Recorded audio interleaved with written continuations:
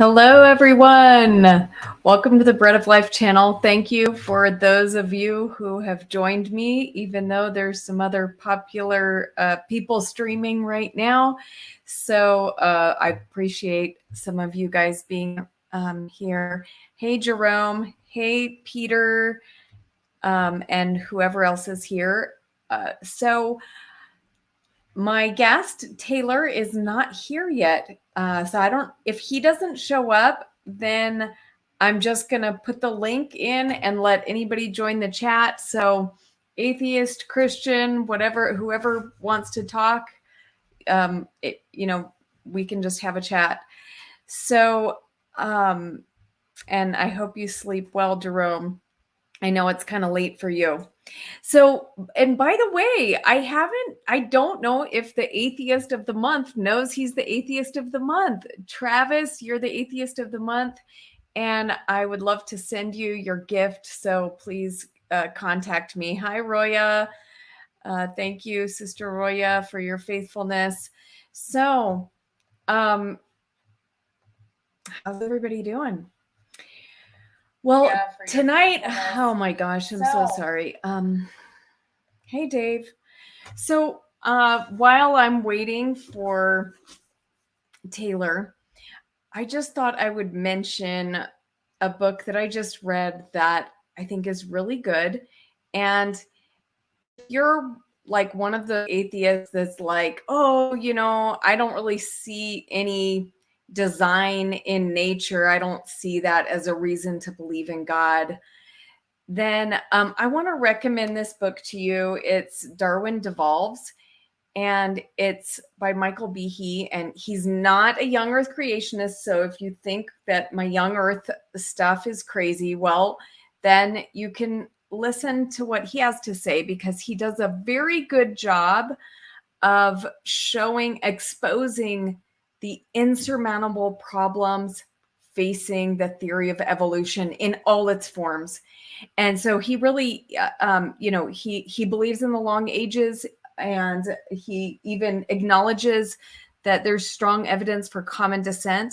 But even with that, he will show you the deep, deep problems that have not been addressed with regard to the theory of evolution. And so why do I care about that? I honestly don't care if any of you believe in evolution. Go for it. Enjoy your belief. But what bothers me is, and I mean Christians or non-Christians, I don't care. But what I care about is people coming to know the Lord.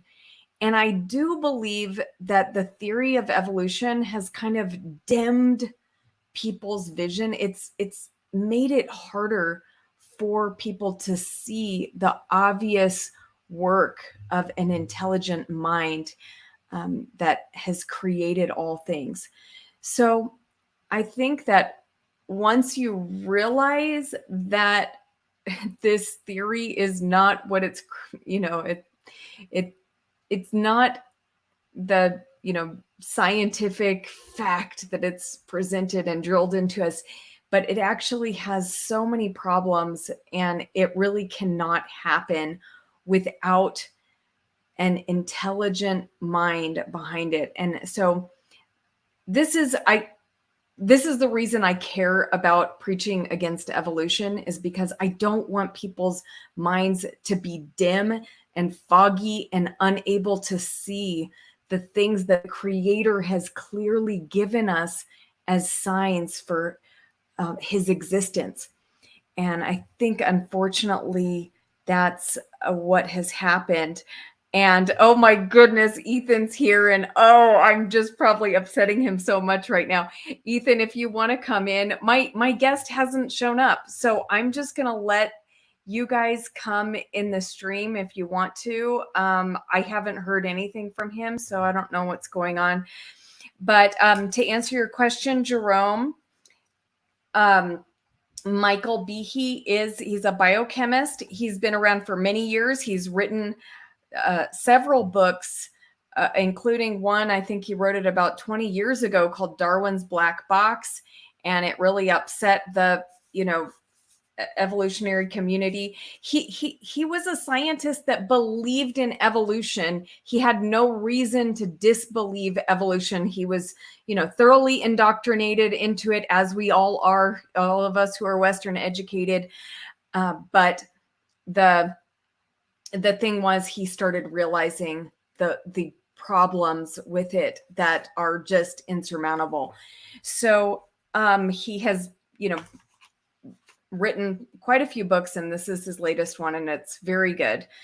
Now, let's see.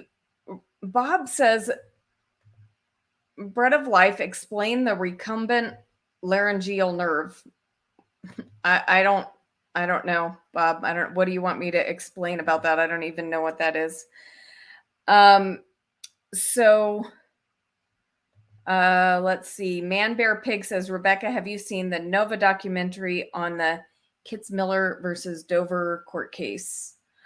Oh, like when they were trying to get intelligent design in schools.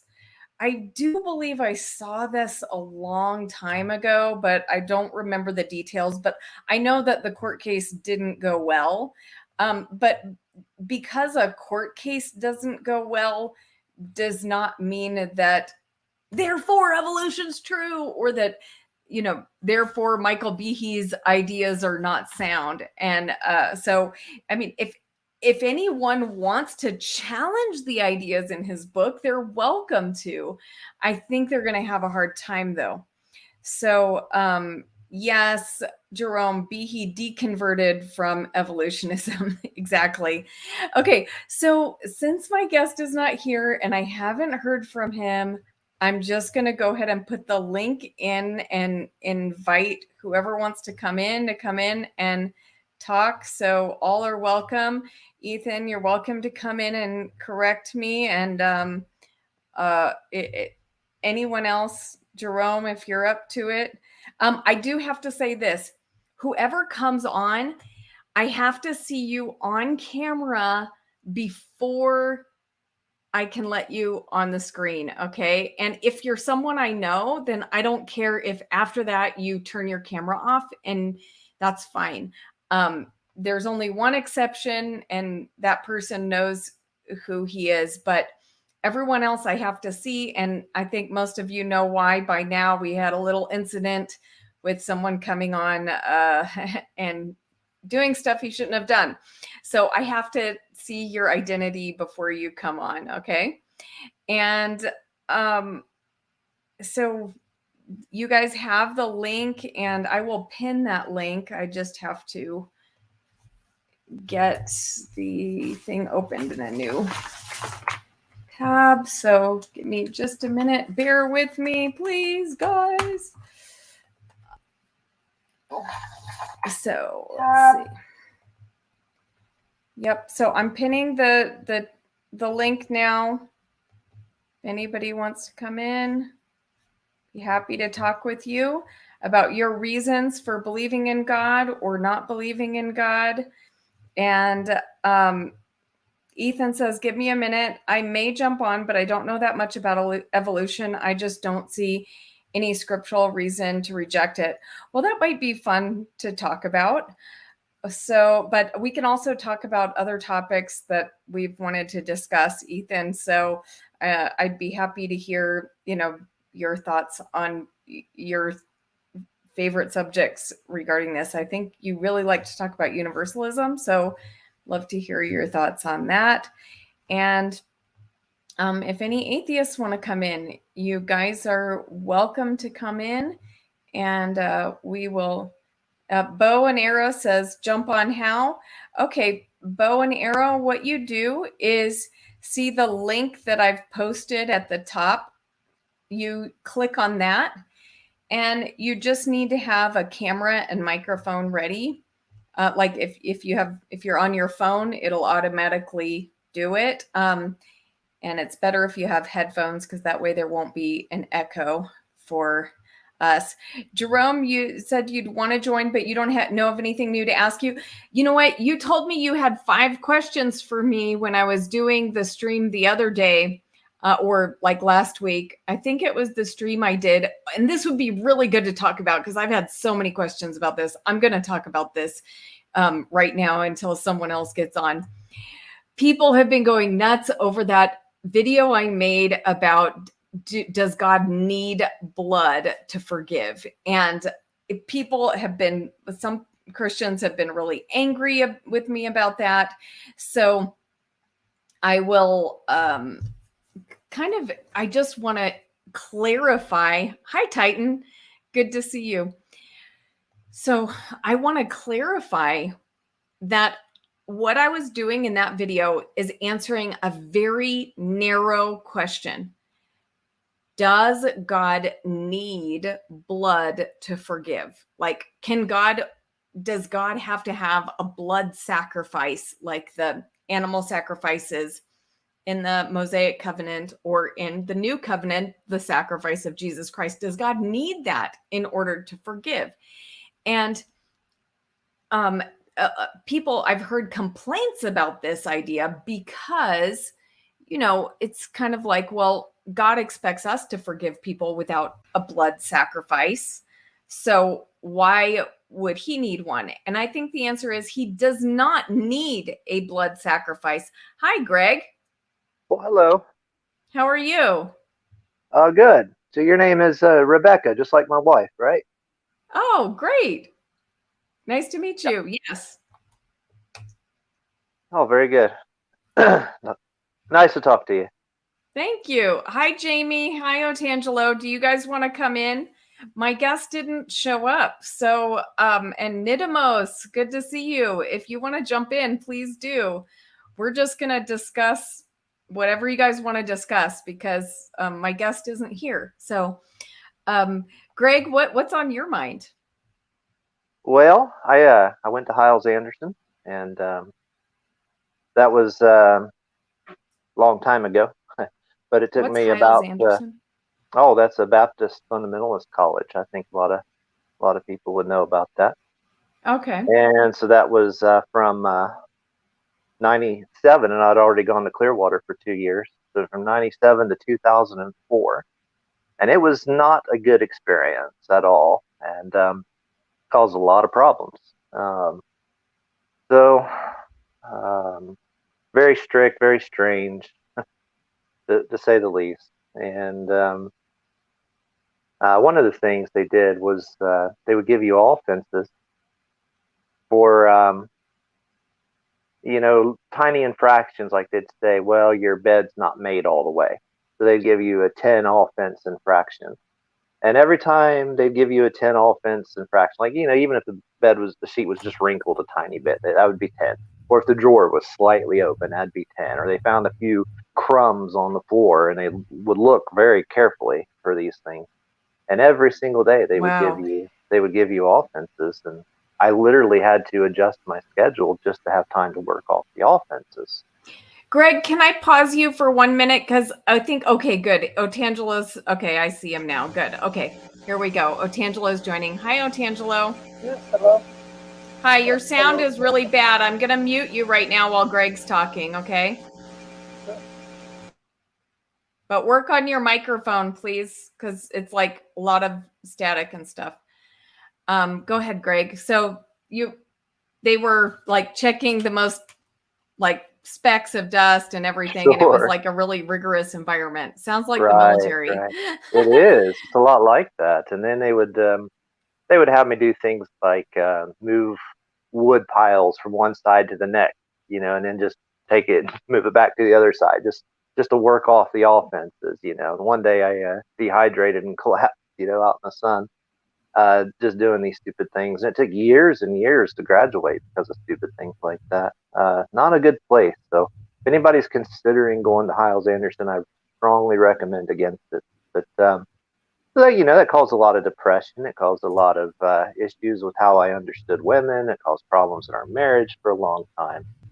Very, very bad things that we learned there at Hiles Anderson, and that caused me to begin rethinking, what I had learned growing up, and eventually, here in the last few years, I've started to rethink everything from the bottom level up, and I wrote one book, and while I was researching for my book, it made me rethink a lot of things, and I discovered things that I believe would indisputably prove that the Bible's not what we've always been taught our entire lives. And I don't really see any other way that anyone could misunderstand it once they see it. They can't see that it's anything but something related to Pythagorean mystery school literature by professional writers. And the one way that I discovered this is when I started looking into how Irenaeus, back around roughly AD 150, began using Greek gematria to try to study the value of the names of people that lived in his time to try to figure out who the Antichrist was. So I started looking into Greek gematria, and I started studying the name Lord Jesus Christ, and I discovered that the value of Lord Jesus Christ is very carefully put together. The letters are put together so that they create values that are equal to Pythagorean geometry, specifically the diameter of the Earth times 4, or like a squared circle of the entire Earth. So this was a perfect, and there's no way something like that can be coincidental. And then I discovered that when they translated through the King James, they created another gematria system. So that this is why, Asus and in Greek gematria, why it sounds like Jesus, and it's not really, you're missing some letters and some of the pronunciation. Well, why? Because they had to spell it a certain way to create a certain value. And then the value, even in English, they created a gematria system in the King James Bible called the septenary systems, where they can come up with the exact values to basically match what they did in the Greek. And so these people were really, really smart. So the people that obviously translated it understood what I'm saying about the Greek gematria that Irenaeus would have understood. And once you see something like this, you realize this is indisputable, that it's not written by fishermen, it's not written by, for almost illiterate people and disciples like we've been led to believe our whole life. So that's basically what I call the talk about, Rebecca. Wow. You know what? This is the first, I have never heard this objection to the faith. Have you guys heard this, Ethan and Otangelo? I mean, I've heard similar things like about who wrote the Gospels, but not this gematria and all that. I mean, I don't know the word. It's like one of those words you read all the time, but then when you go to say it, you like have no clue how to actually say it, but gematria or whatever. I know what that is, like in the Hebrew and the Greek and stuff. I've never heard like taking it this far. Yeah, and maybe in school you probably learned the Roman numerals. You'll see MC, DV, X, all that. Even dates and on buildings and cornerstones, you'll see those Roman numerals a lot of times. That's because before, I want to say it was around 1400 or so, ancient languages had numerical value because they didn't have a separate numerical system. Okay, maybe I've got the date wrong. My mind's a little foggy on when they come up with numerals, but that was, maybe it's 400. But that's either way, ancient Greek, ancient Hebrew, ancient Babylonians, all these different ancient languages, their letters were also doubled as numbers. And so any word would have a numeric value automatically. Well, I have to tell you, Greg, as I'm hearing this, I mean, it just sounds like one of many like weird numeric things that I've heard people try to do with the Bible, from like, oh, you can see in there, and there's this prophecy if you just look at the arrange the numbers, and like it feels like there's always people doing this kind of thing, and it always seems quite suspicious. So, I mean, I haven't looked into what you're saying, but it kind of surprises me that, you've done this much effort and this is the conclusion that you came to. Yeah, no, Irenaeus. If you just Google Irenaeus, and you'll see plenty of examples just put out there in the open for you of how he would use the Greek gematria to try to calculate, try to figure out who he thought might be the Antichrist back in his day.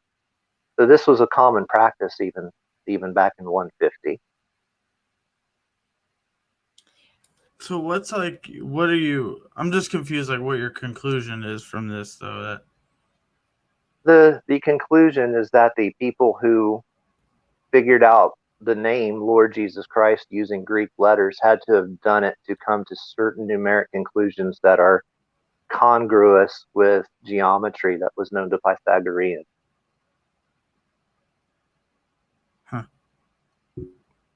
yeah, that's just I have not. And like Rebecca said, like I don't want to say like you're wrong, because I don't know. I've never studied this or whatever. But like whenever somebody brings these, like starts using numbers and says something so out there like this, it will admit that I'm pretty skeptical at first. But I mean, I'm not gonna say you're completely wrong or anything like that. But to me, it just seems strange.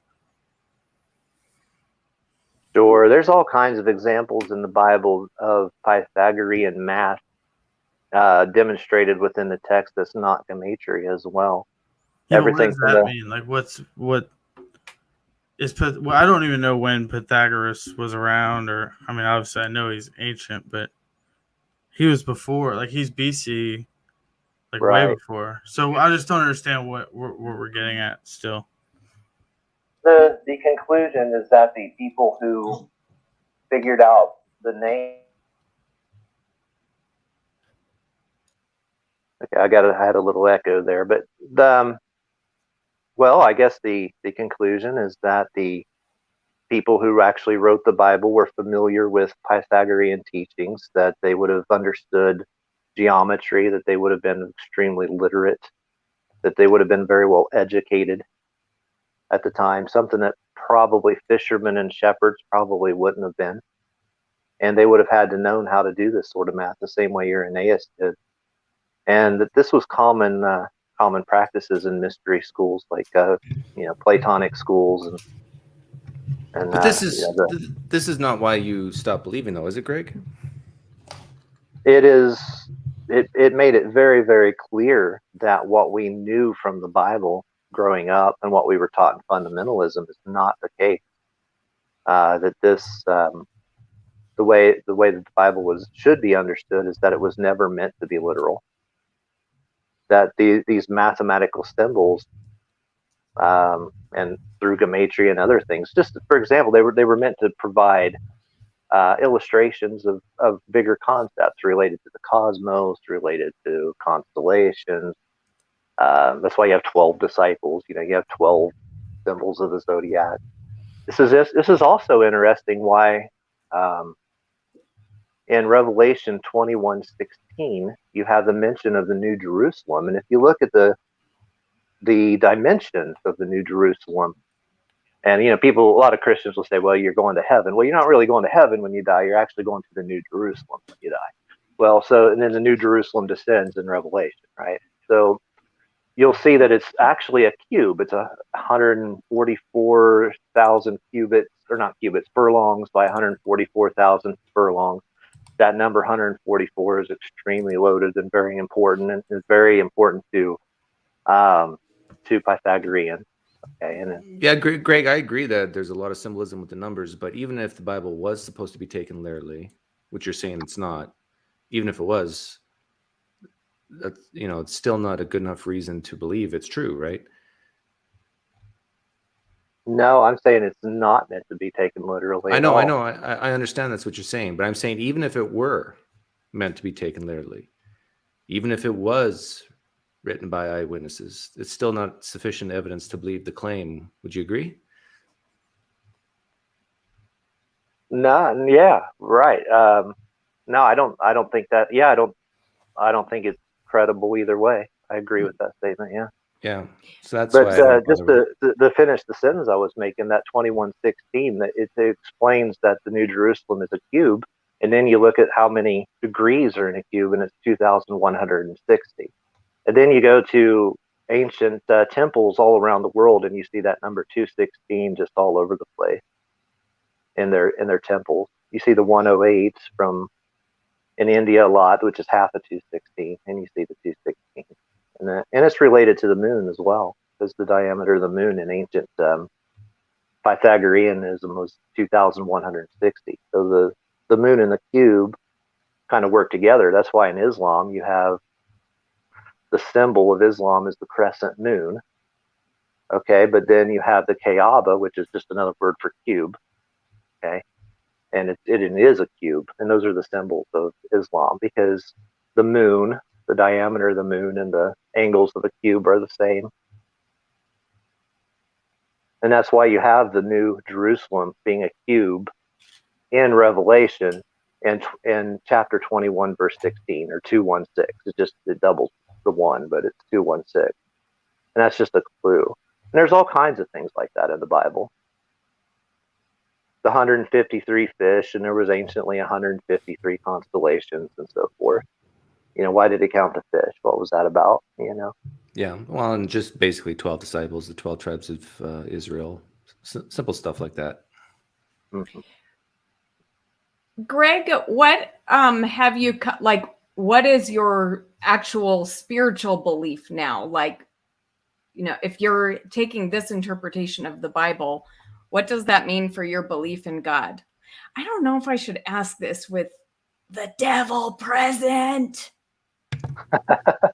Dave, are you going to take that? So what do I think that it means? What I think Rebecca and I have a mutual understanding. Okay. Sorry, Greg. Sorry Go about that. Go Greg. That's all right. What I think it means is that I think these numbers are pointing to very ancient understanding that was kind of known by people that constructed temples all around the world. I think, strongly suspect, I can't prove beyond all conclusion, but I think all religion started in India, because that's where most of the temples are that use these maths. That's where the squaring of the circle began.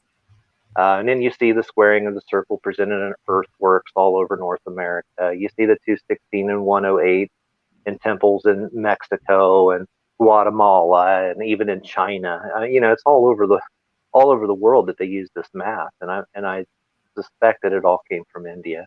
So I think it's just a very ancient system that's been passed down from language to language, and gematria was just part of that mathematical coding, and that the Pythagoreans were borrowing from something that was even older.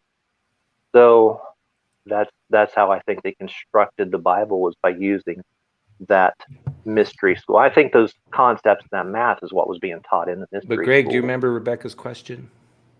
Did I miss it? Go ahead. Do you believe in God? I think there is a God somewhere, okay, but it's like a personal opinion. I can't prove it. I think at the end of the day, something out there is nebulous, and I don't know exactly who or what he is or how he works, and that he hasn't really revealed himself to us. But that's, I can't prove that definitively.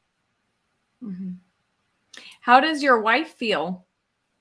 Well, we dropped fundamentalism from Hyles-Anderson College back in 2012, roughly. But she still goes to the Baptist church that we've always gone to. And, I don't dislike the people, but I've noticed there's a problem when you try to talk to anyone about things like what I'm talking about now, is they have no concept or no understanding. They haven't really studied. They haven't had any way to really communicate with me about any of these things, because they're just, most people, just like one of you said there a second ago, when I hear numbers or something, it just scares me. Well, it doesn't scare you if you study and learn about it. It just scares you because it's new to you, and you're not familiar with history. But it is, when I first began looking into it, yeah, I was scared. I was frightened. It was a complete shaking of everything I'd known and understood. But once something like, the Lord Jesus Christ equaling 3168 in Greek gematria, and then you find that's the diameter of the earth, 7920 times 4 is 31,680, and you go, oh, that's not a coincidence. That's impossible to just this is something that Irenaeus would have understood, and I think all the people that wrote the Bible and then the New Testament specifically, but even in the Old Testament, there's a lot of examples of this. You had the 42 she bears, Well, what's that 42? Well, in Egypt, you had the 42 principles of Mayat that you had to pass in order to pass judgment. And then you go, oh, the Great Tribulation is exactly 42 months long, right before the judgment, And I know there's a little bit of time between those two things in Revelation, but it's still sequentially. You end up with 42 months before the. And what is 42? Oh, then there's 42 generations between Adam and Jesus mentioned in Matthew, right? Oh, there's that number 42 again. Well, what is 42? Why do they do that? Oh, it's 3 groups of 14 generations. You'll see that they division it out, that there's 14 generations between Adam to, who is it? Abraham, 14 from Abraham to David, 14 generations from David to Jesus. And so that's 3 groups of 14, 314 pi. Oh, what is 42? It's 3 groups of 14. It's pi. So you see pi all over the Bible. You see phi all over the Bible. You even see philo-taxis mentioned in the Bible. Very few people catch up on it. It's right there, and it's really obvious once you know it and you know what you're looking for. And you just see all these mathematical principles, and you realize that the people who wrote it understood these things. And so they were making they were putting this ancient math that I don't know where it originally comes from, but I think it has something to do with coming from India. That's where they first learned to square the circle. That's where they first started. You see, I think it's called Jainism. They're all over that number 108. They just made a 108-foot statue. That's 1080 is the radius of the moon. There's 108 moon lengths from, or 100. What is 108 sun lengths from the sun to the earth, or something like that? That 108 is all over the cosmos too, and that's why it's so important to them. Greg, I want to give some other people a chance to chime in here, because we've had a lot of people join the stream who haven't said a word yet. So Otangelo, Chris, Dave, Leo, I think Pine Creek is doing something else now, but anyway. My apologies. So, and Otangelo, did you have something to say about this, or any other? Did you want to talk about another topic? Can you hear me? Yes. Yeah. Yep. I did chime in to just give my 5 cents to your last stream where you talked about the blood of Christ, why it is necessary. Okay. Yeah. So I think that justice cannot be just if there is no punishment for evil. And I think that is the basic logic behind the fact that God punishes sin, and the price of sin is death, and that means the shedding of blood. That's basically the logic, and either we pay with our death, or Christ paid for us. And this is what I think is not logical in Islam, where you have just a deity, which is Allah, which simply arbitrarily can decide who goes to heaven, and he arbitrarily forgives sin or not. So there is no justice in that system. That's why I think it is completely made up. Yeah, I understand the critique, Otangelo, and I hope that everyone understands that I was making a very narrow point with that stream. It's been misunderstood by a lot of people, and I may have to do a straightening it out stream. But the question simply was, does God need blood to forgive? Now, if I do something against you, can you forgive me without a blood sacrifice being made? That question, do you mean it literally? Does God literally need literal blood, like from a living organism, or do you mean needs blood in some esoteric, flowery kind of sense? I mean it in does there? I don't mean it so literally, but I mean there were literal animal sacrifices in the Old Testament, and then you have the sacrifice of Christ.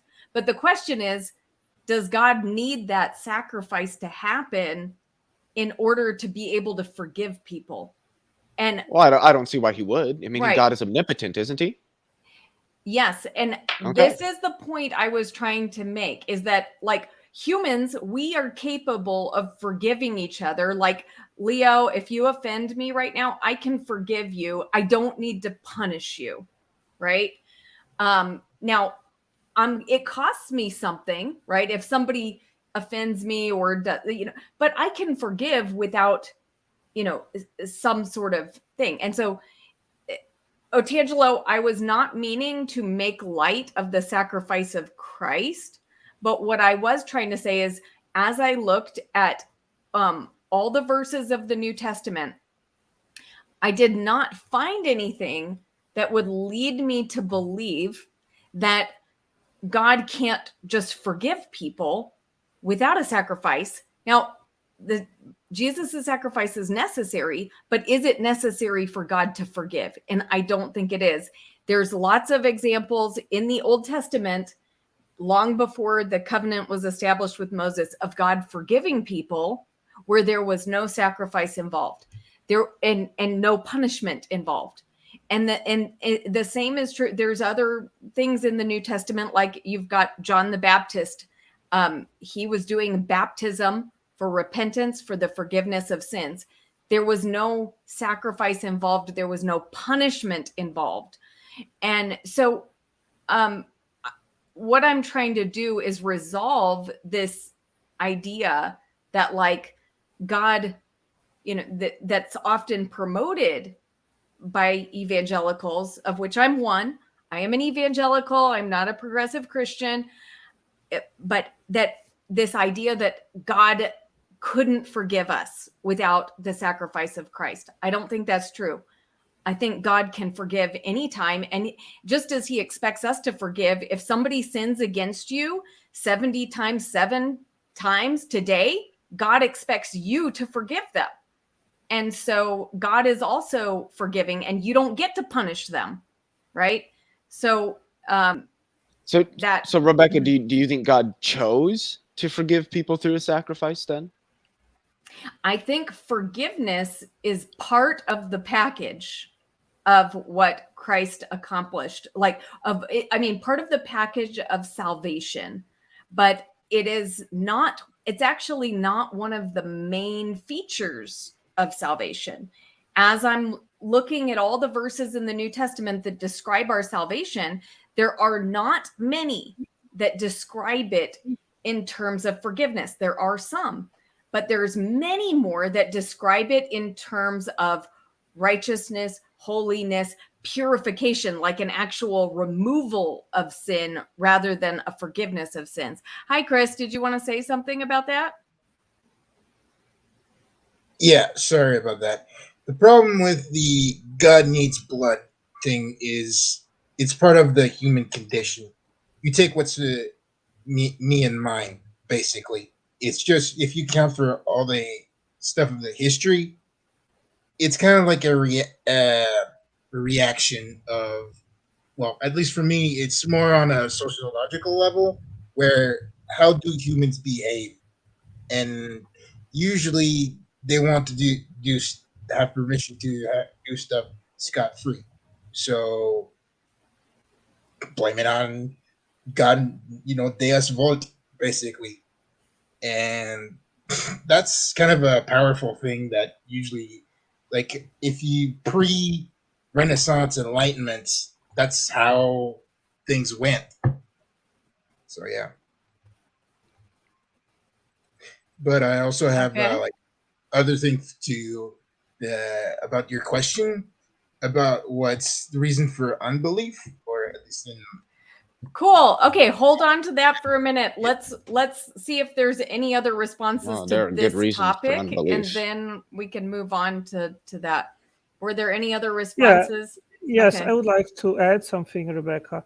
When Jesus was in Gethsemane, then he prayed to the Father and said, "Father, if it is possible, let this cup pass, so that he would not have to go through his suffering."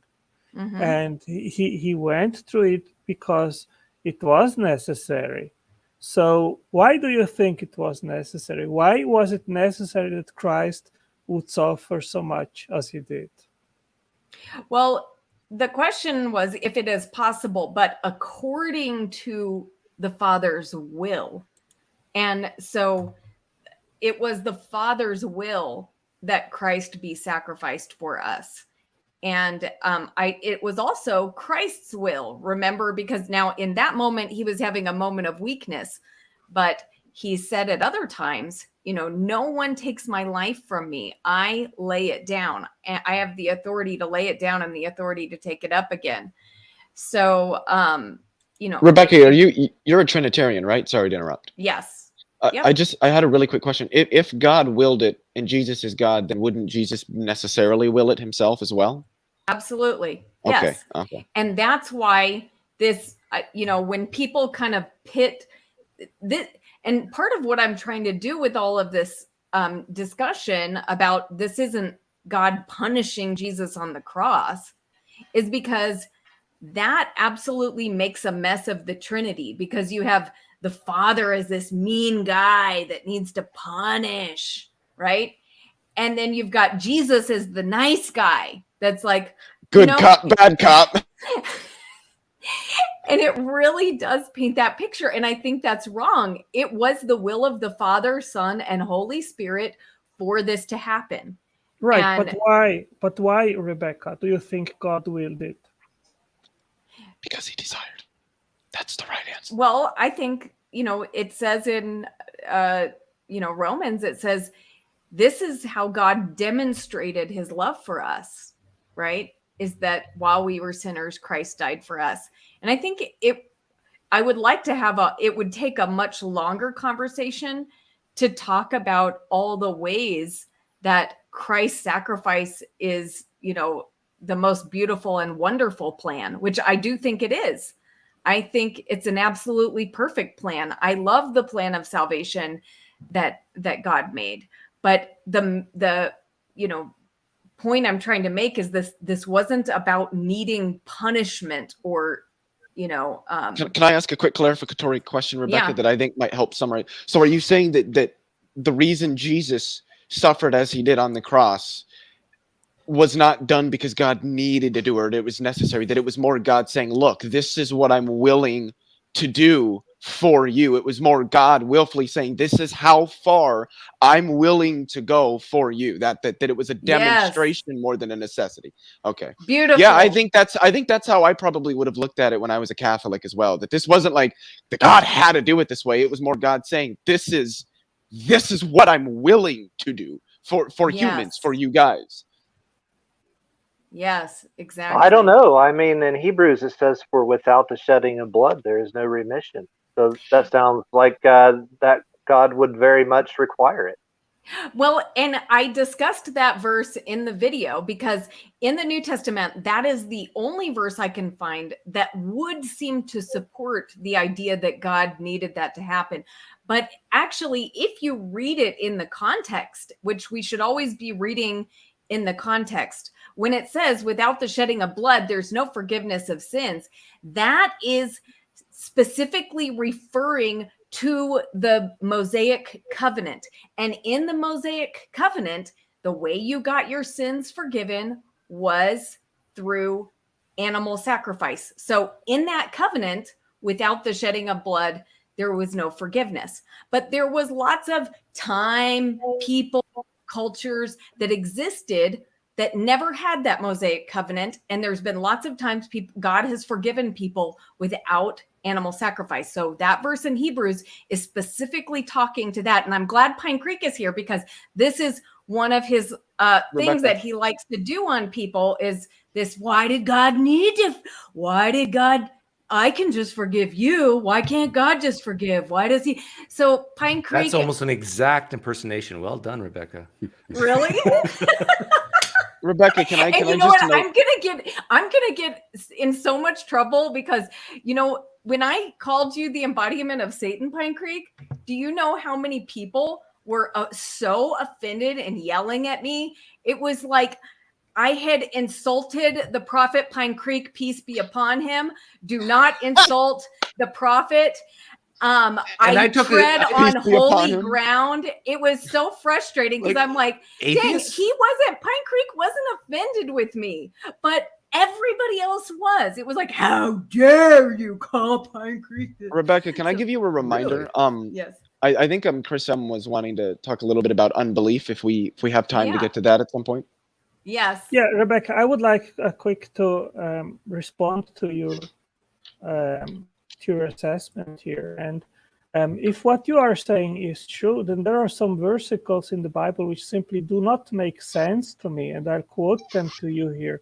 For example, for you were both at the price, therefore glorify God in your body and in your spirit, which are God's, and then therefore take heed to yourselves and to all the flock among which the Holy Spirit has made you overseers to shepherd the church of God, which he purchased with his blood.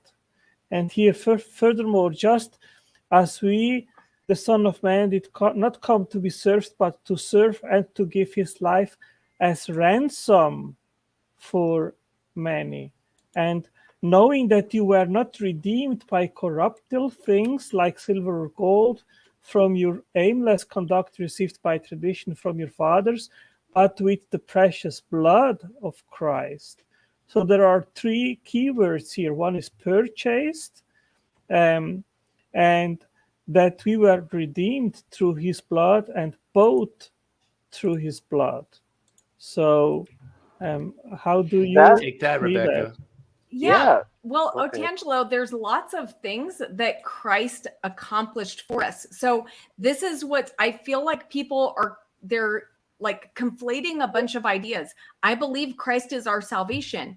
Yes, I believe that, what he accomplished on the cross for us was salvation. It was holiness. It was righteousness. It was a lot of things.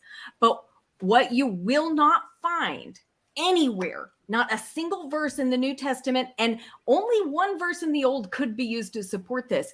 The idea that what Christ did was take our punishment. That is not in the New Testament. There is no word about Christ taking our punishment. That is not what it is. That is evangelical explanations that do not come from the Bible. Christ did not take punishment on our behalf. He died for us. Christ died for sins. And it says a lot of things. So, you could start quoting all these verses. And there's so many about the atonement. There's like 83 that refer to the atonement, but none of them refer to Christ taking punishment. Chris wants to say something. Okay, so I kind of asked you a question yesterday, I think, or anyway, that, and it was about what if the basically Jesus died for our sins quote is actually a statement by the apostles themselves from their point of view, and then just kind of transcribed into the Bible. And also, what if the resurrection was just a metaphor for the 5 stages of grief? Honestly, these are a lot of what ifs. I don't see any reason that I should understand the resurrection as 5 stages of grief. I would have to hear like, what would you would need an argument? Exactly. Well, at least going for the first one, which basically, I don't know if I understood the issue there. These are the writings of the apostles, so I don't really understand. Can you clarify what the issue is? Basically, what I'm getting at is that that say after the crucifixion with Jesus and all that stuff, basically the whole thing that is saying, Jesus died for our sins. Well, technically, if you look at the apostles, Jesus basically sacrificed himself for those 12. But, and that maybe nobody else is. And over as it was written down over the generations, it was basically just mistranslated, but it's just misinterpreted.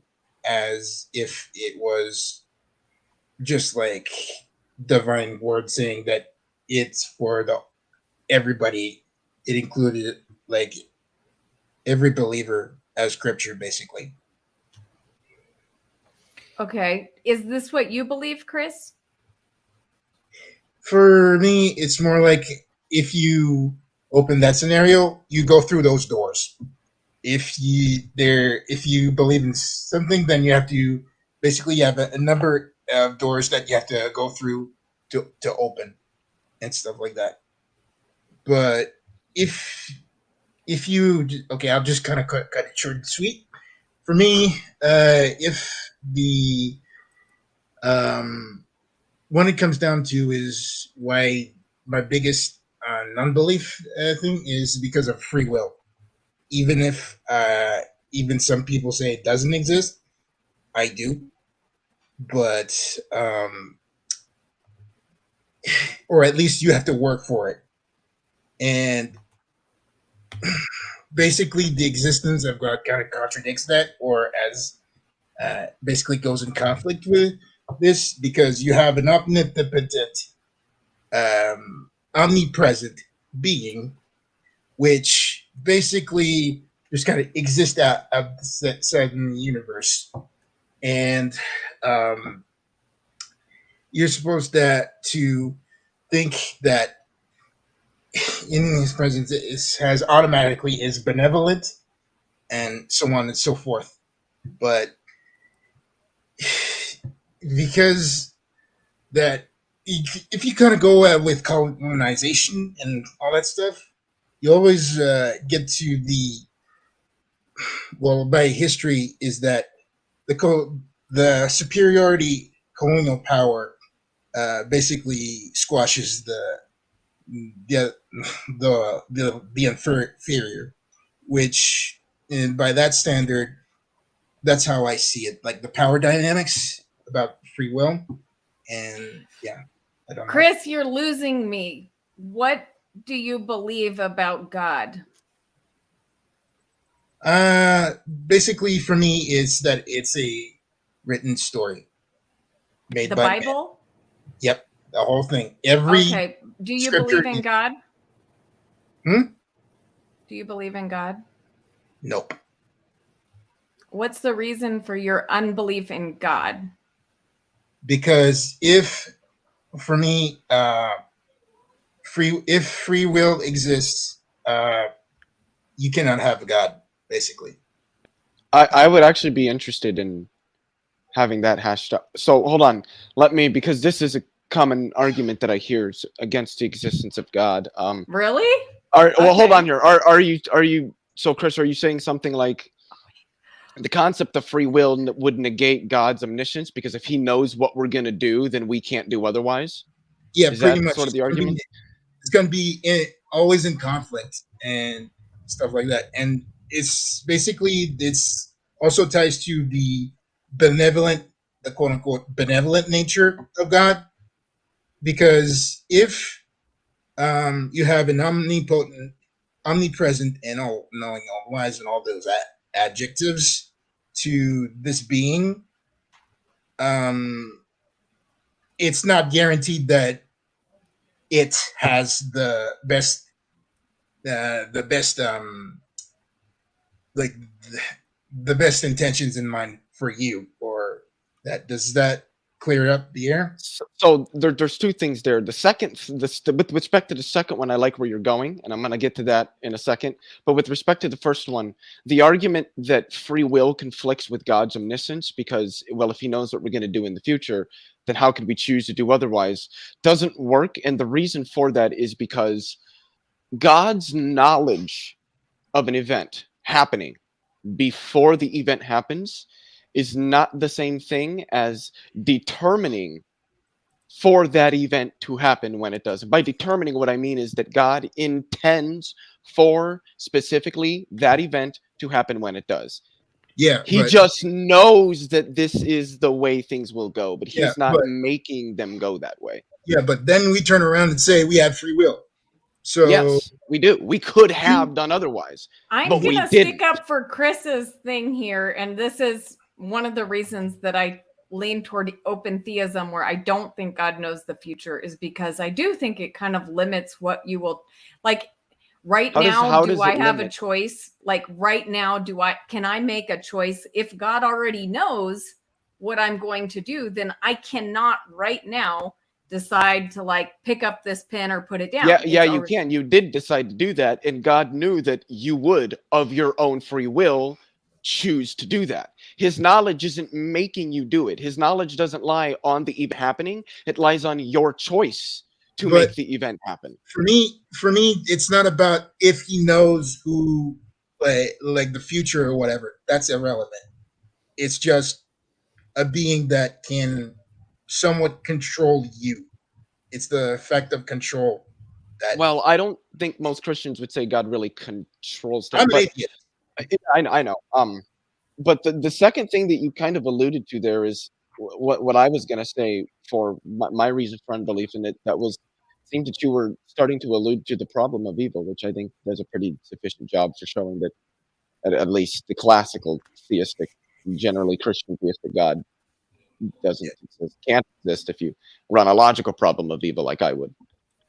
Yeah, well, for me, if God exists, by the evidence of the Old Testament, he's evil by default.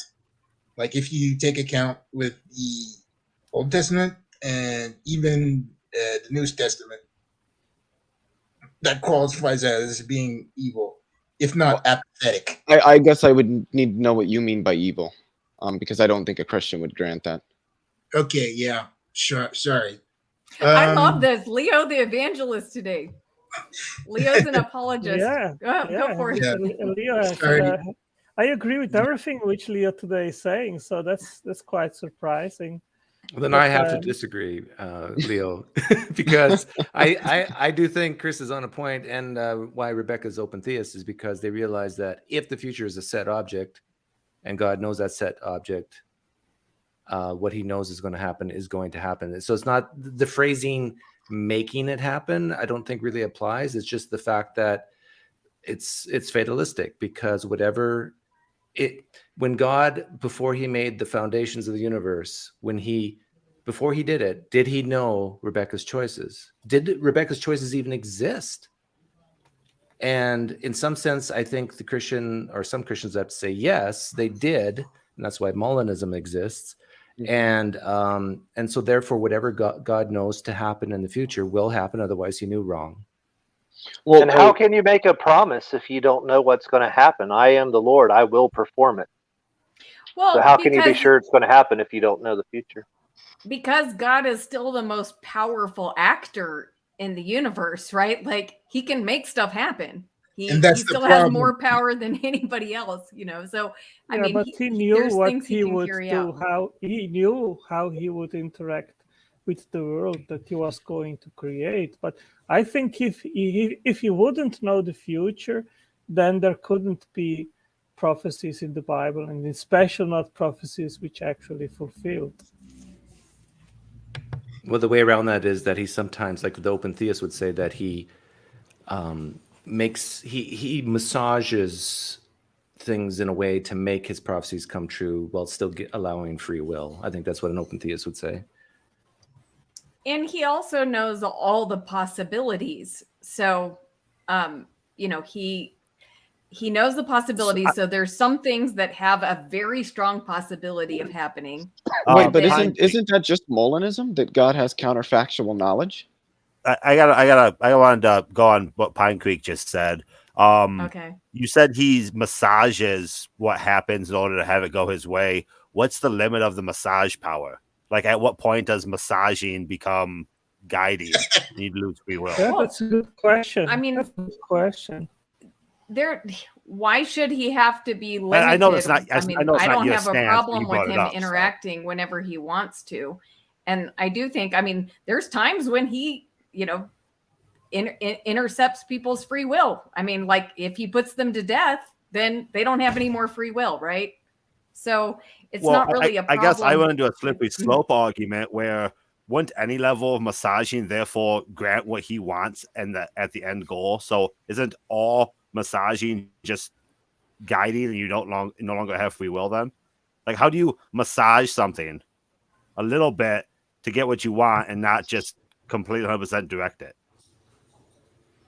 I love your accent, by the way. It reminds me of Arnold Schwarzenegger. Massage. Very much a compliment. Thank you. I don't understand the objection. Leo, can you explain? well, it would be kind like Putin, who thought that he would invade Ukraine and conquer it in 3-4 days, but it didn't happen that way, and he didn't achieve his goals. So would God accept to go these risks, to think that he could massage the future to go into the direction that he prophesied in his word that it would go, and then eventually it wouldn't? And then that would be maybe disproving the Bible in its entirety and take its credibility. And I'm not sure if God would go that risk. I don't have a problem with it. I mean, I don't see a need to respond because I don't find the objection to be very strong. I think God can interact when he wants to, where he wants to. He can make things happen. He can bring about prophecy. And, in general, he wants people to have free will, but he can interrupt that anytime he wants. Well, the prophecy in the Bible is given. And let's suppose that history will not take the direction as written in the prophecy, but in another direction. Then would God be a liar? Well, you're supposing that he wouldn't fulfill the prophecy. Well, if it would be possible, that he eventually would err or think it would go into a direction, but it would be possible to go into another direction, and then eventually history wouldn't go down the road as he predicted. I mean, you're inserting a hypothetical that I don't agree is like. What the open theist would say at Tangelo is that God's the greatest persuader, so he can use people's free will and his sovereign will at the same time, and not exhaustively know the future. So let's say he tries to persuade you to do something to fulfill prophecy, and you say no. Okay, he honors your free will, and he finds somebody who will. Yeah, so let's suppose that would be the case. Then Pilate, he had the choice to free either Barabbas or Jesus. And Isaiah 53 says that Jesus would, the Messiah would be crushed on our behalf.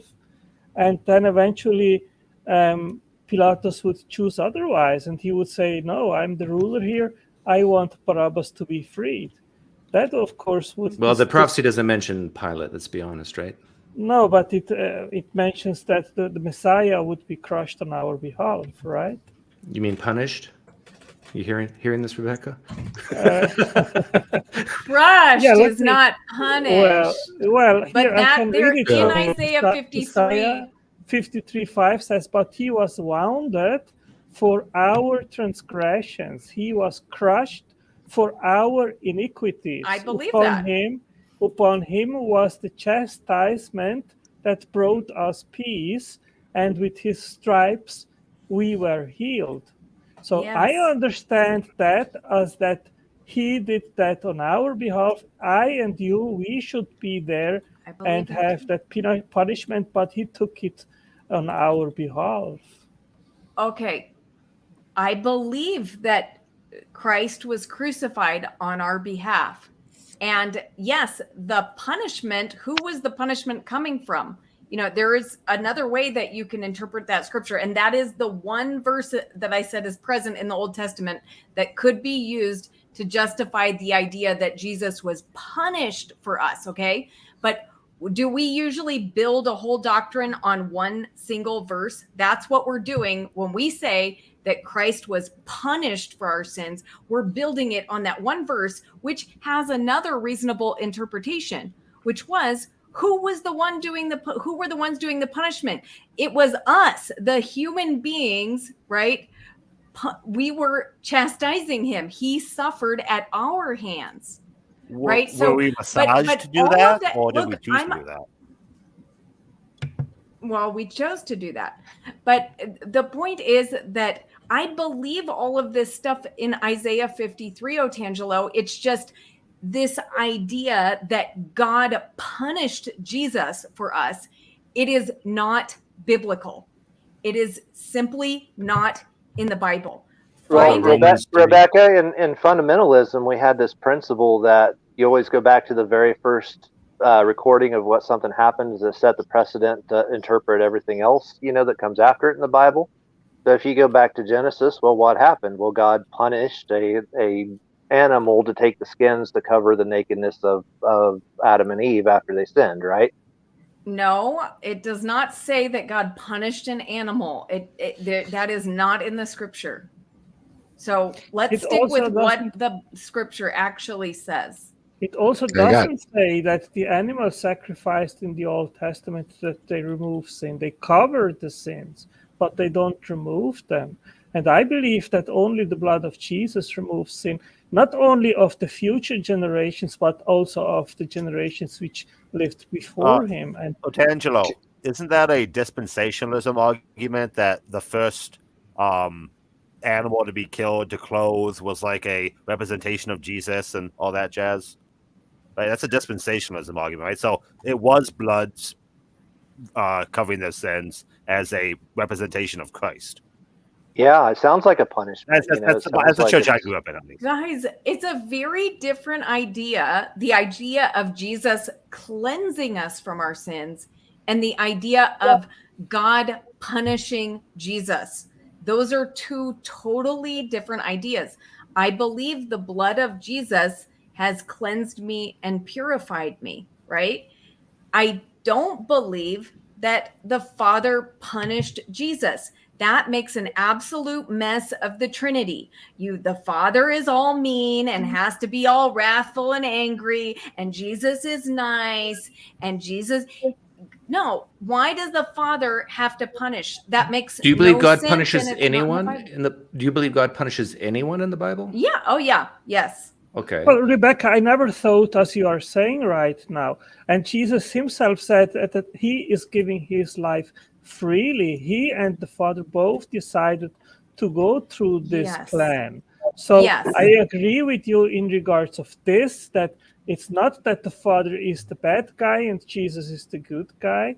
If Jesus said, I and the Father, we are one, I am, who sees me sees the Father. So there is not this distinction. One is good, the other is bad. I agree with you on that. But I completely disagree with you that he could have forgiven without going through this plan, because it wouldn't be just. Simply to forgive without punishment is not just. I think this is the crux of the issue. Punishment is consistent with the idea in the law about the scapegoat also carrying the sins out into the wilderness every year. Hey Leo, where do unbelievers fit into God's plan hypothesis? If everything is known to happen, then everything is known about Doug and I and what we say about our unbeliefs. Where does that fit into the argument? Where do unbelievers fit into the argument? Well, I believe that God does not exist, so I don't. Really, right now, I was just saying by the what would the argument be though? I think it would just depend on the particular theist that you're talking to. Well, you were saying they would argue that. I think most would argue God's not determining that I wouldn't believe, but that He knows that I wouldn't believe. Mm-hmm. Was that the argument? The argument would be Molinism. That's also the argument that I would give against this idea that anybody goes to hell. So I have a divine purpose? I don't know what you mean by divine purpose. No, Dave, the argument that some Christians would give to your question is Molinism, that it seems like the choices of humans coexisted almost eternally with God. Right. And that He just knows them, those choices. And they kind of almost have to view it as eternal with God. It's part of the plan, though. No, it coexistent with God, meaning like because God becomes God. So he's part of the Trinity. So he's eternal in the past, in as much as the Father and the Holy Spirit. So there is no difference. I mean, like if Molinists say that that God creates these people with choices, or that these choices existed after him in some way, they're still stuck with the same problem. All Molinism is stating is essentially that God is counterfactual knowledge. God knows what would have happened in any logically consistent state of affairs. So he knows what you would have done in any situation that you could ever be in. Right, but how does he know what you would have done if those choices are not existing yet, right? Because he knows what decisions you would have made in any situation you could be placed in. Right, but in order for him to know you and the choices you would make, that choice would have to exist. I guess I don't know what you mean. I think this is what, like, some of the critiques that guys like James White gives against Molinus is that who creates this choice? Well, I mean, I can think of things happening without them actually like existing. I can think of like unicorns existing. I can perceive of a possible world where the speed of light is significantly right, but we're talking about what, I mean, that would happen, right? Yeah, but that's what like counterfactual knowledge would be. Knowledge of what could happen or what would happen. No, what would happen, not could. Yeah. What would. But if there's like these endless timelines, then you're saying that just in another timeline, then I'm different, right? I don't. In this one, I would have to play out that I am as I am. But I thought that you mean by timeline. I thought that by infinite possibilities. If there's all these different possibilities on how things could have turned out, I think that God has no control I'm not a modal realist, so I don't think like these other possible worlds actually like exist, like tangibly out there. No, I'm talking about all the different outcomes. The different outcomes. That the confusion on this topic, I think, is very telling of the issue with the whole hypothesis in general of how do you define all these valid criticisms within this having a God that has the power to do any of these things, right? It's really hard to pin it down and land something. All five of us in here are arguing kind of different points, and no one can really land on anything. I think that's very telling. Well, that's one of the reasons I don't. I agree with that. Matthew left. Yeah. Matthew, come back. Well, why don't we move? Look, let's move to Chris the has been trying reasons to for get in here. unbelief. Leo wanted to share his. I'll defer to Chris, and then I'll just go after him because Chris has been trying to say something for a few minutes. All right. Well, sorry. It's anyway. Well, I was actually going to ask it. Like, I could probably hop off, so letting other people in. But yeah, I'll just leave it to Leo right now. Okay, thanks for coming, Chris. Okay. I guess so. I was just going to ask all the theists, so I guess particularly the Christians in the room, why does sin exist? Well, what is sin and why does it exist? Sin is absence of love, like anything that's not from love. So when I wake up in the morning, is that, I mean, that there's no love involved with that? It's just like a thing that happens. It's chemical processes in the brain. Is that a sin? No, but it depends the way you wake up, because you can wake up with your being full of love, or you could wake up with your being lacking love. Well, but what would be lacking in love? What if I just woke up and just felt normal? I wasn't happy, but I wasn't sad. I mean, yeah. Well, we're kind of in a weird state of affairs right now because of the corruption that's in the world. So I wouldn't say you're doing a sinful action by waking up, but you have awakened in a corrupt world. So, you know, there is a lack of love in the world that we live in. So what is a sinful action? What would a sinful action look like or be like? Anything that is not acting out of love for God and neighbor. So yeah, but so when I take a shower, I'm not doing that like out of love of anything. I'm just taking a shower. So is that? Yeah, that's not sinful. But it would be under your definition. I mean, there's an absence of love there. It's just a thing that we do, or when I'm brushing my teeth.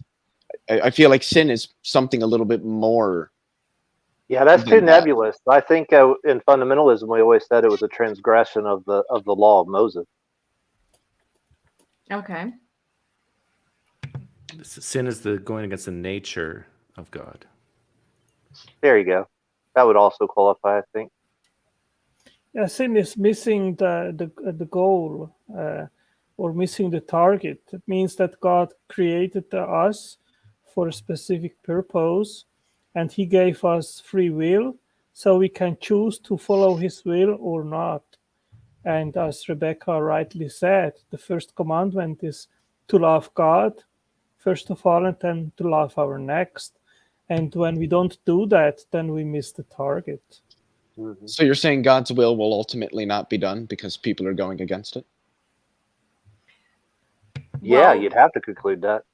Yeah, I would think so. Well, I would say that God's will was to create a world where there would be humans with free will, which could yes. choose to do Exactly. right and wrong. To give us When that you say right freedom. and wrong, what exactly do you mean? As I said, God, He made us with a purpose, with the goal, and with the target, and we can either do His will and go upon the purpose that He made us for, or we can choose not to do that. And when we don't do that, then we choose to do things upon what we want, what we think is right, and we should do. And in many cases, it is doing evil. I mean, you know the Ten Commandments. So what you're saying is what's right, what's morally good is doing what we should do, doing what we ought to do. Yeah, we have first we have our conscience, which says that certain actions are wrong, and we have the commandments in the Old Testament, especially the Ten Commandments. And the first one, which is the foremost, which is to love God and to love our next.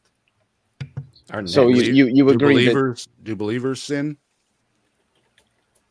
Excuse me? Yes. Do you sin? We all sin. The Bible is clear in Romans 3. He says that right. So we all have fallen and don't achieve the perfection that God requires from us. I know what the Bible says. So what difference does it make if you believe in God or not? Because that's my problem. I don't see any difference if I believe in God or not. You sin even though you believe. So, yeah, let me explain to and you. Tomorrow the sun's going to come up, and I don't believe and you believe, but the sun's still going to come up tomorrow. And there's good and bad people on both sides. And I'm still wondering, and I've asked Rebecca, I think before, what difference would it make if I was a believer? What would change? You know, I had for a long time, for many years, I didn't understand how can I be punished for the fact that I descend from Adam and Eve. They did fall. It wasn't me. And it wasn't my choice to be born as a human and receiving that fallen nature. And I struggled with that. And then someone told me, you can see it like that. You have been born in a team. It's like a football team. And in that team, one of the 11 players makes a foul. And the arbiter, he punishes the entire team because of one of the team made that foul. And now it is the other but situation. That's only on a team sport. That's not. Yeah, and now sports. it is, and then there is the second Adam, which is Jesus, and he didn't fall. He lived a perfect life, and when we change the team, then his righteousness is attributed to all of those which belong to that new team. So when we move camp, when we move team, then the first Adam, his sin was attributed to all of us. But the second Adam, which is Jesus, his righteousness is attributed to all of those which change team and that belong to Jesus. Does any of that apply to now, or are you only applying things to the afterlife? No, I regard myself and all those which believe in Jesus that they did move camp from the camp without God to the camp with God, to which they belong. They changed family. Before you were in the family without God, and you changed to a family which are all those which are saved.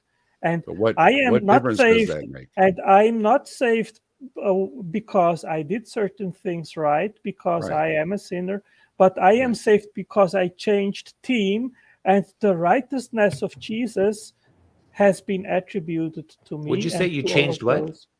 Team, like a football team. And that's not an action? Yes, I made a decision to change camp, right? So right. that You that, did that something. You said you didn't do anything to get salvation, but you did do uh, something.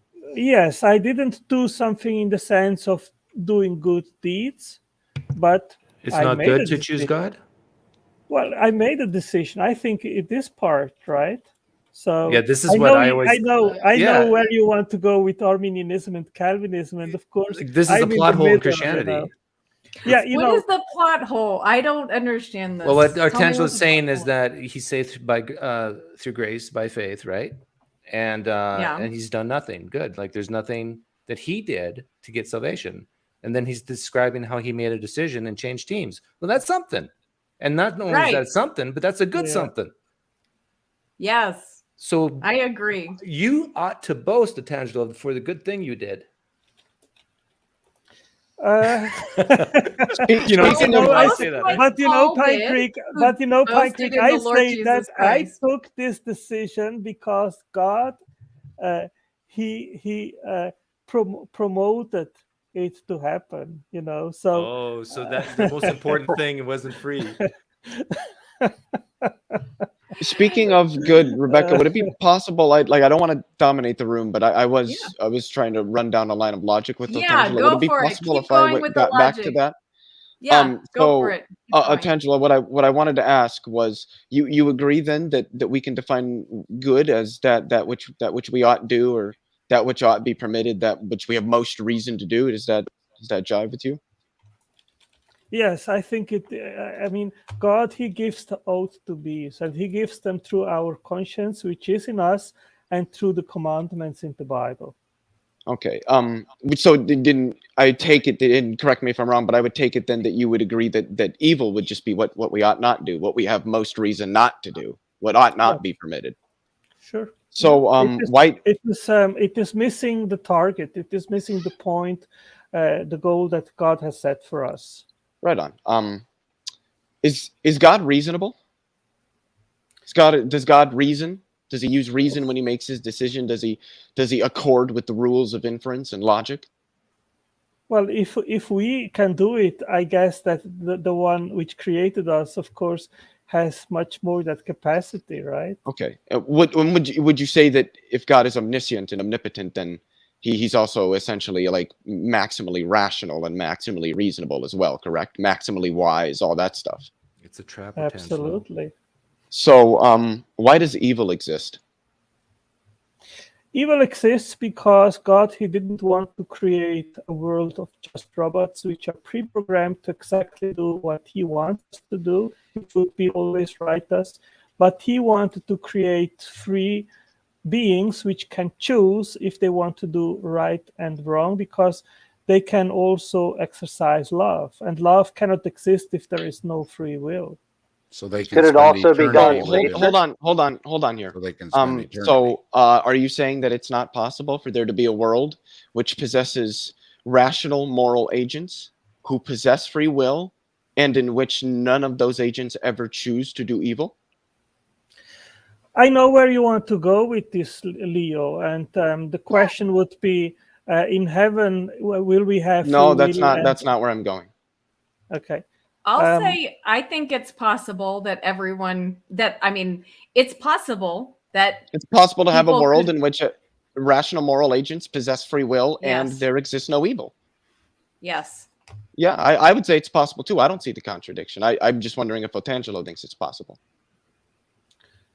Well, if Adam and Eve would have chosen not to eat the forbidden fruit, then it could have eventually gone on without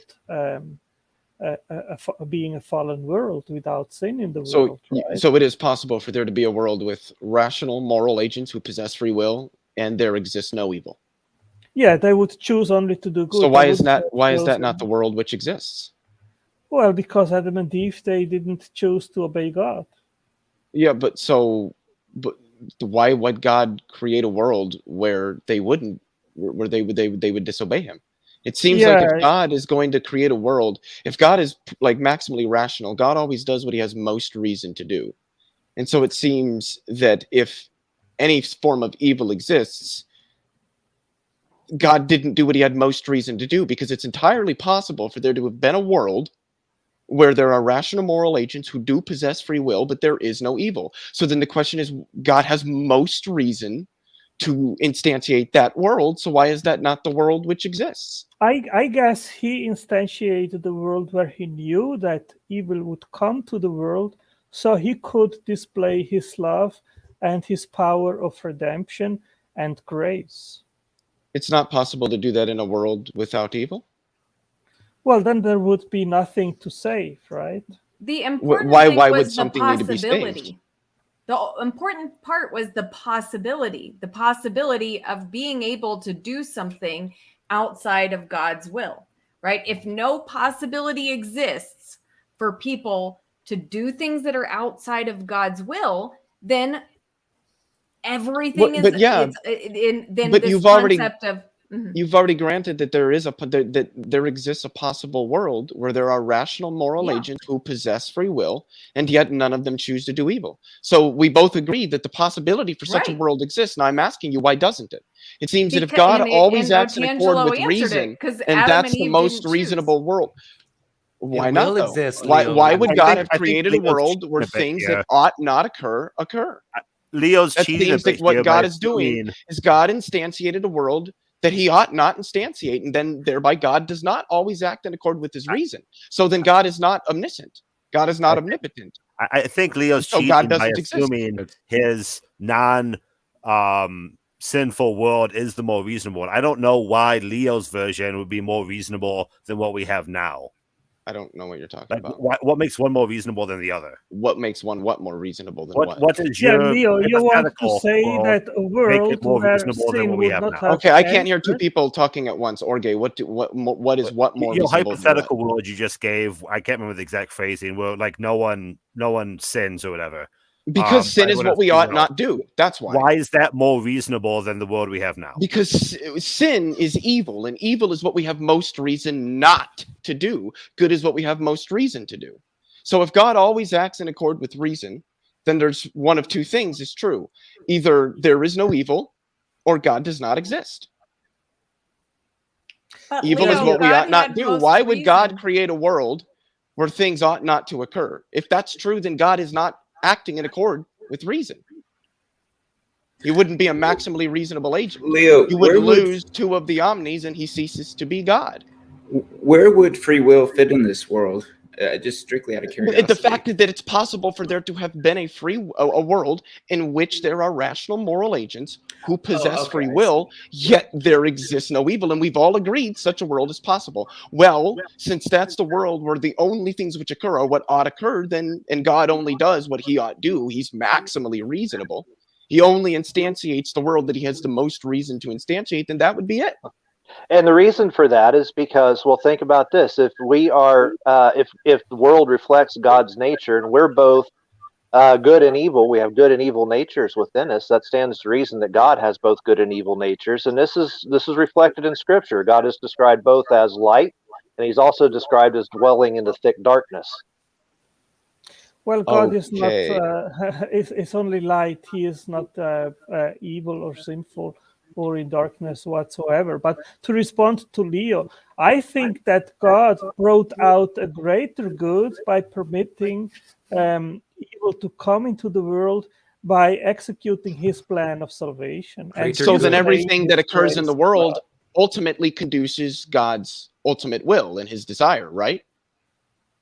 Yes. Okay, well then that's just to say that everything that happens and everything that occurs is the best thing to occur. It's what ought occur because it conduces God's will and desires. And then if everything which occurs is what ought to occur, then it's just not evil. So you're conceding that there is no evil in the world. You're conceding there is no possible way to improve the world morally over how it is right now. I just disagree with that. Okay, Rebecca, can you answer to what I said? I think that, of course, God is against evil, against sin. He doesn't will that we sin, but he did permit the world where sin could enter, because then he could also display his power of redemption and grace and love. Yeah, so that's the world that God ought to have instantiated, right? That is the world God ought have instantiated because of the reasons God had for instantiating it. Correct? If they didn't eat the fruit, then none of that would have. Then there's no evil comes into the world, right? So it had to happen. God knew that it would happen as soon as he would create the world. The plan was to bring evil into the world. Yeah, why would he permit a world in which there's evil? That just seems... I explained it, Leo, and I explained it twice. You just appealed to free will. But we both agreed that it's possible to have a world in which there exists rational agents with free will, yet there exists no evil. And so we then come back to the question, why does that world not exist? I want to answer this now. Look, I'm putting up, look, this is my cat, Mr. Nice Kitty. Now, look, I get so much pleasure from my cat, okay? And so, partially it's because he's cute, but it's also partially because he's so sweet and nice. And you know what? He has options. You know, he could, scratch my face. He could do all kinds of things that are not nice, right? Now, I could, would I make Mr. Nice Kitty conform so that he never had the possibility of, scratching me to pieces? No, I would not make that, because how can I see, it's so wonderful that he has the choice, right, to be mean or be nice. And it's we already agreed, though, that there's a possible world, that it's possible to have a world in which there are rational moral agents who possess free will, meaning they do have that option, and yet there still exists no evil. So maybe we're talking past each other. Let me explain what I meant when I said yes to that question. Okay. What I meant is it's possible that God created everyone with free will, meaning, and by free will, I mean the ability to choose whether to do God's will or choose to do something that is not God's will. Just quick interjectory question. Ought we do God's will? Yes. Okay. Continue. Okay.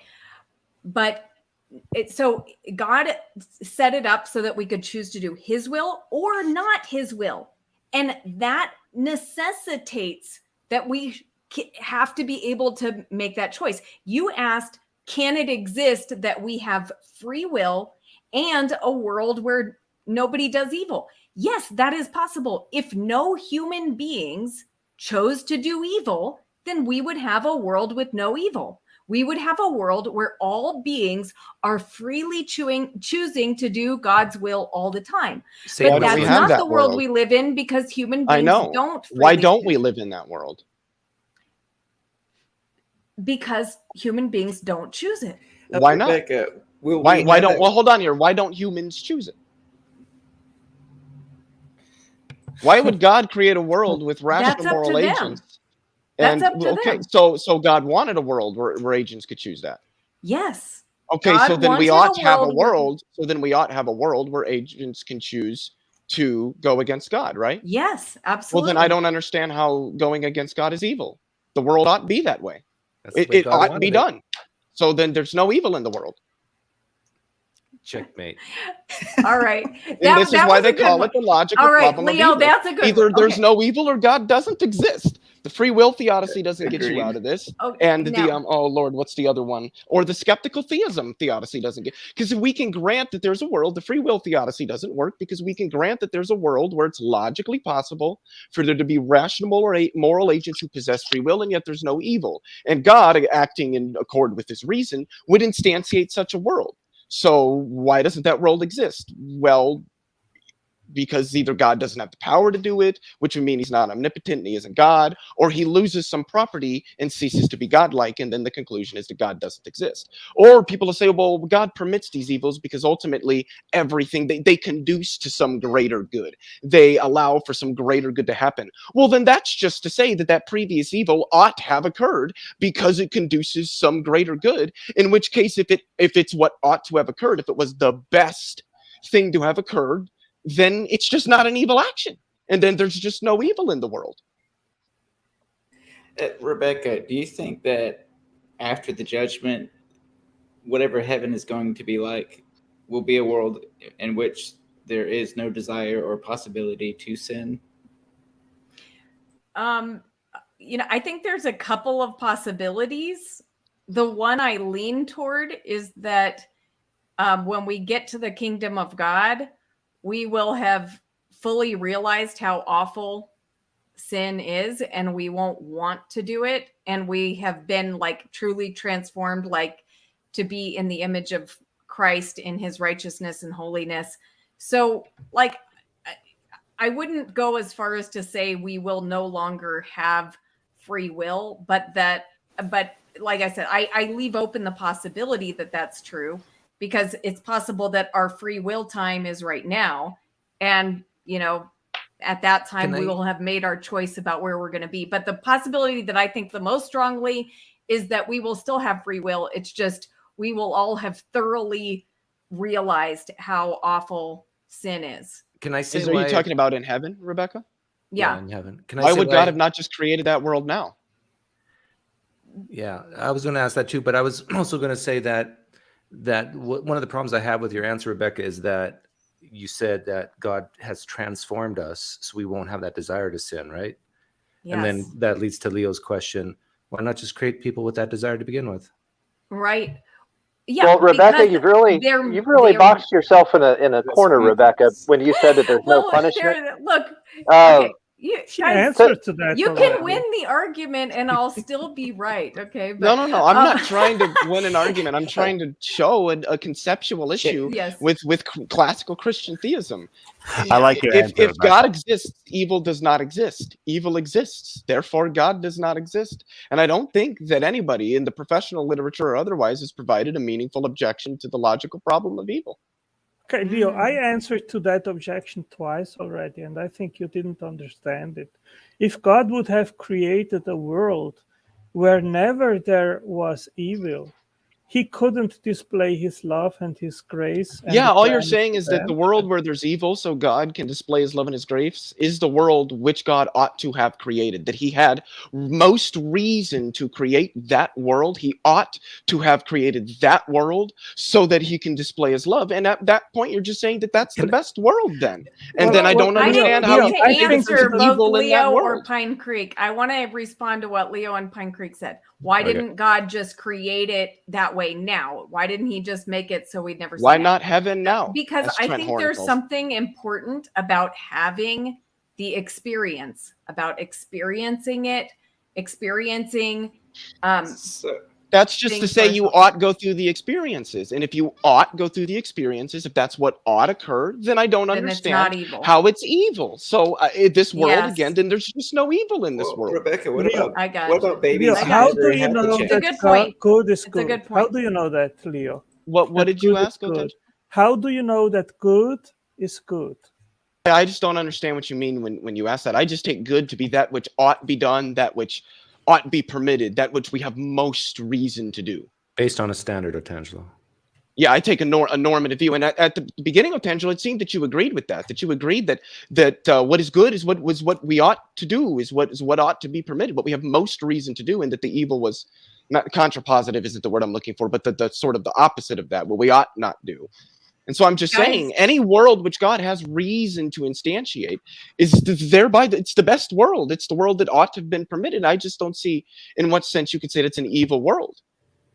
Guys, we mentioned oughts, and we and the morality shark smelled blood. I'm material. Go ahead.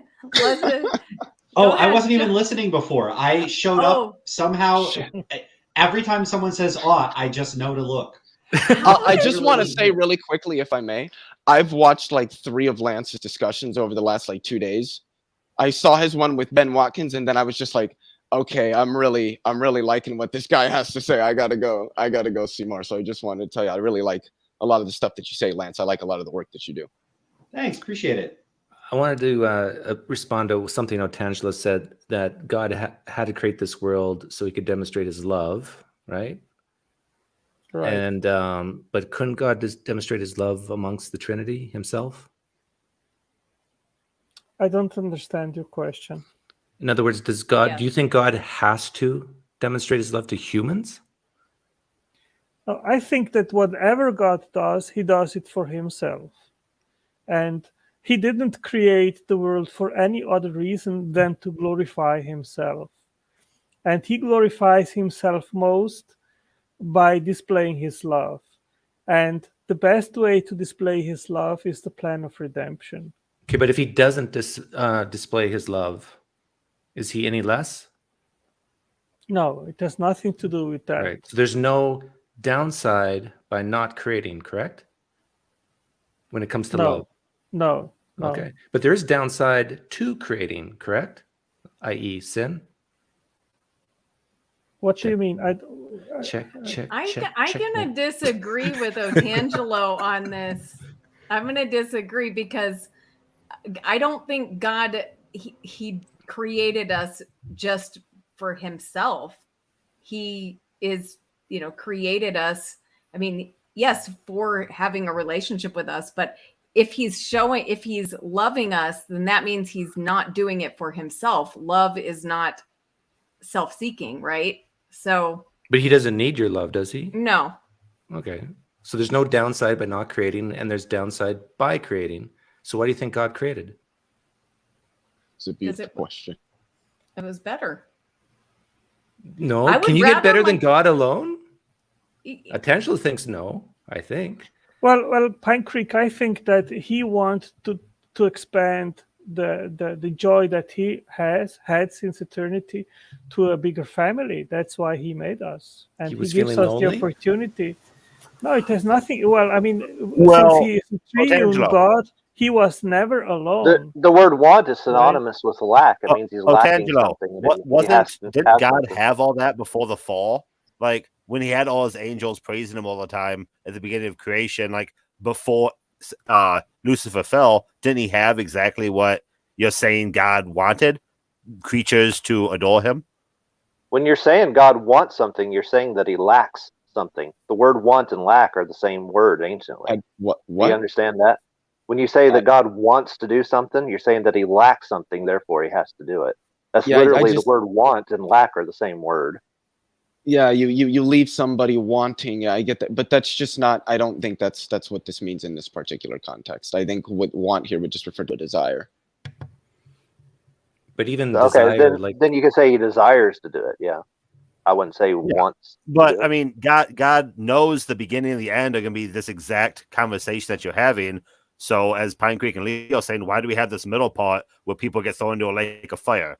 No, not even that. I'm going further. I'm saying, why is there any creation? Because if God is omni on everything and doesn't lack anything, and that you can't get better than God alone, and there is indeed a downside to creation, why create? And if I desire to do something, isn't it because I don't have it? Therefore, I lack it. Yeah, Pine Creek into what's that like evil God problem, right? Where like it almost feels like God wanted to watch humans kill each other and then punish us for it, because why else would he make us? That's a little hairy. Pine Creek's question is it's a little bit deeper. I think it's a great question. It's essentially to say if God is maximally perfect and unified and all complete and all of these things of and in himself, I think that relates to something that's often referred to as aseity, then it seems that he doesn't have a reason for anything, to create anything. So then why did he create? Right. If we're going to define God as this sort of this maximally perfect being that doesn't have reason for anything. Like, come on. It's so easy. Which is almost an extension of the problem of evil. Oh my God. You know, what something Otangelo said was he allows all this to demonstrate his love. I feel like that's almost akin to saying a doctor's not a good doctor if he's at a hospital full of patients that are not sick. That's kind of what I took from it. Yeah, but that's what it is saying. It's when we say that, well, God created this world so that he can show us his love and his mercy, that's just to say God ought to have created this world, that this was the world God had most reason to create, and the world that God had most reason to create. I don't understand in what sense you could say that there's evil in that world, because everything which happens in it is what ought to have happened. It conduces God's desires and his will. It's what ought to have occurred. And I just take that to be the good. It sounds like God is schizophrenic. He has to demonstrate his love through war and pain and suffering, and Rebecca, let me ask you, what do you understand by God created everything through himself and for himself? Colossians 1:16. He created the world to declare his glory. Psalm 19:1-4.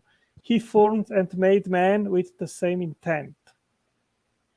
Yeah, I'm not going to argue with those scriptures. I don't see how. I mean, I may have misspoke, but I don't think that that contradicts the idea that God created us to love us. So he created for himself, but that doesn't mean that he's self-seeking in his creation of us, right? Like, he created us for himself, meaning God wanted to create us. God did it because he wanted to, and what he wanted to do was express his love. So and that expression of his love is not for himself, it is for us. But God paid a price in order to express that love, right? And that's it's like there's two conflicting desires. He desires does God to express want his love. all the evil to happen? Yeah, and yet he doesn't want this evil. He doesn't want sin. He doesn't want people to perish. Yeah, it just seems God's not acting in accord with his reason there. He's creating things to be a way that he just absolutely otherwise ought not have it be. And I just don't know in what sense that would be like an omniscient or an omnipotent being. And then it sees that it seems that his godhood, so to speak, ceases to be. And that, sure, we could say that maybe that being exists, but it's not God. Well, I think you're making a really good point on the problem of evil. And that is what almost every respected theistic philosopher of the last 100 years has also said. So I'm just saying your statement is not far away from what a lot of the literature on this Rebecca, just give it some time. You'll be one of us soon. No, I can't say that. Guys, and I'll tell you this, and maybe we can turn the conversation, but I want to let other people chime in because Lance hasn't. Yeah, I'm done. I've shared my reason for unbelief, I think. But if I was only going to consider the problem of evil, okay, then maybe I would not believe in God. Oh, I mean, I do have other reasons, but I want other people to. Okay. But there's many other considerations. So I think putting the problem of evil as like the top consideration is I don't know if I would say that it is. I was just one of the reasons that I wanted to share here for unbelief. And just remember, I did share it in its logical form, so it is more deductive. If God exists, evil does not exist. Evil exists, therefore God does not exist. Rebecca, off the top of your head, is there an argument that would be worse if it could be fleshed out over the problem of evil as this, gone through here, explained? I don't think so. Like, there's definitely one worthy of consideration, but maybe not the only one or the ultimate one. Oh, you mean but you're talking about arguments against the existence of God, right? Right. Yes. Yeah. I mean, to me, it's the only understandable reason for atheism. Like, I won't say it's a good reason for atheism. I don't think there's a good reason for atheism. I think it's an understandable reason for atheism. That's fair enough. Yeah, that's very fair. So you don't think there's a good reason to be an atheist? No. So it's one thing I wonder. No, Lance is mad at me. No, I'm not. I don't know why you put it like that. It is one thing I wonder about. I don't know that I need a reason to be an atheist. So I don't know what it would mean to say that like you don't have a good reason to be an atheist. I just don't believe in God, and then I would need a reason to do so, and then I haven't been given good enough reasons. So like if I had like some kind of prior or tendency to believe in God, that it seems super compelling to me, I might retain that in light of some evidence to the contrary. But Lance, what you just said means then that there are no good reasons to be an atheist then. It's only bad reasons to be a theist. Well, that's fair enough. If that's the case, though, if one finds oneself to be an atheist, it might not be that one has any good reasons to be an atheist. But again, I don't know that one needs good reasons to be an atheist to be free from something. I can think of a bad reason to be an atheist. I can think of a bad reason why a lot of people would have some pause about becoming an atheist. I mean, when you look at anywhere communism has been, to be an official member of the Communist Party, you have to declare an allegiance to atheism. And if you think about everything that communism has done, and all the people that are killed, no, you definitely don't. I know numerous communists that are religious. What's an allegiance to atheism? I've never heard no, of you have to declare yourself an atheist to be a member of the Communist Party. Lance is not talking about Communist Party. I don't know about in the United States, but there isn't a Communist Party.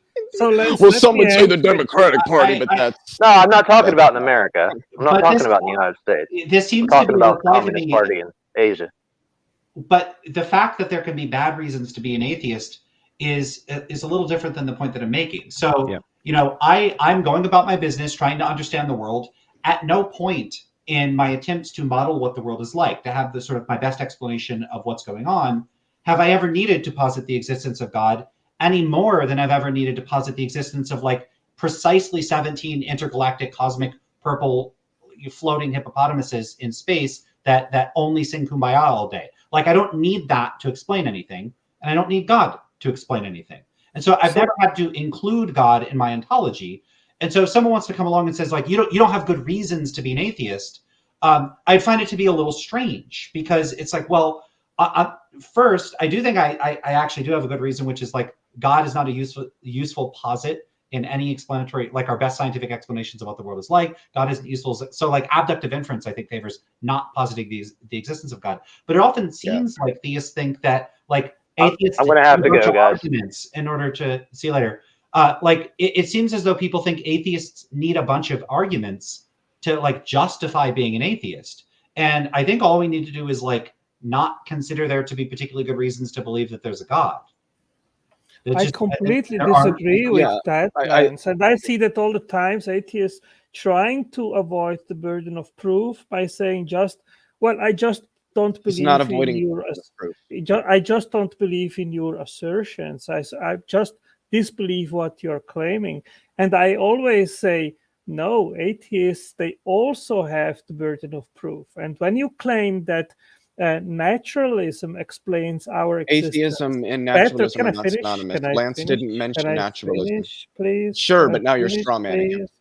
Well, okay. I would like to finish my sentence, and then you can answer. Okay. So, either God exists or he does not exist. If he does not exist, then consequentially naturalism is true. And if that is what you believe, then you have to have good reasons which top theism in order to substantiate that position. Yeah, so I don't think it follows that if God doesn't exist, that naturalism is true. Nope. It's not entailed. Yeah, I don't think that follows either. Okay, naturalism, I define naturalism as a world where there is no God, which is the foundation of all existence. That's not naturalism. That's just atheism in the positive sense. And I don't think Lance is using atheism in the positive sense. I think he can correct me if I'm wrong, but I think he's using it in more of a broad sense, just like general, lack of belief in the existence of gods. Why don't we let Lance define it? Lance, are you? Well, there's a few things to say. One is that I don't think there is like the definition of atheism. So a lot of people have this argument about whether it's appropriate to consider lack theism or lack of belief in God to be a type of atheism. We get to decide what, like, words work for us, not the other way around. So we get to use words however we like. And so the question of whether people that don't believe in God but don't have the positive belief that God doesn't exist are atheists or not, there's no fact of the matter about that. It's a question of just now. There's just a question of what people believe, and then a question of how we decide to label those people. So a lot of those disputes I see as misguided if the attempt is to try to figure out like the correct account of what an atheist is. That's just not how words work. So then there's just the question of what labels we like sort of socially as various subcommunities and collectively as a set of communities interacting with one another choose to use to refer to ourselves and to one another. I think that should be navigated on grounds of practicality and other sorts of like social considerations. There's not like a philosophical fact to be had here. So first, I'd say that. Second, I do in fact believe that gods don't exist. So I do actually hold the positive account, and I do think that it can make sense for atheists to make those. Like I don't think that it's even especially difficult for atheists to present arguments against the existence of God. I mean, right, exactly. So part of the problem with that is that God is this term that could include a very wide variety of different sorts of things. And so an argument against one conception of God isn't necessarily an argument against another conception of God. And so what atheists could be tasked to do is to have a whole bunch of, like someone could, like anytime an atheist makes an argument against any particular conception of God, someone could demand that they make an argument against some other, like there's an infinite number of possible gods that we could be asked to argue against. So there's a sort of dialectical unfairness in expecting atheists to be prepared to handle and like to refute an infinite number of possible posits when their posit is just one. There are no gods. So that strikes me as an issue. But this question, and this is my last point on this because I know I've been going a while, is this question of like burden of proof. I don't know what people are talking about when they talk about a burden of proof. I understand a burden of proof in a discussion to be something that is like a sort of socially agreed upon for the purposes of the discussion, but there isn't some sort of philosophical fact of the matter about whether anybody in particular has the burden of proof any more than there's a fact of the matter about like the correct definition of atheism. People will speak in philosophical discussions as though like whoever makes the positive claim has the burden of proof, this sort of thing. I don't know where they're getting this from. This isn't some agreed upon set of rules that like all philosophers learn when you take philosophy courses. I didn't I have a couple degrees. Lance, you missed the meeting. We discussed this at the meeting. You missed it. We all agreed that this was the definition. Right. So this is not a thing. This idea that like atheists have the burden of proof. Like I could just say I don't feel like arguing, and now what do I still have the burden of proof? What does that mean? I just wanted to add really quickly that naturalism is not at all the idea that gods don't exist. That would be, at least in a positive sense, atheism. Naturalism is the thesis that the natural world is all which exists. Now, that would subsume atheism in the positive sense, and I guess in the more Thalacktheist sense as well. But atheism does not entail naturalism. I just wanted to clarify that quickly. I wanted to also say I like Lance's argument there. I think it's much more beneficial to conversations in general if we don't argue about burden of proof and get on with the conversation. I run into that so many times where like who needs to justify themselves more takes over a conversation rather than the justifications themselves. So if I could repeat your sentences, Lance, I would, but I'm not as eloquent as you. So I'm just going to try to remember and butcher it in the future. Well, all what I try to say is this. I see atheists all the time trying to justify their worldview by poking holes in what theists believe. And I think this is not the right approach. I think if you believe that the natural world is all there is, then you need good reasons or better reasons than theism in order to substantiate that view, that position. And always when I ask atheists, how do you explain our existence without a creator? Then the answer is usually, well, we don't know yet, but that doesn't mean that God exists. Or they try to sidestep, because I've never seen anyone that holds that view to substantiate it in a consistent manner. What do you mean when you say explain our existence? Well, we are here, right? That demands an explanation. In virtue of what? How we came to be by natural processes. Can I respond How to is that? possible? Well, what do you mean by come to be? I don't understand that phraseology. The thing is, attention. Yeah, I was just going to say it demands an explanation, right? Why we exist, or no? Did you say why or how? He said it demands an explanation. Yeah. I'm just trying to ask, like, how does he know that? Like, how did he get there? How did God create us? What's the mechanism? That's a different question, Pine Creek. Well, it's a question that demands an explanation. Yeah, you want an explanation of the explanation. If I say God is the best explanation of our existence. What if I were to say the cosmos is the best explanation? Okay, so give me the reasons for that proposition. You don't need an necessary. explanation for the explanation. I can play this game. It's necessary. Why is it necessary? Because it's necessary. Yeah, there is no why it's necessary. Why? Entails... Tangela, let me put it right back on you. Why is there God? I have no idea. Okay, and then am I allowed to give that same answer if you ask me that question? Why is there existence? Can I say I have no idea? Remember what you just said? That Christian atheists dodge this question, they sidestep it by saying, I don't know, but maybe somebody. And you yourself just answered that way. You're sidestepping, Otangelo. No, I'm not. But Pine Creek. Now, what is your explanation? Okay, he doesn't you need said, okay, you don't have one. No, I gave one. Well, he's just. Well, I think he did. I gave necessity as the explanation. I know it's not. I know it doesn't make you feel warm and fuzzy inside, but that's an explanation. Yeah. Okay. Especially if you say that God is necessary. Why do you believe that is the most reasonable explanation? That's a great question, because I think it's a properly basic belief that you and I, we are talking to each other, we experience each other, that we tend to agree that there's atoms and that there's this natural world, and to posit something like a God that's intangible. Notice it's the negation of tangible. You're introducing a new category of existence that I don't think is necessary. We have this category already that we all agree on. You're just adding another layer to it. How am I doing, Lance? Yeah, like you're just appealing to the principle of parsimony.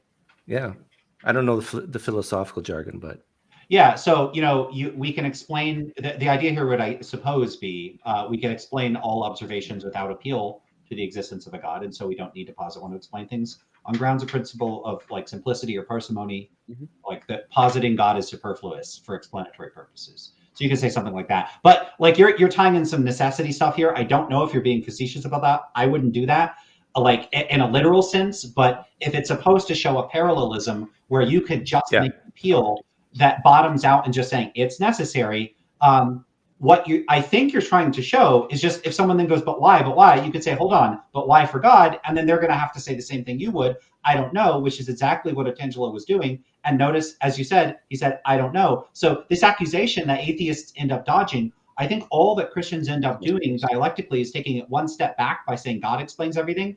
And then if you ask them about that, they do one of two things. They say, I don't know, which means that there's a double standard if they're going to complain about it. The atheist saying, natural processes just are that way. They're just brute facts or whatever. Or they're going to say, like, God doesn't, like, I do know. And it's that God is like a necessary being and such explanations are inappropriate or they're not called for, or God is like self-just. Like there's all sorts of things they could say to try to make it the case that God, the kinds of demands we would make for natural explanations don't apply to God. But if you just make that move for some non-God explanation, suddenly it's not appropriate. So like God just seems to be a being that's stipulated to not require these sorts of explanations. And that to me is like the cheapest move that one could make. Like I could just say there's some non-God explanation that's necessary. It's logically necessary, and it doesn't require justification. It's primitive. And it's the same thing just without it being a being. And I don't think atheists have anything good to say to that. It's saying, oh, well, you have to explain how the natural world did everything, but I don't have to explain how God did everything. Well, guys, here's the difference, okay? Because there are some things that we can know. Like, so I have my phone here. Now, if my like little toddler comes and asks me, where did this phone come from? Or, what is it? Where did it come from? What do you mean by come from? How are you taking that phrase there? It comes from a scientific theory. Okay. Yeah. Well, I don't know mean, what you mean when you say like, come from. I'm just trying to Okay. understand. Just let Rebecca how get was through it it, made? Leo. How was it made? How was it Okay. made? How was it Okay. made? How was it made? Would it be appropriate for me to say, I don't know?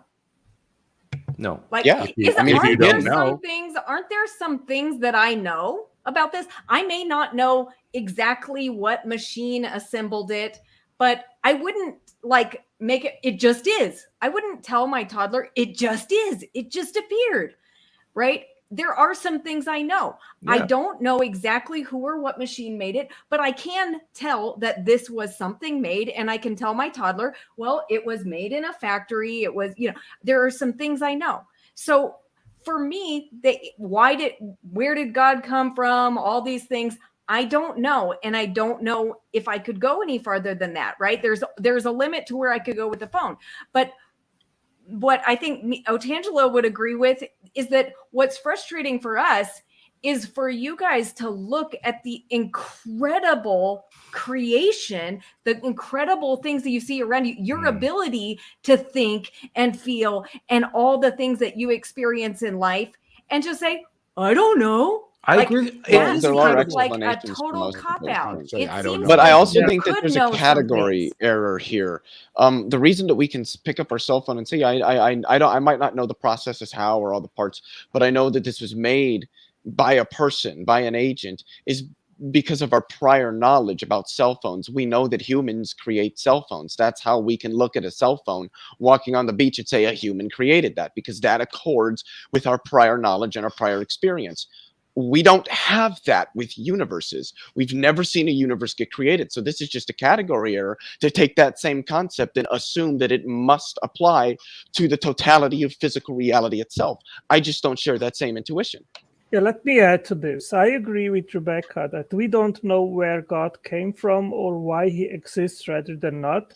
But God, in my understanding, is an adequate explanation as an intelligent, conscious being, capable and powerful enough to create a fine-tuned universe made by laws of physics, life which demands information, because he's intelligent and he is powerful. And we know that intelligence can do all these things by our own experience. We can make machines and factories and use mathematics and fine-tune things for specific purposes. So we know that intelligence is an adequate explanation for all these things. And yes, we see parallels between what we do and what we observe in the natural world. There is a parallel between machines and factories and blueprints and what we see in the natural world. Now, once you remove an intelligence from the picture to explain all these things, well, then the thing is that the no intelligent proposition falls short to explain all this complexity, which is precisely what Rebecca made reference to. And That's also also a fallacy. matter doesn't explain the reality of consciousness, of language, of logic, that we apply all these things. And they're emergent. I've never seen matter transforming itself into something which is conscious and can then produce language and logic. So I think it is a better explanation that this powerful, super intelligent, conscious being which uses language and logic creates beings in his image, which also are capable of all these things. This is the this is just affirming the consequent fallacy. You're saying that humans can do a bunch of things X, Y, and Z. We see things X, Y, and Z in reality. Therefore, it must have been done by an intelligent agent.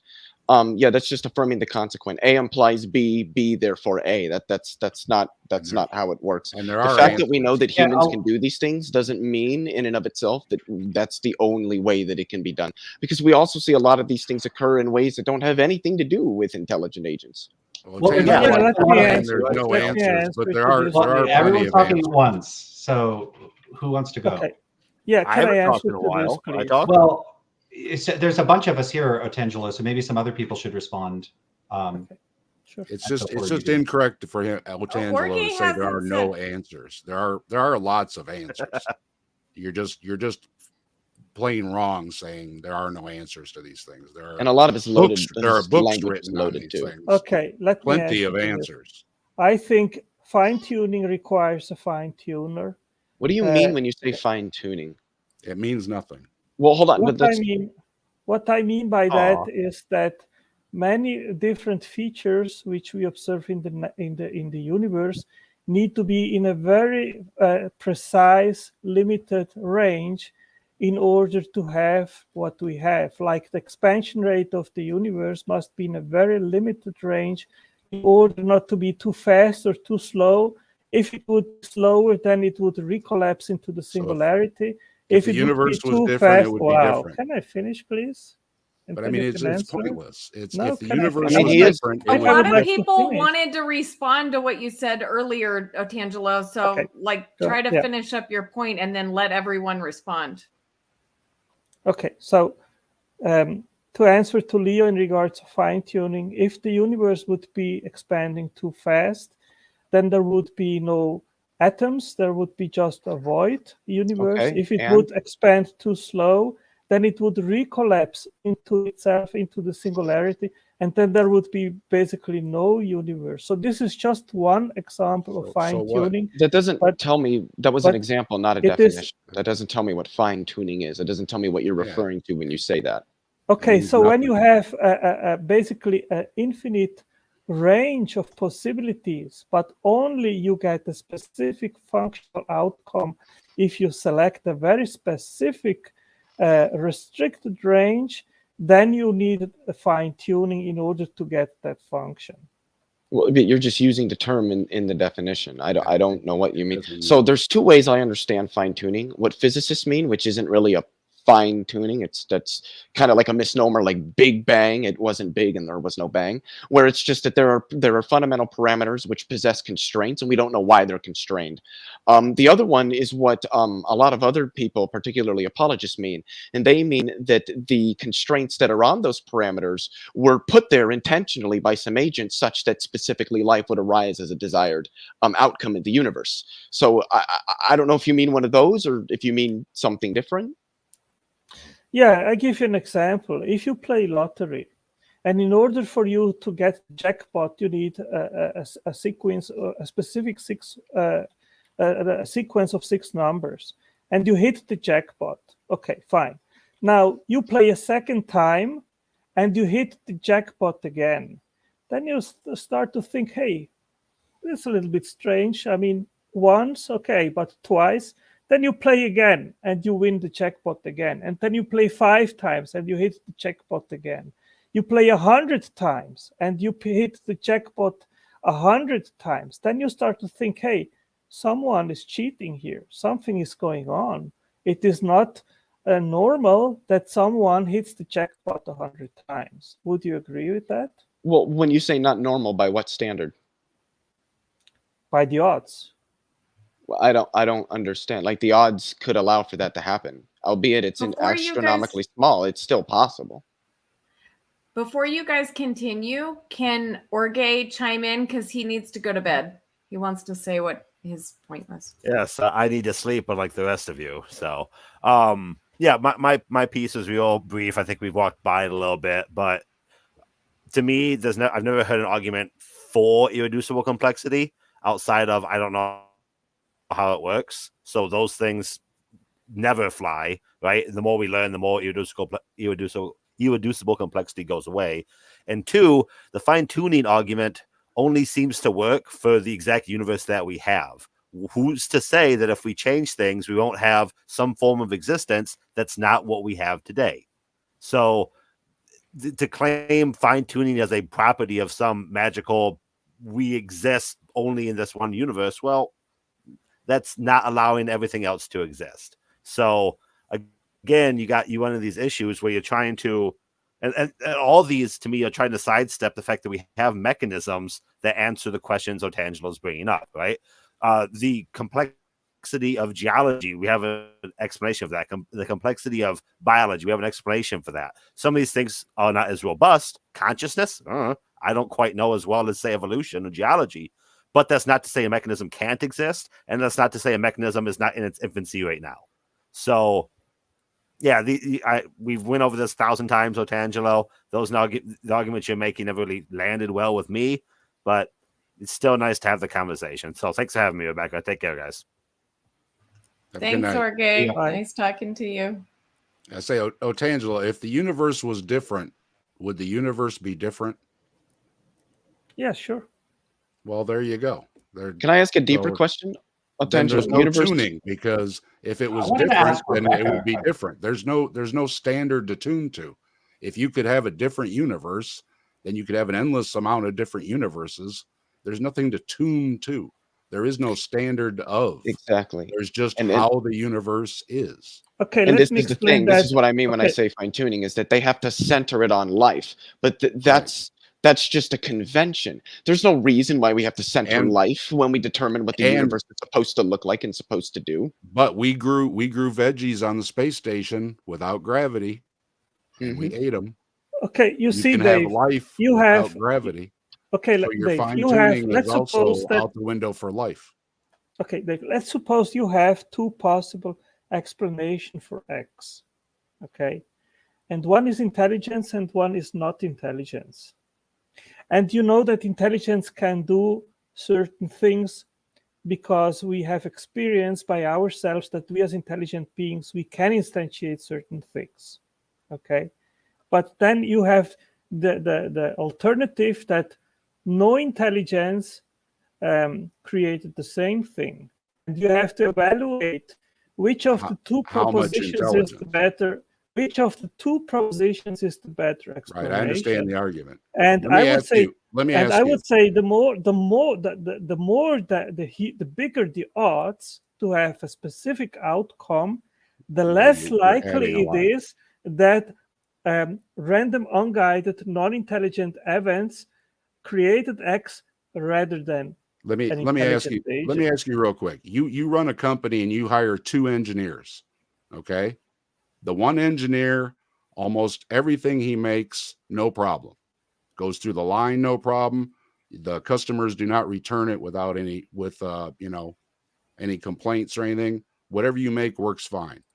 Then you have another engineer where 99.9% of everything they do fails and has to be returned. Which one would you say was the better engineer? Obviously the first one, right?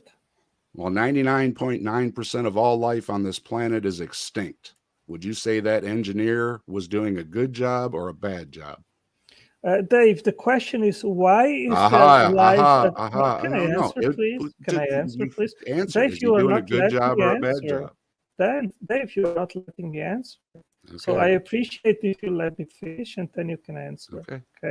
So the question is not if life is good designed or bad designed. The question is, why is there life at you all? Said intelligence behind it. I'm saying there's intelligence behind a 99%. Rebecca, it is difficult to have a conversation when one side not answering the question. Yeah, you are interrupting me constantly. So I think both of you guys have made your points, and you're just kind of at an impasse. Can I ask a question? I mean, I don't know if Lance has gotten to ask his questions yet. I had a question for Rebecca about something she had said earlier. Okay. So I don't know if we could pivot back to that. Yeah. Wait, Leo, is your thing on this fine-tuning thing? Did you want to make a point on this, or? It was, but it's a question, and I think Lance should have the opportunity to ask some questions here. Cool.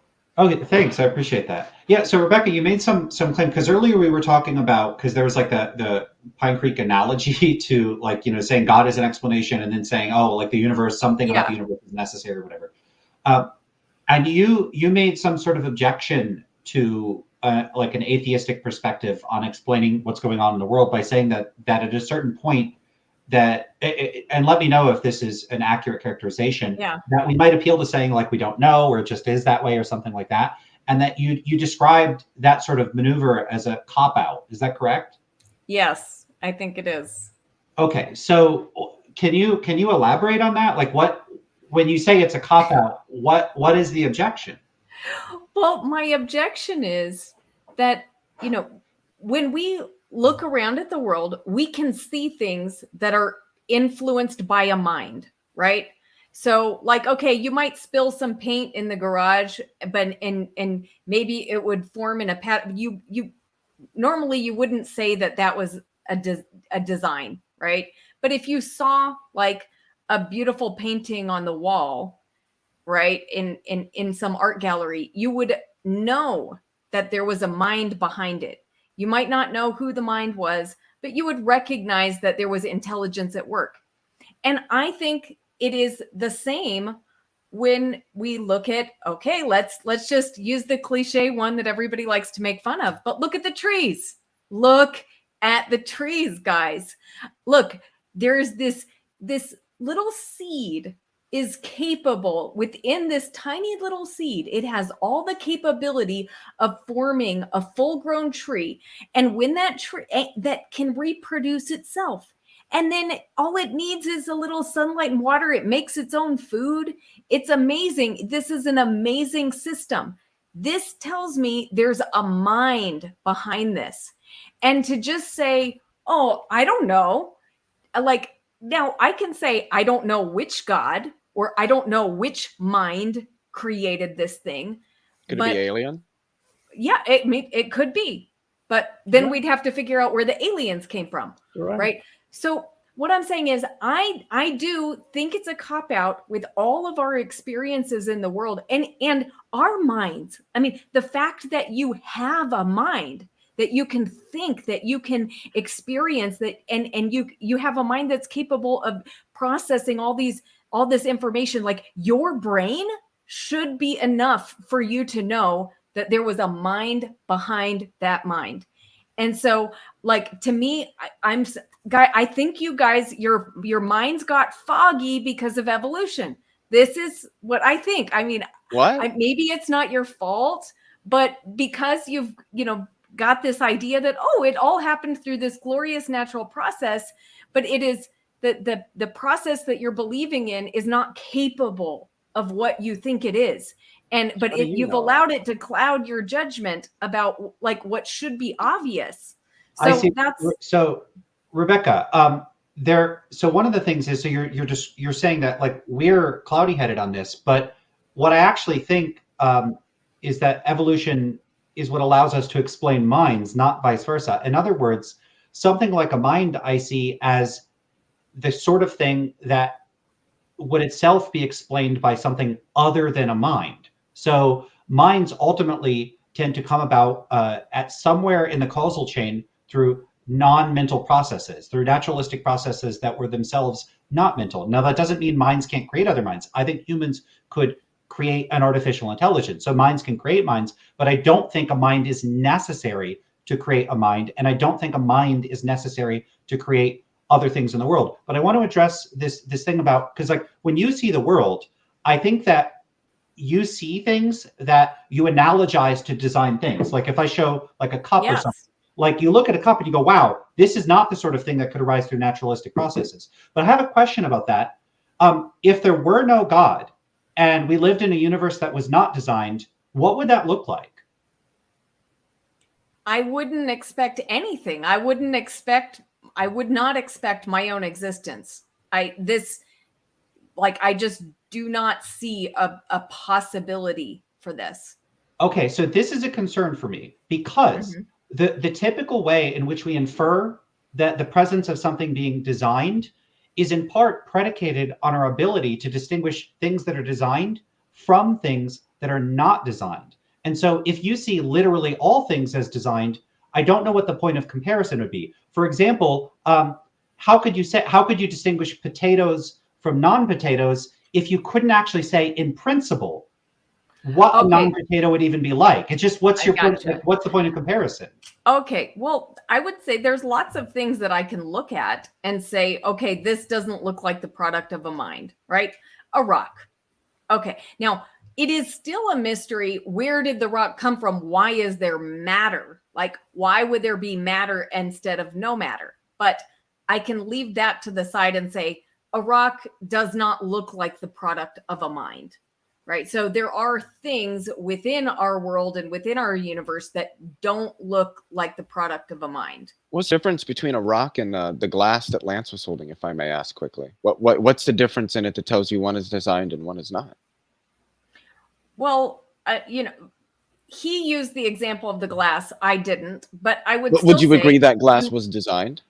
Yes. So then what differentiates it from a rock? Why would you say that that glass is designed? So if we came across a rock and that glass on a beach, I think we'd both agree the glass was designed, and not just designed, but specifically by a human.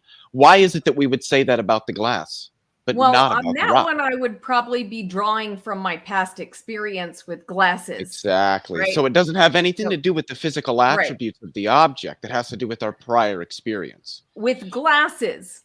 But if I did that with a phone, would that be proper?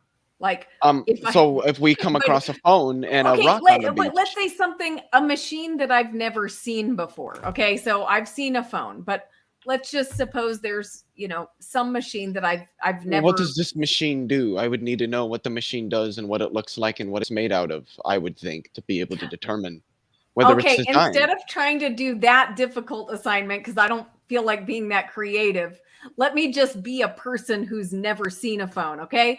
I was in the 1930s, I was frozen, and then I was awakened, and now I appear and I see a phone. Hi, brain bug. Well, I guess what I would say is that in the instance of an individual seeing an object and having no prior knowledge or experience of it being an object that's designed by some sort of agent, I don't think that I would agree that they're intrinsically going to recognize it as a designed object. Because when we recognize design in something, it's not about the physical attributes of the object, it's about our prior knowledge and experience of those things being designed. And look, I just don't think we have that for universes or stars or galaxies or laws, because I don't think that laws are an ontic feature of reality that exists out there. Or life. I've never seen.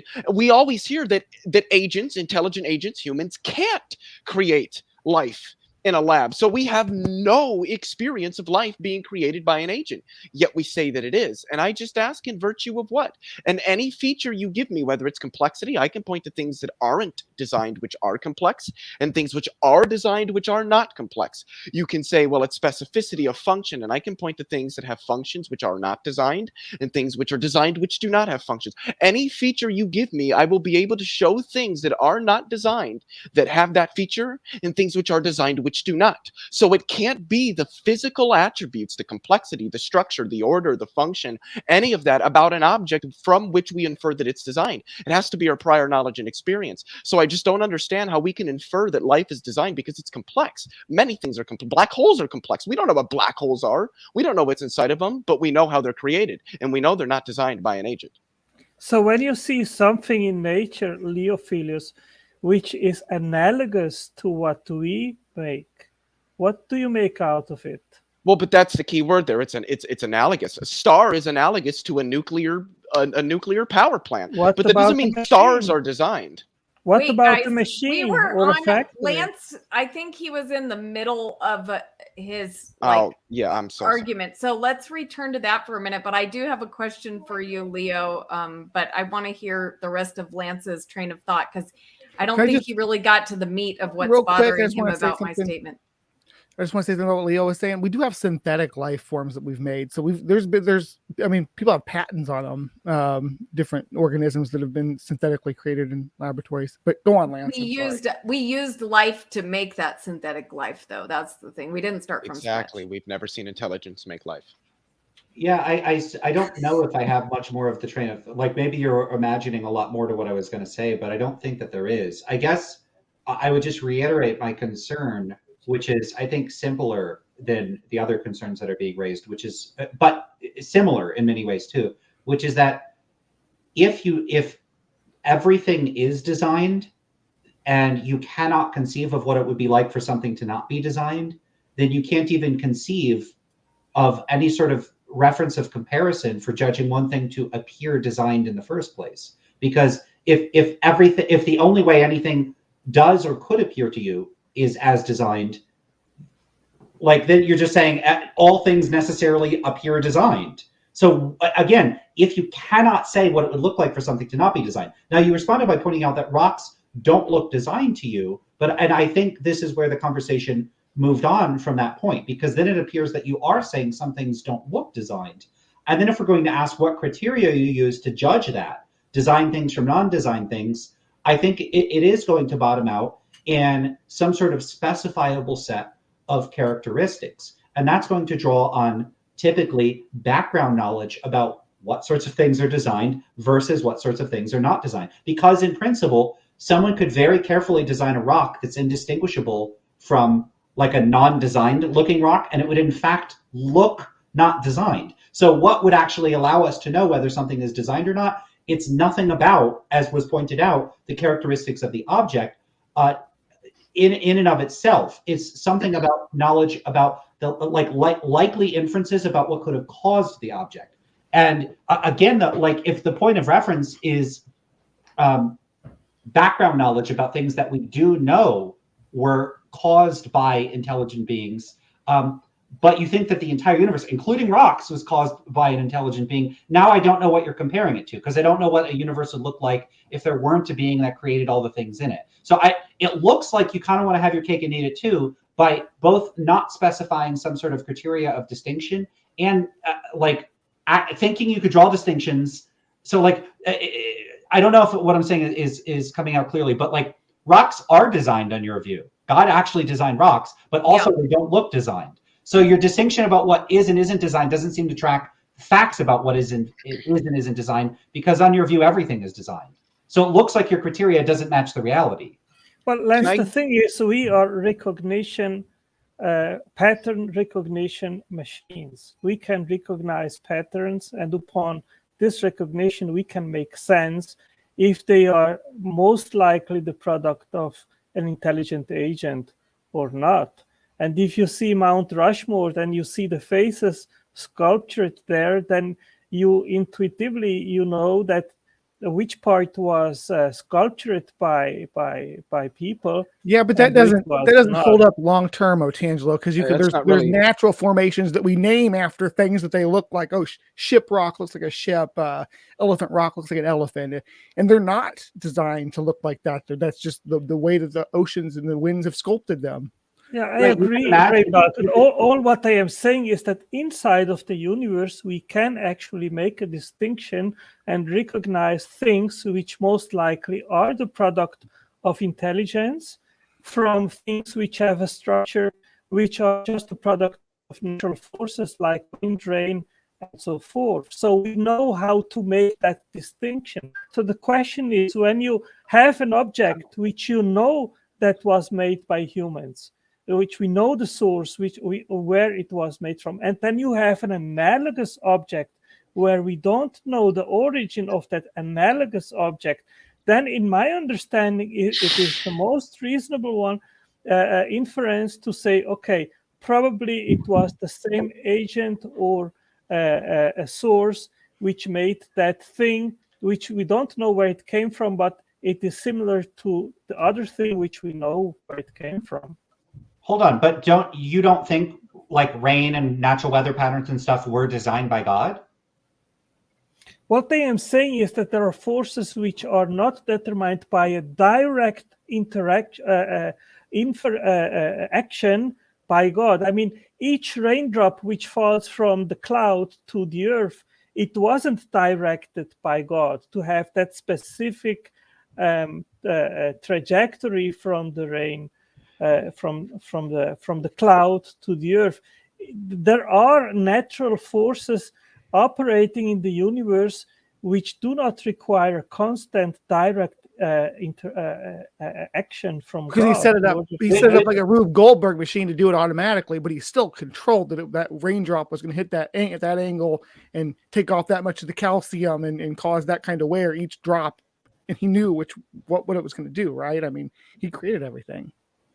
Yeah, he created everything, but there are many events which we know are the product of natural forces, like hurricanes and rain and snow and all these kind of things. You don't know a deity which is constantly interfering in these events to occur. So how would we determine two that? things? Well, yeah, two things. One is, how do you know God isn't personally directing all those things, and like, why? What's the reason for thinking that? And two, what sorts of things does God need to directly intervene on? And again, why in those cases? Like, so you have this, what strikes me as a very complicated setup and a very complicated explanatory burden, which is to show which specific observations and phenomena require direct intervention and which ones don't require direct intervention. I don't know. I can give you an answer to that.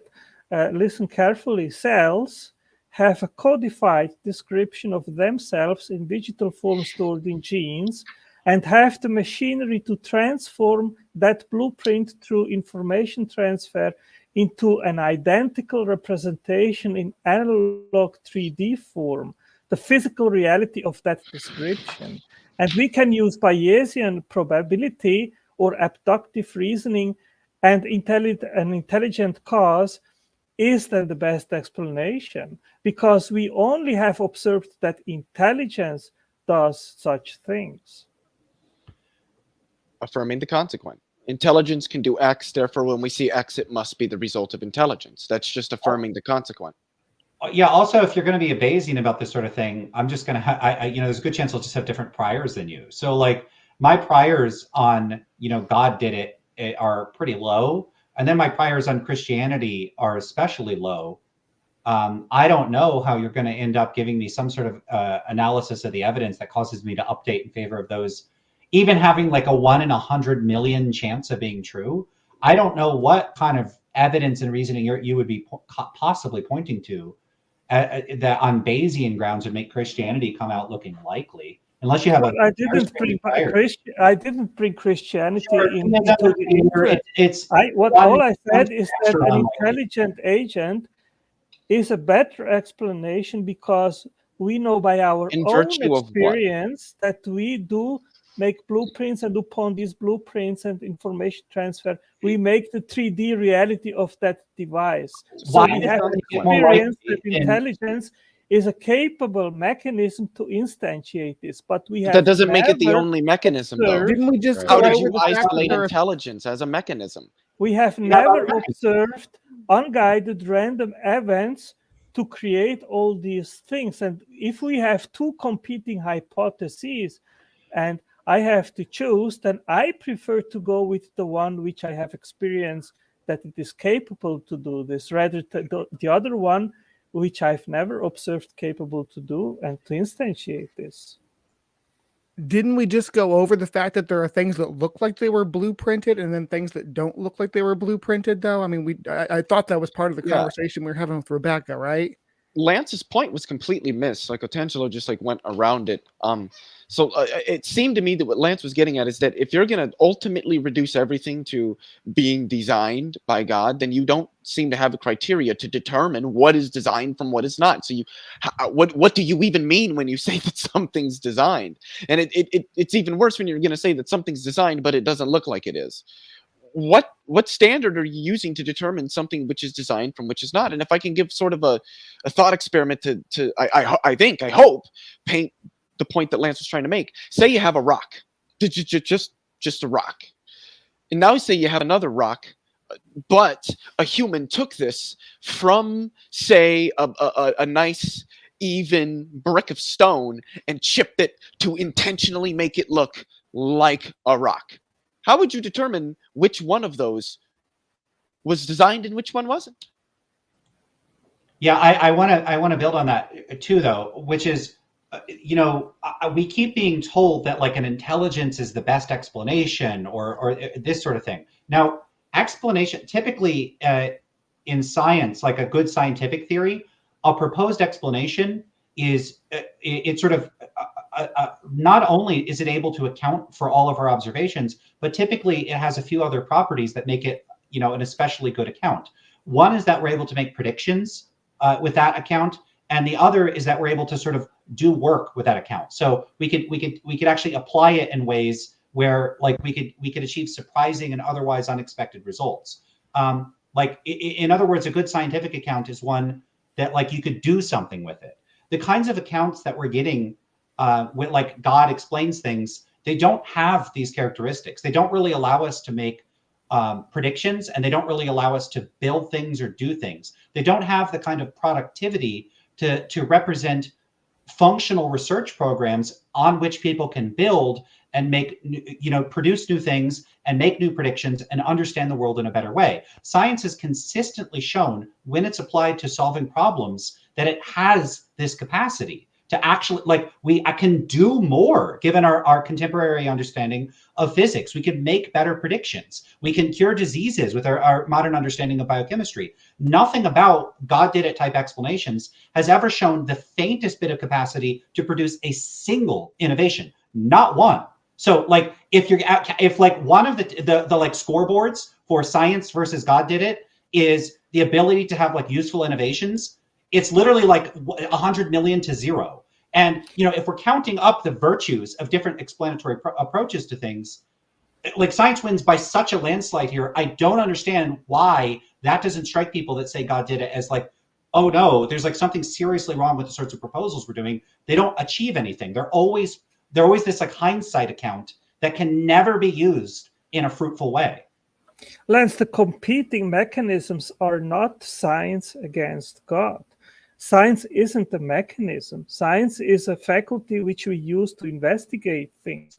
The competing hypotheses are, one is there is intelligence involved, and the other there are unguided, random, stochastic events which eventually produce the effect in question.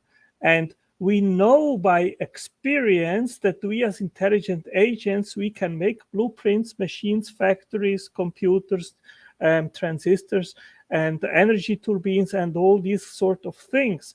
We have never observed that stochastic unguided events can produce all these things. And that is precisely what we see also in molecular biology, where we have cells which are factories, which are full of molecular machines, which are proteins, which stars have are factories turbines, too. which are ATP synthase enzymes. What about stars? And so forth. So and we have genes which are information storage mechanisms, which are like computers which store hardware and software. So we have, analogous to what we produce, we have discovered this in molecular biology.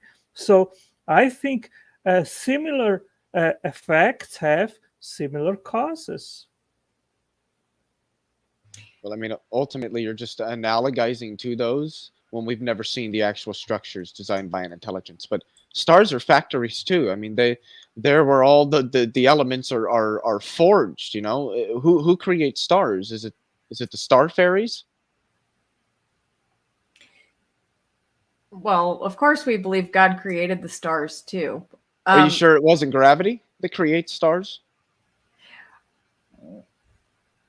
He always brings in stars and things like from cosmology. Well, yeah, but because stars are factories. Biology. Well, but the thing is that the star factory isn't maybe a blueprint like we see in genes. What do you mean by blueprint?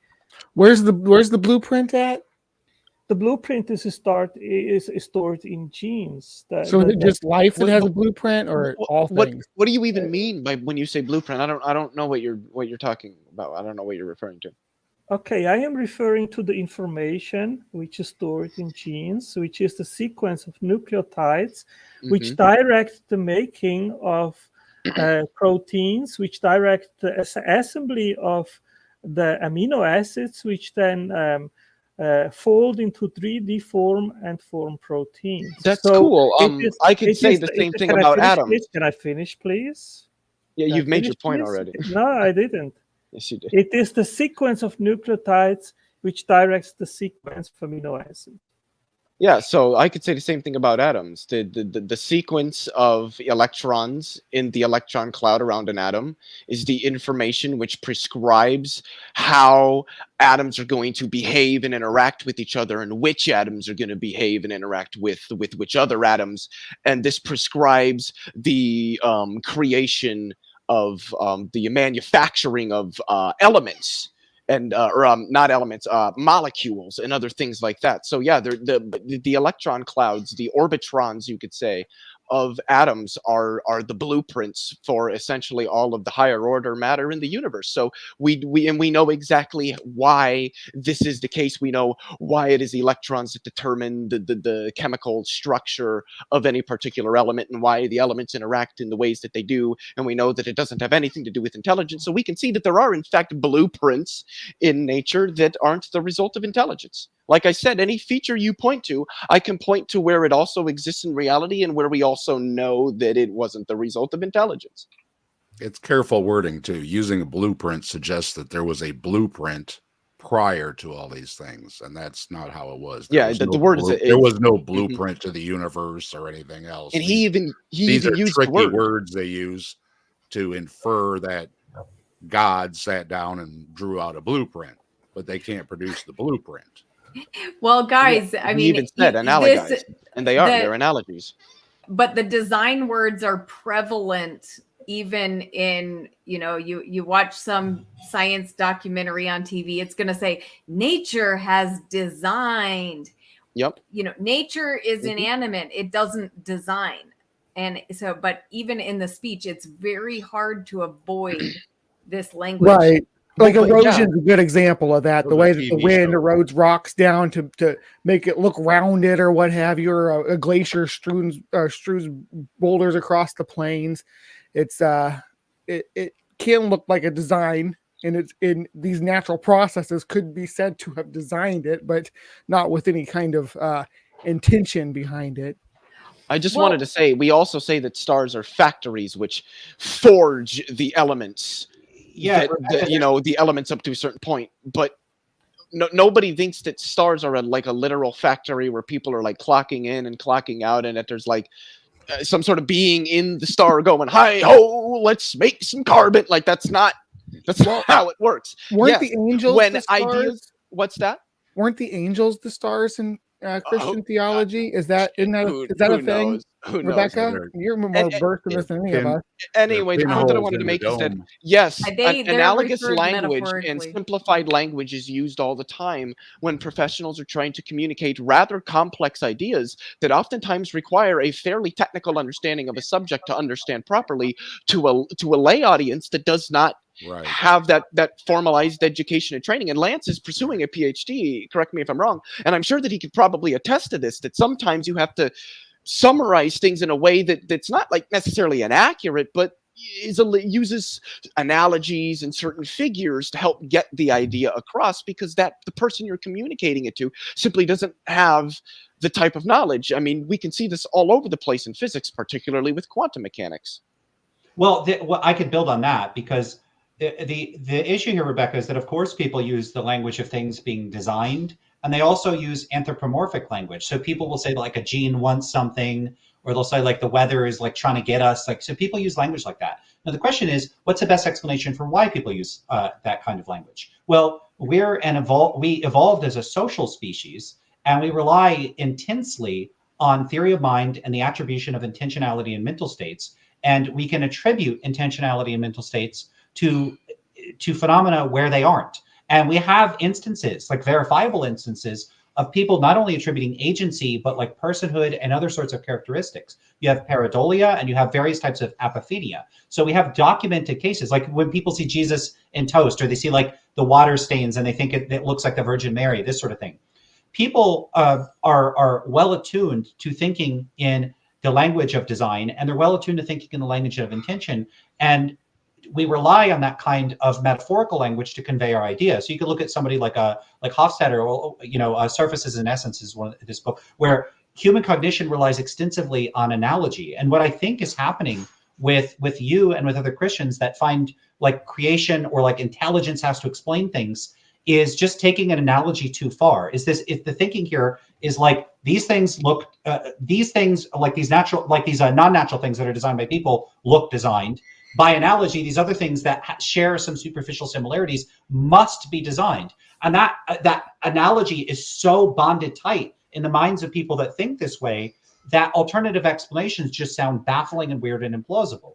And you have someone like Dan Dennett who talks about the theory of evolution in his book, Darwin's Dangerous Idea. Awesome book, check it out. And he calls it, he says it's like this strange inversion of reasoning that mindless, you could call them stupid, again, anthropomorphizing it. These mindless, stupid, incremental processes can somehow function to build something like a human that can think and do all this crazy stuff. But it turns out like, yeah, it can. And so I know you're shaking your head, but the thing is, the amount of corroborating evidence for the theory of evolution is so outrageously overwhelming that I don't mean to be disrespectful, but I take someone not believing in the theory of evolution to just be an indication that they don't understand the theory of evolution. I don't know if it's an exaggeration to say that it is the most well-attested to theory in like all of science. So if you're going, and here's a problem with denying the theory of evolution. If you're going to say that the theory of evolution, you don't think it's supported by the available scientific evidence, what do you think is supported by the available scientific evidence? Because very few things rest on a foundation of such like outrageously mutually corroborating evidence, like plate tectonics and the predictions. Like people make predictions like, "Hey, it's like rejecting general relativity." Yeah, like given the model that we have, we should expect to find marsupials in Antarctica, and then we go and we do, or the prediction that they would find Tiktaalik. These sorts of things. The amount of predictions we could make by appealing to the theory of evolution is ridiculous and really cool. Oil. Yeah. Please talk about oil, because we find oil based on the theory of evolution. Exactly. Like, radiometric dating, and like you could fill like a 5,000-page book with the amount of predictions you could make based on the theory of evolution. The amount of predictions you could make based on God made us, none. I just, if I can, I just want to provide a really quick example to build on what Lance is saying there with respect to the what he was talking for before he started talking about evolution. Okay. It's that we use certain language to describe our everyday experience. This is we can see this even with something like when we say that the sun rises and the sun sets. The sun does not rise and set in the sky. That's not a thing the sun does. The earth rotates, and we can observe the fact that it's rotating to and away from the world. Any point on its surface will rotate to and away from the sun. We call that the sun rising and the sun setting. So he's entirely correct there. We're limited by our language, and because of, humans, and because of the way that we have evolutionarily developed, we use a lot of analogous language, and we can see this going further back in history that it was much more prevalent to speak this way, read like the Bible and everything, that analogous language and metaphors and things like this are an integral part of how humans communicate. And that oftentimes people seem to take the analogous descriptions of things literally. Like if I thought that a star is a literal factory in which there's a literal forging of elements by some sort of intelligence, that would just be quite frankly absurd. Or that I thought that, the electron clouds of atoms were the literal blueprints for molecular structure and reality, that wouldn't really be an accurate way. It's an analogous way of describing it, but that's not, it's not as if something made it have to be that way. Well, I disagree very strongly with, and I understand you guys' points about the way we use language. So I'm not going to strongly disagree with that, because I think you made some good points. But I will strongly disagree with what Lance said about there being overwhelming evidence for evolution and so well attested and stuff. Now, I don't expect to convince any of you in this conversation, because I know that you've been told for a very long time all of these things. So I know it's probably useless. You haven't been told things? I have. Okay. Yes. There are libraries. In fact, I know I was indoctrinated into evolution by the time I was in 5th grade. I was thoroughly indoctrinated by 5th grade. Libraries filled with books are all indoctrination by some conspiracy by who? Okay, guys, we're going to have to slow down. I'm not going to make broad pronouncements about books in libraries. Okay. No, I mean, texts and universities, and they're all of biology is evolution. What is the conspiracy? Okay, can I make a quick point about this though? Which yes. is being told this, but I wasn't just told this. Like I took a lot of courses on the topic as both an undergrad and in graduate school. I've published papers that employ evolutionary theory. So like, I'm not just someone that was told this. He's handled the data. He's handled the raw data as they're doing the research. He's not directly handling raw data, but I'm like familiar with it. It's not like someone just told me there's a lot of evidence. Oh, you haven't been in the field. Okay. What is the end game? Is there like? I mean, do you think it's a conspiracy or something, Rebecca? I mean, why do all these scientists? It's not a conspiracy. It's a mistake. It's an error. All the biologists are wrong. Not about everything. I'm sure they're right about many things. Dave, the truth is that all the biology, evolutionary biologists which work in the field, they agree that the complexity of multicellular organisms is far more complex than just on a genetic level. There is also epigenetic information. There are over 45 biology is all based on evolution. There are over 45 epigenetic. I don't care, Angelo. The point was all of biology is based on evolution. Because you go off on these table straw man. Guys, I need to interrupt for a technical issue. I'm sorry. I need to interrupt for a technical issue. I need to interrupt. Sorry. Somebody named Visible was just trying to join. And I just wanted to let you know, you're welcome to come back. I didn't let you in because you didn't have your camera on, and I have to make sure that you don't have to have your camera on while we're talking on screen, but I need to see your face backstage just so I know you're not like a weird flasher exposing yourself, because we did have that problem. So Visible, I need to see your face before I can let you in. Thank you. Okay, go ahead. Continue. But Dave is a point. Like, this doesn't bear on the truth of evolution. Sure, life is complex. It's it's extremely complex. More so than beyond which what any intelligent agent, and that's very true, beyond which what any reasonable intelligent agent would do. I mean, there's a lot, especially like photosynthesis and shit. Oh my God, that is so fucking complex. And our solar panels are more efficient than plants.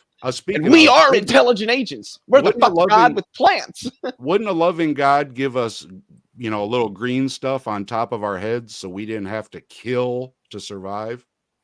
Right. We'd have our own photosynthesis. That'd be right. It's not out of the design realm. There's already plants that do it. You know what? And that one always bothered me on a loving God that created us to kill to survive. Even if you say killing other plants. Even as a vegan, you're killing plants. But if you had your own green on your roof and you could, do your own photosynthesis. Well, the problem is there's nothing. You could produce your own energy. There's nothing that produces enough energy to be as mobile and active as an animal is. Well, you couldn't absorb energy from the sun to function. Even animals that have some sort of photosynthesis still consume food. I'm asking from a creator perspective. Okay. Sorry, I did want to. If you're going to make a creation that can do it, you know what I mean? Why not just spread it across all of creation, and then nothing would have to kill to survive? We could just bask in the sun, and that's all good by me too. I just wanted to say that the point that I was making is that sure, biologists agree life is super complex, and that all this stuff is just really, really cool and awesome. That doesn't bear on the truth of evolution. But just to address some comments in the chat, peer review isn't fact. That's correct. But if you want to overturn the consensus of relevant experts on a field that's been held for well over 100 years, then you're going to need to do that through peer review. And if you can't, then all this says is that you don't have the ability to contend with the data which currently exists. And all that indicates is that your data can't stand with the data that we currently have. Nobody's saying that's like a consensus or a peer review is 100% fact and you can't ever question it. All it's saying is that this is what all of the relevant data that we have been capable of receiving with respect to our understanding about the things that we have been capable of meaningfully exploring, these are the conclusions that we have been capable of reaching. These are the conclusions that best accord with the observations that we're making. They tell us what's going to happen in the future, and then it does. They explicate the things that are happening now by giving us meaningful mechanisms to show us the interactions taking place. And they just overall, they're theoretically virtuous. They're parsimonious. They fit with our philosophical and our scientific paradigms. And that is why all of the professionals happen to agree with it. And it is very true what I said earlier. If you're going to reject evolutionary theory, it's literally like rejecting general relativity because you want to believe that the earth is flat. Leo, Phyllis, I've heard that there are some peer review groups that are kind of just shams. They're not the real deal. Do you happen to know Can you give us suggestions on how to differentiate between the real proper peer review and the ones that are shams? I would say that it's hard because there's a number of tells with the sham, generally like the name of it, and like doing background searches and trying to say, okay, who's publishing in this? What's their background? What are they talking about? How does that fare with what other publications are, or rather with what the publications or the papers in other publications are saying about the same subject, and kind of getting an idea of where the relevant experts happen to stand on that subject. And so when you look at, Brainbug might know the name of the creationist journal. I think like Answers in Genesis has it or something. The Creation Journal or Creation Science. I guess if it's being published in the Lancet, it's probably pretty good. And some have really good Nature Journal, the journal Science, Cell. I mean, and the thing is, it's like when other people cite the work too. That's always a good indication. Yes, exactly. Citation, yes. Is that the data is corroborated. Other scientists are taking this data, using it, and trying to go further, and they're not finding out that it's wrong. And if somehow aspects of evolutionary theory are completely wrong, and apparently have been for decades, how come the experts haven't been capable of figuring it out? It's either we're going to posit that all of the relevant experts are somehow incompetent with respect to their own fields, which I think is a claim one would be hard-pressed to demonstrate, or at the end of the day, what you're doing is you're positing some sort of conspiracy. Bingo. That's what I keep asking. What is the end game? Thank you, Leo. Because there are several evolutionary biologists out there which confirm that the theory as it is now is incomplete. And yes, so is general relativity. Most theories are incomplete. I think so all is theories quantum are mechanics. That's why we have scientists that go to work every day trying to figure these things out. You think humans have a perfect understanding of reality? I've not finished my sentence. What yet. discipline Why do you think are it's you complete guys out? interrupting me?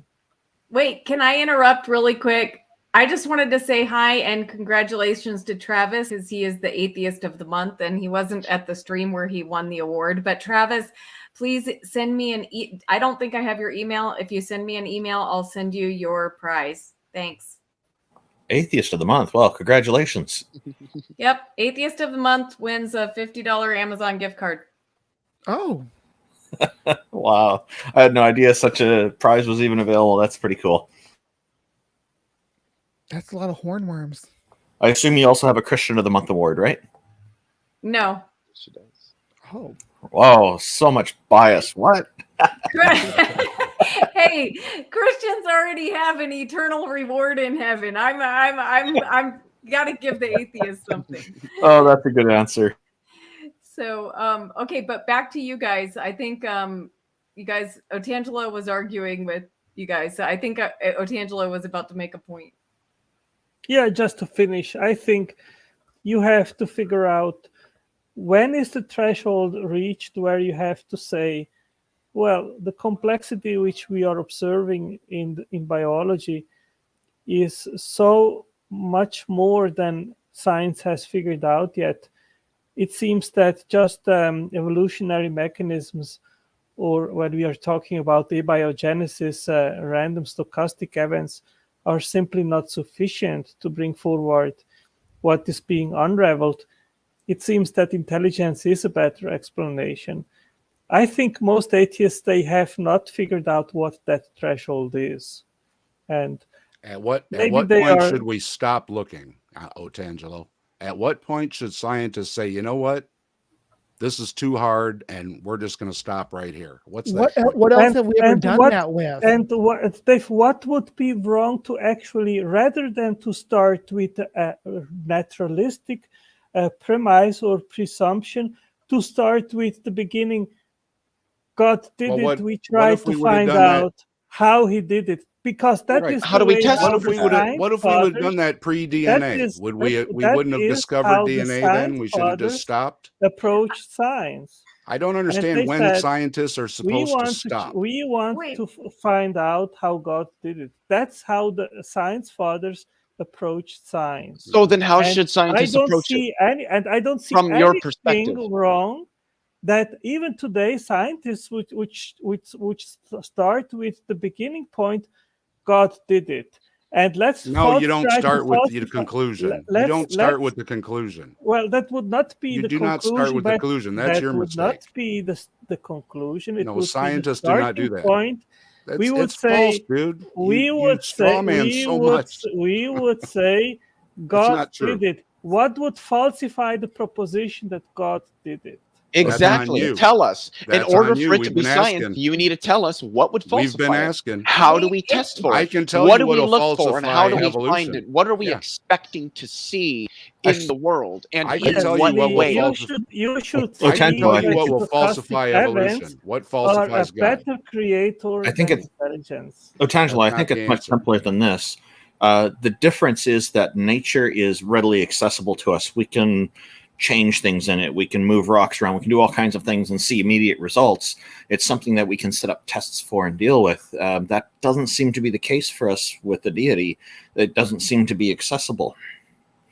Well, guys, I think we don't need to pit God against science. I mean, I don't think we are. I don't mean to do that. I'm just trying to answer. Recognizing that God exists is not saying that we shouldn't explore the world. And okay, sure, God exists. So let's still look for how life developed naturally. Yeah, evolution doesn't have anything to say about whether or not God exists at all. It's really but this broader brain body. It's not only about biodiversity, but everything. It starts with the origin of life, origin of atoms, the universe, finding all these things demand an explanation. And in proving or disproving disproving those things will not get you closer to God. If you disprove abiogenesis, if you disprove the Big Bang, it doesn't mean that's gone, so therefore this is the only answer. That's just not the way that it's going to be. The two possible answers are either intelligence was involved or not. There is nothing wrong to start with the premise intelligence was involved to create life, and we can try to disprove it by demonstrating that non-intelligent mechanisms have the power and capability to instantiate life. And guess what? Science hasn't been able to demonstrate that this is possible. That's just an argument from ignorance. You're saying science hasn't been capable of demonstrating it, therefore it must be false. No. Yeah, that's literally what you said. Do you know what science can't demonstrate that this occurs through natural processes. Therefore, he wants them to stop and all. He wants them to stop and all go home. Lance wants to say stop trying to figure it out, because if we figure it out and it's not God, he's not going to like the answer either. Okay, so that is a very serious problem. You can say, suppose it's the case that life was designed, and then attempt to disprove that, and then maybe it's hard to do that. But that doesn't mean you get to infer that if you can't do it, therefore that's in fact true. One could do this for an infinite number of alternative positions. Well, why not? It's I can use eliminative induction. If every test which I do in the lab doesn't provide me the result which I expect, that unguided random events. All that means is that model is false. It doesn't mean any particular model is correct. Intelligence had to be involved. No, because some model is false does not mean some other particular model is correct. That's not how it works. Right. No, that's not how it works. Falsifying a model does not mean some other model is correct. You need to show the evidence that the other model is correct. Right. If I falsify evolution, that was my point, Leo. God created life. I don't know, and I give up. I don't know, and I give up. It's just not done in the lab by respectable scientists. I'm not going to do this thing talking over going on. Okay, yeah, let Lance say something. Okay, it does not follow. What you cannot do is say, if proposition A or explanation A is incorrect, therefore explanation B is automatically correct. That is not. Where are you getting this from? Okay, Lance, I use two methods. Hold on. One could, in principle, propose an infinite number of alternative explanations for anything, and one could simply describe them in ways where one cannot disprove them. For instance, and this is exactly the point people propose when they bring up the flying spaghetti monster. One can simply say that there is an invisible being that manipulates our scientific instruments to show results that incorrectly indicate something else other than what is in fact the truth is in fact the case. One can always add any number of ad hoc assumptions for any given explanation. So what I'm saying is all explanations are consistent with our observations, all of them. And one can always, in principle, propose an explanation that one could not disprove. It's because any attempt to disprove it, one can then generate an ad hoc feature of one's theory to account for that attempt to disprove it. So it seems like what you want to do is this illicit move of setting your position up as some default against which all rival positions have to like overcome. And what that can allow you to do is to always move the goalposts so that any attempt to show that you're wrong just doesn't work by making an ad hoc assumption. That's exactly what evolutionary biology is doing. It is constantly moving the goalpost, and in abiogenesis, is it the same? They say, okay, metabolism first proposition, it doesn't work. Let's try RNA world. Okay, RNA world doesn't work. Okay, let's try the hydrothermal vents if that works. Okay, that doesn't work. And they have over 40 different propositions of how life could have started. Is the one that's and showing none the most of promise. these propositions works, but they never come to the threshold to say, okay, it seems we have exhausted naturalistic explanations. It seems that an intelligent cause Let's go home. requires Call it to a game. be involved in creating life. You haven't shown that intelligence is required. So look, the thing about that is I don't normally invoke fallacies, but what you just did is a two quote fallacy. It's like a U2. So I've made this critique of your perspective, and then you just say, well, you guys do it too. Well, if that were the case, that would mean neither of us is justified. But again, it seems like you think that if nobody's justified, you win. That's not how reasoning works. It doesn't work. Listen, I use two methods. One is eliminative induction, where science has failed to provide evidence that naturalistic explanations explain abiogenesis, and I use inference to the best explanation, where I say intelligence seems to be the best explanation to explain the origin of information, of energy generating machines like ATP synthase, and metabolism, which also is required, which are three things which at the same time need to be there to start life. And we know by own experience that intelligence makes blueprints.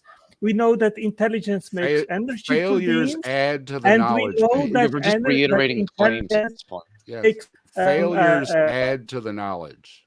Otangelo, good explanations make predictions. What predictions are intelligent design explanations for biological diversity making? Where is this getting published? What kind of productive research lines are out there? No. The answer is none. No, I don't need to do Lance, I don't need to make predictions because we know by experience already. We know by experience. Wait, did he just say he doesn't need to make predictions? Yeah, because he doesn't. Did he really just say that? He doesn't know how to do science. Guys, look, can I interrupt with a related, but just kind of, what the whole point I'm trying to get at with this talk about, we can clearly say that things are designed. So have you guys had the experience of like trying to take a camera and take a picture and not being able to capture what you see with your eyes? Absolutely. Okay. And it's like frustrating because it's like, oh, this is so much more beautiful. Beautiful sunset. Okay. No, just a blur on the camera. Yes, I get what you're saying. And so you've got this incredible camera, but your eye is better than that. Now, would it be logical to say that, a camera of any type could come about by purely random time, chance, and natural processes? Well, I don't think so. Say that we have eyes. We have multiple different kinds of eyes that have evolved and different lineages throughout the evolutionary history of the world, and we see each of those eyes in real time and in the fossil record going from more and more complex to, and we have live examples now, like you have organisms that just have ocelli, just basically eye spots that just absorb light and shadow, and you have eyes that are orders of magnitude better than ours. Birds and insects, for instance, seeing spectrums of light far beyond what anything we can see. They have superior eyes. With an octopus too, right? But that's beside the point. Look, I recognize there's all different types of eyes, and some, animals can see better than us. But the point is that for me personally, when my eyes work better than my camera, which has been designed to do this, right? But why would I think microscope. that my eye could come about by time and chance? I don't have a good reason to believe that. When my eyes are proof to me of a mind behind its function. So the camera on your phone's probably better than your eye. Actually, there's a difference. Like we can see the mountains clearly as well as things close up all at the same time. A lot of cameras, the lenses have this depth perception thing going on. Now, Canon, I think, invented a lens about 10 years ago, maybe even 20 years ago, that gets rid of all that depth perception and just shows everything clearly. And when I've talked to photographers about it, none of them want it. They all want the depth perception stuff. But to me, I'm thinking, this would be great. I could take pictures that'll be just like what I see. And then I looked into the price of the lens. It was over $1,200. And I thought, okay, I'm not a camera enthusiast, so I'm not going to get that. But we can make things better. And Leo did raise a good point about the microscope being able telescope. Yeah, telescope's another great example. These things can see things and magnify things in ways that our eyes naturally can't. So, it's always a trade-off. But I mean, I don't know how this addresses design, though, because from the way evolutionary theory is showing the progression of things and progression of different species, that ancestral species, and seeing the eye getting better most of the time, progressing most of the time.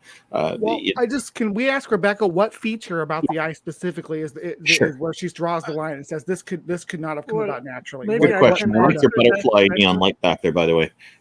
I actually wrote an article for Evolution News in regards of the origin and evolution of the eye.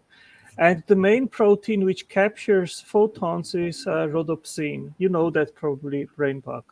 And rhodopsin is a protein which is made of two parts. One is opsin and the other is retinal. If they don't work in a joint venture together, you don't have capture of photons, and you don't have transmission and the signal transduction pathway to have a signal which then can be transmitted to the brain. And the question, of course, is what is the evolutionary trajectory to have retinal and opsin working together? Do all eyes have that? Or yes, even eyes? Or? Yes, even eye spots, which are very complex. They have over 700 different proteins to work together. I can give you a link and you guys can read about it. It is very fascinating. I did want to ask. I don't mean to make this sound like a personal slight, but I noticed that you and Leo are both wearing glasses. What does this say about the design of the eye? Well, the bad design argument is a very often mentioned argument by atheists. And I say this, Randolph, if you have a cell phone, which Rebecca showed, and you have there on your keyboard some problem, would you say that because the keyboard has some problem, it doesn't work properly or something like that, that the cell phone wasn't designed? No, not by a perfect agent, certainly, or an omnipotent one. Anyway, I had a question that probes a little deeper for Rebecca. I never got to answer Brainbug's question, but I wanted your answer too. But I'm sorry, I didn't. No. I want to hear your question too, Leo. But I want to answer. Brainbug's you question. Go first. Shit, it's your. He answered. It's your channel. He asked, what's the dividing line? What would make me say this is not designed? Well, it may be hard to identify at what point I would say it's not designed. How about if it didn't function at all for sight? But well, if you're like Otangelo was saying, though, if your cell phone didn't work, would you say it wasn't designed at that point? Yeah. Well, actually, no, because then it would just be broken, right? I mean, maybe I can help. Maybe there's a range of different factors that kind of work together, and it's almost like an intuitive decision. You're looking at a number of different factors. Would that sound fair? Well, yeah. I mean, look, right now, I have this amazing thing that can it can see images, it can process them, send them to my brain, and not only that, but all the cells are working together in harmony. And not only that, but there's a system to supply those cells with energy. How do all these systems come together in a way that's possible? Okay, Lance has a question, but I want to go to Leo's question. Yeah, it's a simple question. Okay. Sorry. Oh, were you going to Leo first? No. Lance, go ahead. Go ahead. Oh, why do blind cavefish have eyes? Their eyes don't function. That's called devolution. Yeah, I mean, look, everything is not as it is supposed to be in this world or as it once was, right? This people having glasses. Okay, does that prove there was a bad design? No, it means you're messed up now because, you know, we are not in a perfect world, right? We are in a decaying world. But because our eyes get hard. The better question is, why would you guys think that eyes without glasses are preferable? Because evolution wouldn't necessarily you're getting to the question I'd like to ask you, Rebecca. Go ahead. You said that the eye is better than a camera. What do you mean when you say better? Well, I mean, because it has the point I was specifically making, although there's probably more points to make. And so I'll start by saying my ability to view the world is superior to what the camera can capture of the images that I see. Now, even if that's not true, but like, it doesn't matter. In what sense? So, like, what do you mean when you say? Are you saying that your eye's ability to capture visually things supersedes that of a camera? Well, I mean, when I take a picture with the camera, it's not as good as what I see. It's not as vivid. It's not as brilliant. It's not. But let me go even farther. In virtue of what though? Like what? So like, what standard are you using to determine whether a camera is good or bad? Well, I'm comparing it to my own vision. Okay, so I mean, so it's your standard. So somebody might say, well, look, I think what was it, like Dave or Lance or maybe Randolph was saying that there's cameras that get rid of that focus ability, but there's a lot of photographers that don't want that, and there's reasons that they don't want that. So they would probably say that's better than some other cameras or even the eye. So it seems that when we talk about some feature or function of some aspect of life being better than something else, better is going to be rooted in some standard. It seems that this entire concept of intelligent design is what's called an intentional concept with an S, meaning that we don't understand design in terms of the set of objects to which the concept of design it would apply. We understand design in terms of our meaning or our understanding of what it is, and then that goes back to that we understand design in terms of our prior knowledge and our prior experience. So I just take design to be an intentional concept. So I don't know how you get to design just by looking at an object and its physical structures or functions. And I need to apologize. I used the wrong term earlier. I said depth perception, which is two eyes comparing. Depth of field was the term I meant to use. And it's fooling yourself, Rebecca, because the brain doesn't remember things like printing out a picture. The brain remembers things incomplete.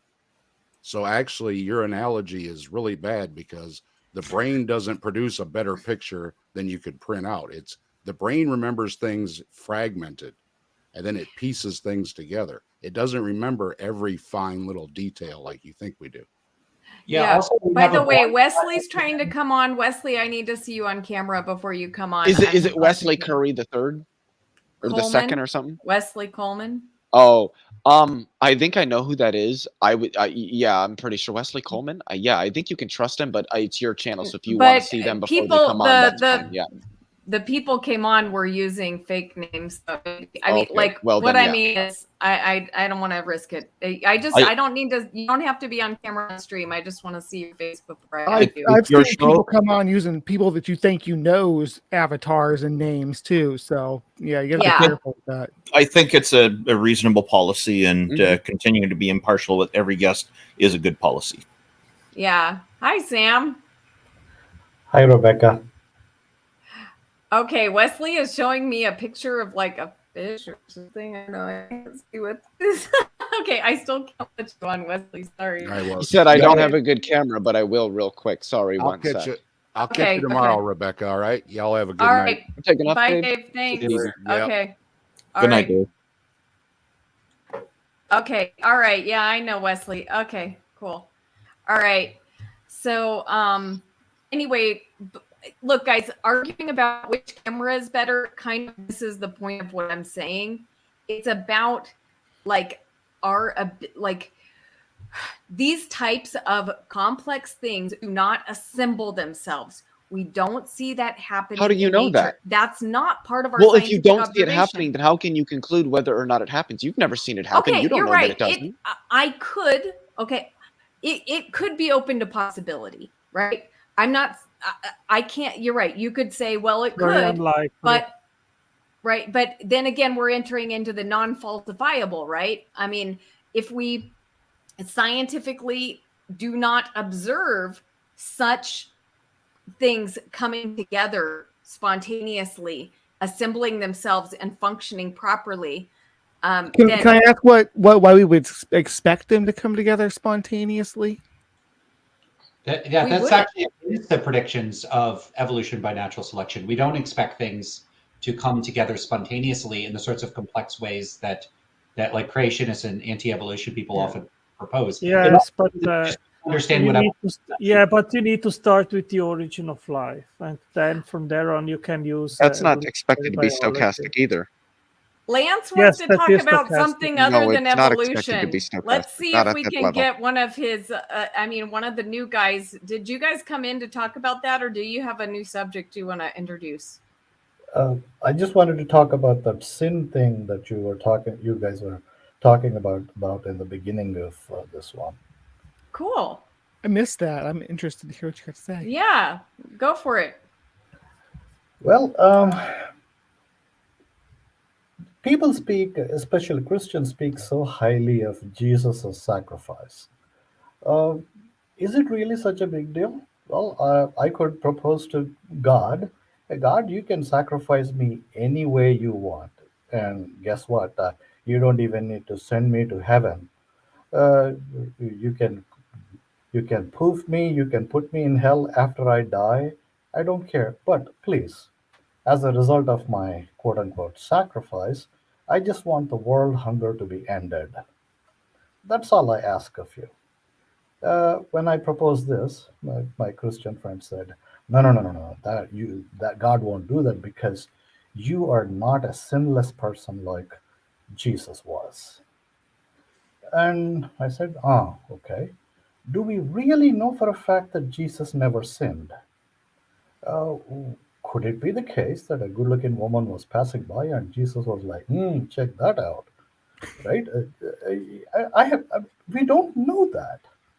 More than that, did Jesus on the Sermon on the Mount, did he say that you don't even need to kill anyone? If you just get angry, that is good enough. That is bad enough. You have committed a sin. Okay, what did he do with the fig tree then? What did Jesus do with the fig tree? I am not even talking about the money changers. Maybe the money changers were guilty and it was quote unquote righteous anger. Apparently, that is okay, not real anger. But this is the fig tree incident is clear evidence that he was he was angry for an absolutely lousy reason. The fig tree didn't have figs because it was not the season. Well, if he has a sugar addiction, though, he could have. I mean, you start to get your low blood sugar and you can get really aggravated. Nice one. Right, and so that clearly shows. The point I'm making is, even if we really do not know anything about Jesus, whether or not he committed sins, based on the stuff that we do have available in the Bible, it seems like we could conclude that he was a sinner. So, And possibly diabetic. That I don't know. He's God. He can cure himself of diabetes. But then, why didn't he cure himself of the hunger that he was feeling? Well, that's an interesting objection, Sam. You know, and feel free if anybody else wants to respond to this. I do have something I would like to say about it, but I don't want to take over. I want to hear what Randolph has to say, if that's possible. Okay. Or Wesley, he hasn't said anything yet, so I mean. Yeah. Wesley, go. Wesley, I don't know if Wesley is a Christian or. I'm a Christian, yeah. Okay, cool. Do you want to respond about the fig tree? I'm not familiar with that passage, so I'd have to see it in context. Okay. So I'll respond, which I'll first say I do find that fig tree story very strange, right? Because it wasn't the season for figs.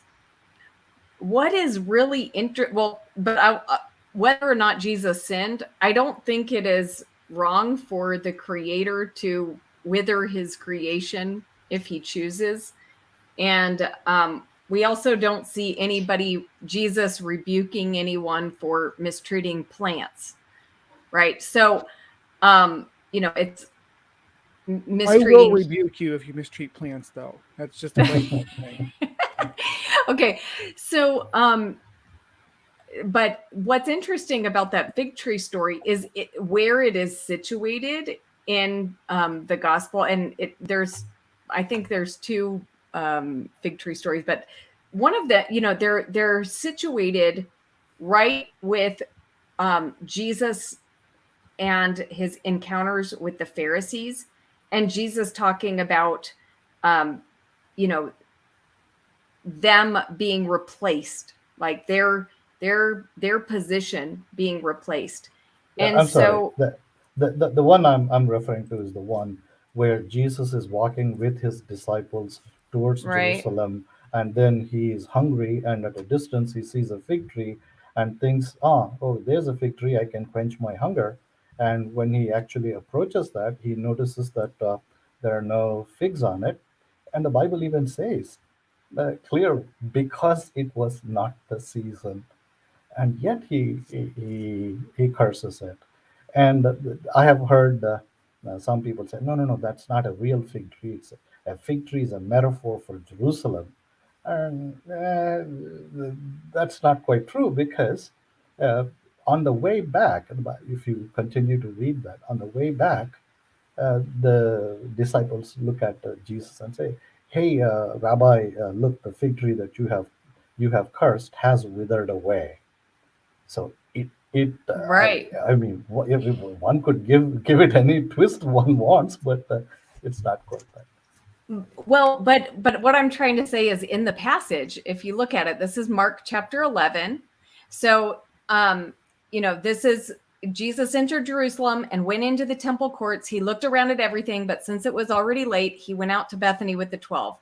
Okay, then he curses the fig tree, right?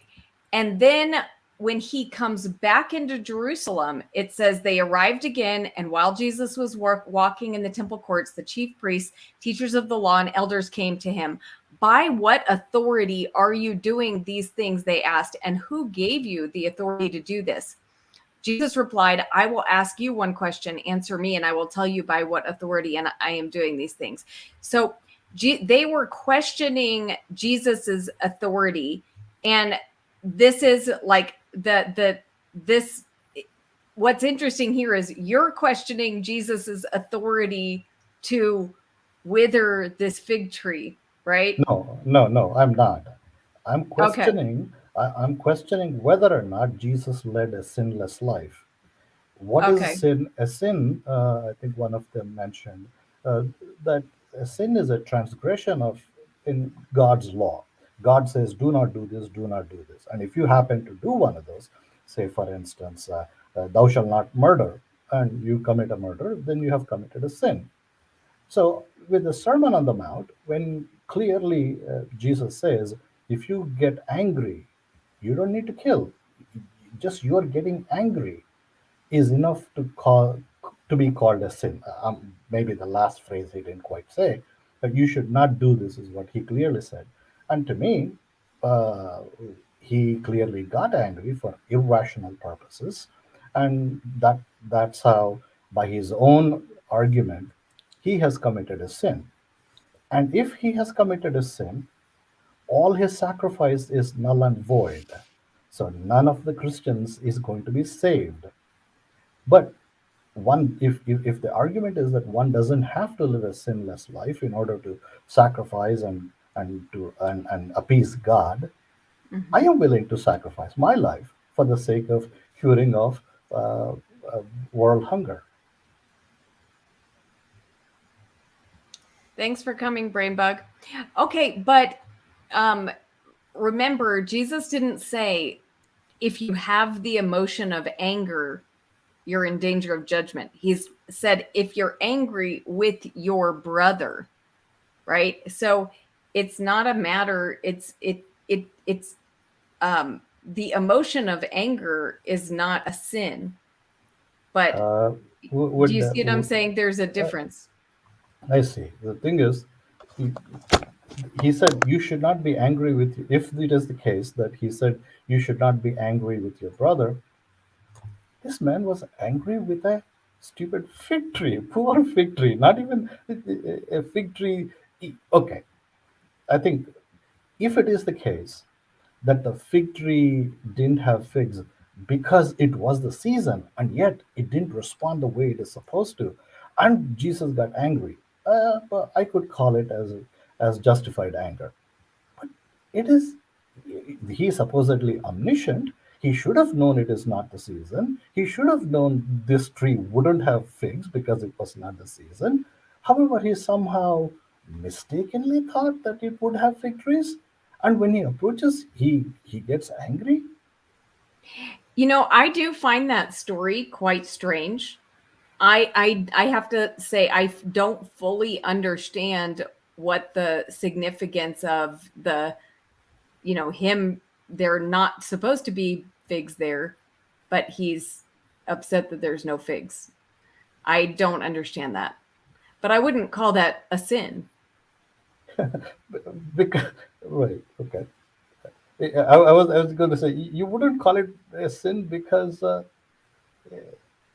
if you did, then all your foundation has collapsed. Could ask yourself, is that the reason why you want to push back? You're right.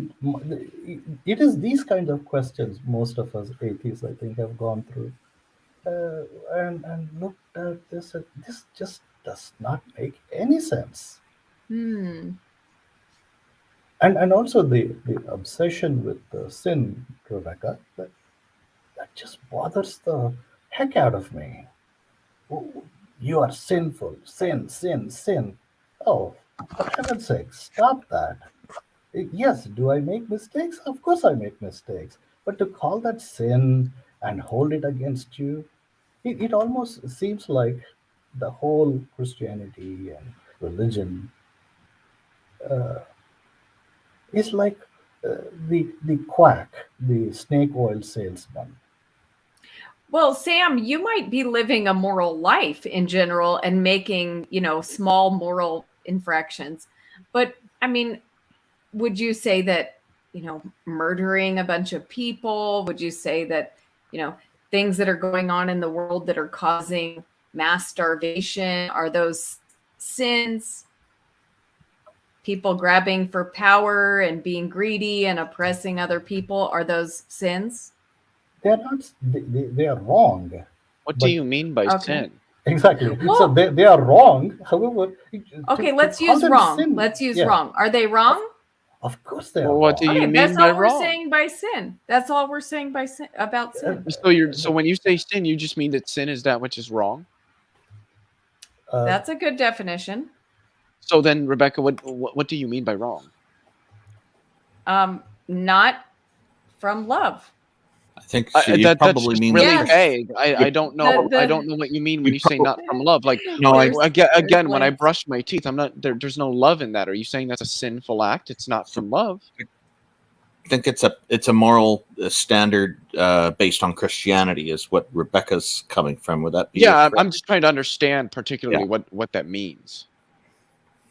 Well, I Like feel what like I've what already understanding means, answered how it's this. been developed, God things is like that. love, and he created us to be beings that express love for God and others.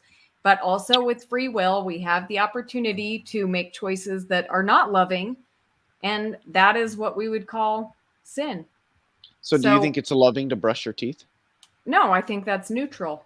Okay, so then you obviously can see that there can be actions that we can do that are not directly loving, but that aren't sinful. Yeah, sure. Okay, so then what do you mean by sin? Well, stealing from somebody is not loving them, right? Well, yeah, I mean, sure, but that's an example, not a definition. It seems more that when you say that something's a sin or something is wrong, what you're saying is just one ought not do it. Well,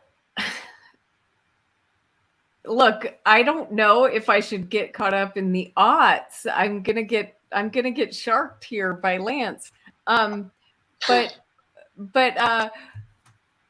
I'm trying to simplify it so I don't have to give an exhaustive list, but I can give an exhaustive list of sins. No, I don't need an exhaustive list. Right. I'm asking more for a definition. Yeah. When you say sin, if you say X an action that is a sinful, what are you describing about that action? An action that is not just neutral, but like lacking in love for others, like but showing the opposite of love. Oh, so showing the opposite. What is the opposite of love then? Well, it could be a lot of different things. I mean, disdain, it could be malice, it could be what's wrong with those things? Well, I don't know where you're going with this, Leo. I'm not trying to go anywhere. What are we trying to get to? I'm trying to understand what you mean when you say that something is sinful, when you say that something is wrong. Okay, what do you think anything is wrong? Yes, absolutely. Okay, what kinds of things do you think are wrong? I think rape is wrong. I think murder why is is wrong. rape wrong? Rape is wrong because one ought not rape. Okay, why was one ought not rape? Because you're about to get sharked. Get sharked here. Because of my standards, my normative standards, I understand rape as being harmful to not only the physical but the psychological health of an individual, and for that reason, I have decided that it is an action that I would prescribe the imperative or the obligation to not do. It is something one ought not do. And that is what I mean when I say that rape is wrong. One ought not do it. Leo, would an answer like do unto others as you would want them to do unto you be satisfactory in this case? Not to me. Not to me either, because I would just ask, well, why? What prescribes me doing that? Right. If somebody were to hurt me, then I know how I feel. And probably logically, I can extend the golden rule doesn't address that. It doesn't address that. It fails. Educate me on that, please.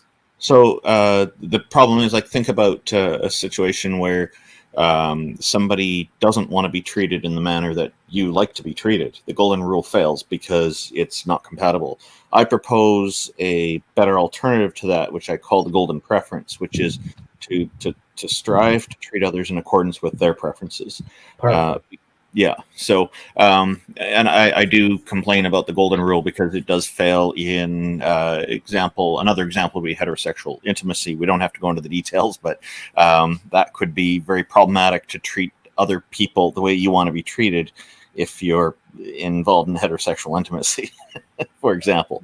So, and this is where I think the golden preference will work better. It is an idea that I propose, and I've been proposing for many years. But yeah, I think for me, to get back to the topic, I guess, because we've deviated a bit here, I'm thinking about what it is that using empathy to try to distinguish whether something is reasonable to them. So with the assault that Leophilius just mentioned, the case of assault, yeah, a lot of people don't want to be assaulted, so they don't want to be on the receiving end of some kind of an assault, some kind of an attack. So to me, that is my own personal standard to say that that's not an appropriate thing to do. Now, I'm also living in a society where this same standard is documented in the legal system here, and it is prohibited here. The assault is illegal here in Canada, so, and in many other countries as well. So, living in society, we know that people are generally going to be living by the same rules. There are some people who will break those rules, unfortunately, but the vast majority of people will agree with these and will go along with them because that's part of being in society. A bit of a trade-off there. We don't get the absolute freedom to go and hurt other people because that's not right in our society. So our local laws certainly have a lot to do with it. And I think Christianity, for example, presents a number of these kinds of standards as well as an early attempt at solving these kinds of societal norms, creating these societal norms that now we do mostly with a legal system that's much more extensive and much more specific generally. I agree. So something of that kind, I think, Rebecca, could be construed as sin, not as a mistake, not a sin, but to call it a sin, I think, is automatically smuggling in a God in there. Okay, well, I'm fine with not using the word sin. We can just use wrong. I'm okay with you using the word sin because I know that's how you're communicating ideas. No, I mean, I'm fine with just using a different word. I don't need to use a religious word. I just take sin to be that which is to make it clear. I am not advocating for you to not use certain words. I'm an advocate for freedom. So say it however you want. No. It's okay. Gotcha. I'm just saying it might be easier for everyone if we're all agreeing on like standards and everybody likes the word wrong. And Leo said what one ought not do, which I think Lance is going to have a problem with what one ought not do in a general sense. But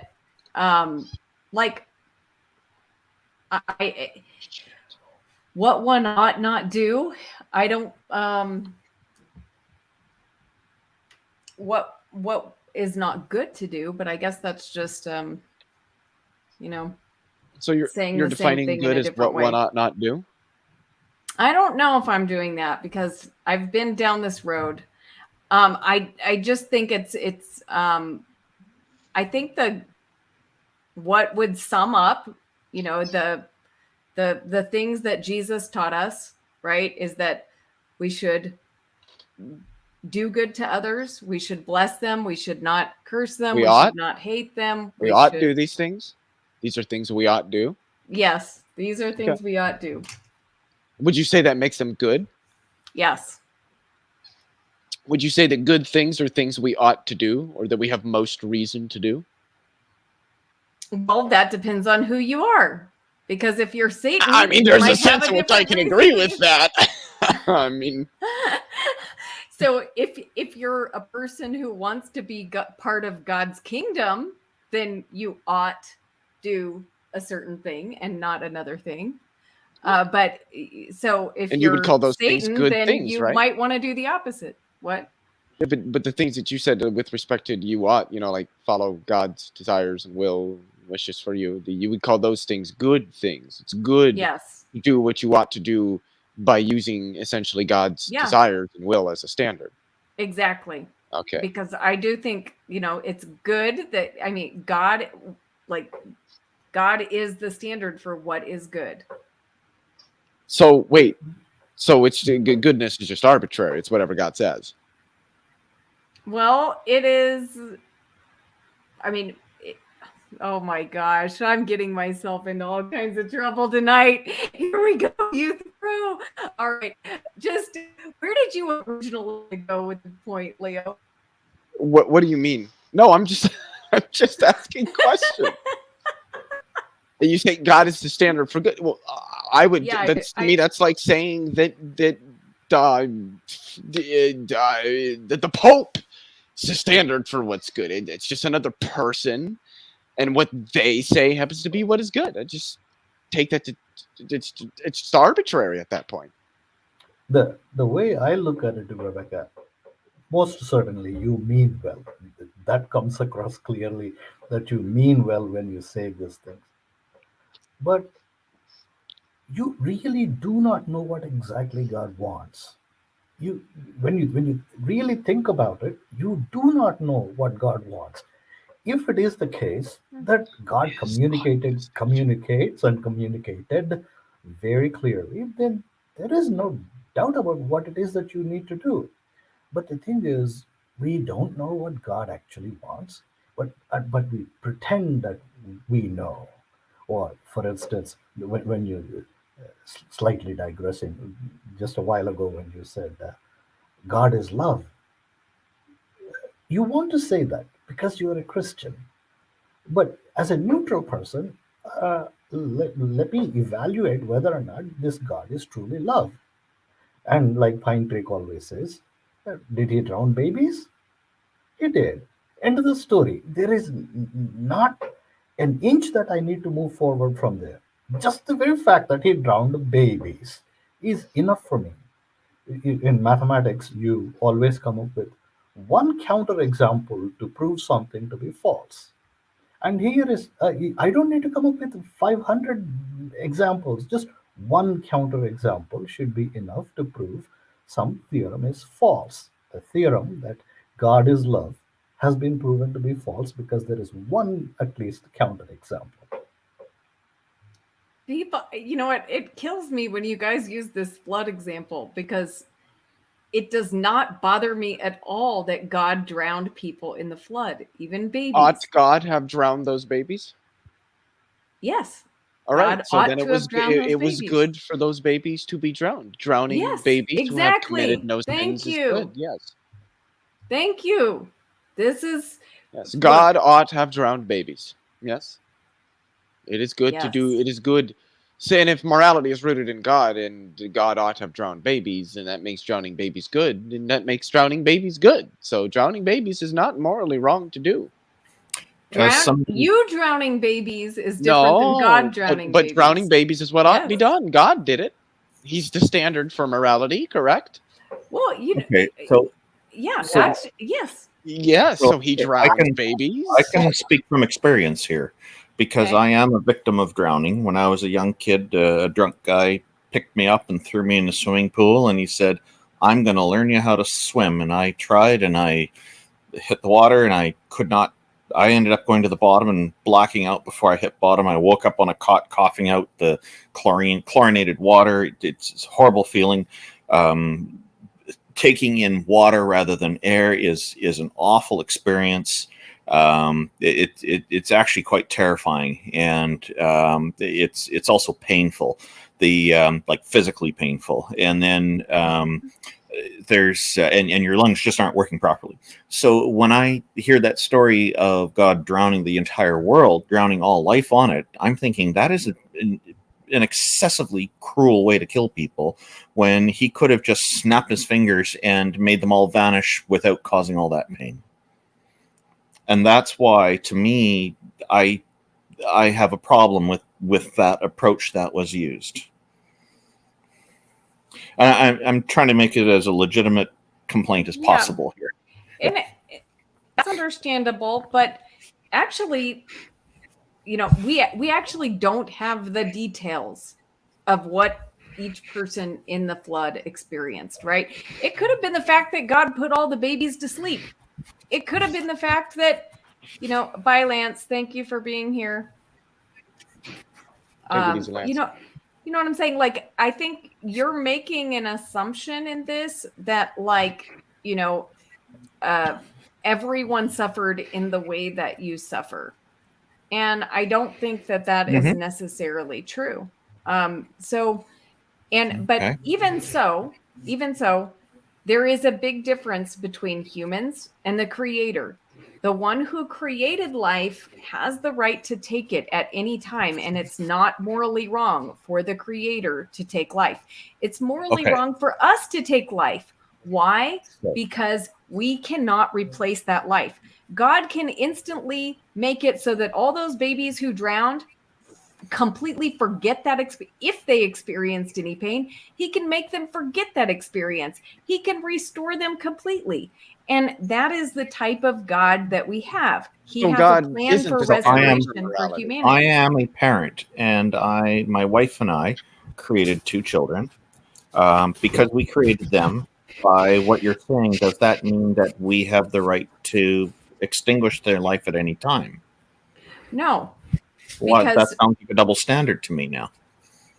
well, you're not the creator of existence, right? So there's But wait, there if the creator of existence can do things that we can't do morally, then that means one of 2 things. Either any action that that agent does is just moral by definition, at which point morality is just arbitrary to that agent, and then our moral standard would be whatever accords to that agent. If the agent can do it, then so can we. Or there's 2 different moral standards, and then we don't need to follow God's morality. So I will say, though, that as a parent, if you were to agree, just say that I am the one who is responsible for the creation. My wife and I are responsible for the creation of our children. We still think it's wrong, even if we created their whole existence in the way God did. We still believe, by our own standards, that it's wrong to extinguish their lives. Okay. Why does God not think it's like? Why does God recommend not killing and then has an exception for himself? Why is that reasonable? Well, it's reasonable because there's sometimes when it's better for people to die.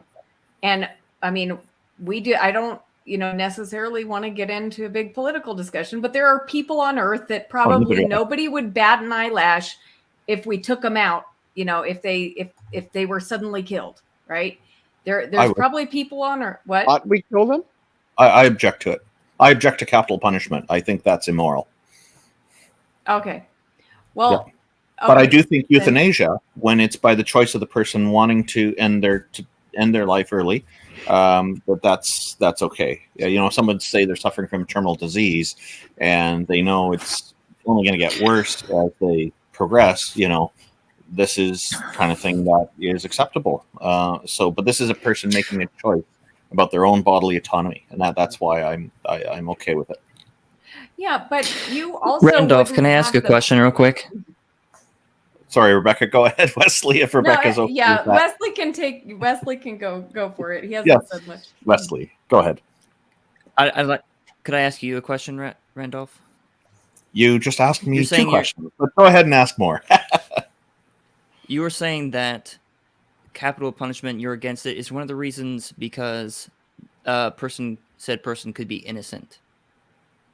That is one possible justification that I think is valid, but my real reason for it is that even though a person is doing time in prison for a crime, guilty or innocent, they still have human rights. They still have the right to bodily autonomy. Here in Canada, they still have the right to vote. They have democratic rights. And so if somebody, in the case of a wrongful conviction is a good example, I'm glad you brought it up. I would propose that a better approach to capital punishment would be that the sentence could be for minimum amount of time served, and then say it would be a life sentence, but minimal time served. And after the minimal time served, they could elect to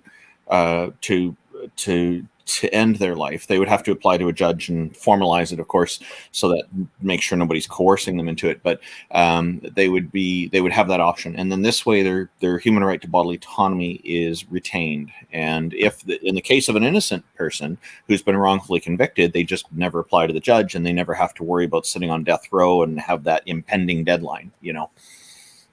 But then I think as a society, as long as we are respecting and protecting people's human rights in every possible way, then we have a better society in the end. And this is the kind of society I like to live in.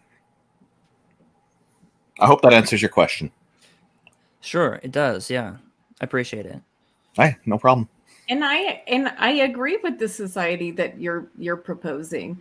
But I do still think that there's a different standard for the creator of life, right? Because in everyone, we already are heading toward death. So your kids, whether you kill them or not, they're going to die, and that's a product of the fallen world that we I'm live going to in. die one day too. I'm getting closer to death every day. Right, and you and you Even though have I'm no not power to about my- resurrect you or your children, but God does. And God has a plan for life for you and for the rest of the world, including those babies in Noah's flood. So I reject God's authority to kill me and to kill anybody else. Rebecca, what do you think about that bumper sticker that says, "What would Jesus do?" I've seen those around. yeah, I mean, I'm fine with it. Right? Isn't the idea behind what would Jesus do is to say that we should emulate this awesome person? Yes, So absolutely. if that is the case, Jesus drowned babies. Are we supposed to emulate him and drown babies ourselves? Well, Because we were angry. This relates to the question I wanted to ask. If God has a different standard of morality, as you yourself said, then we don't have to. Then His standard isn't ours. We don't have to follow God's standard of morality. So God isn't actually our standard of morality. Well, God's like when I say God is the standard for morality, I mean God makes the rules, right? And He also. Why ought I follow those rules? Well, it's up to you whether you ought to follow those rules. I mean, if Yeah, you but want I'm to be in asking His you, kingdom, why ought I follow those rules? because they're good rules. And what do you mean by good? I feel like we're going in circles. I think they're beneficial to you and to others. Okay, that doesn't tell me why I ought to follow them. Yeah. I want to respond to Sam's thing about what would Jesus do. Well, And I have to follow up on that. Go ahead. okay. Sam, when people are referring to what did Jesus do, they're talking about Jesus in human flesh, right? Jesus as we saw him as he walked the earth and what he did and what he taught.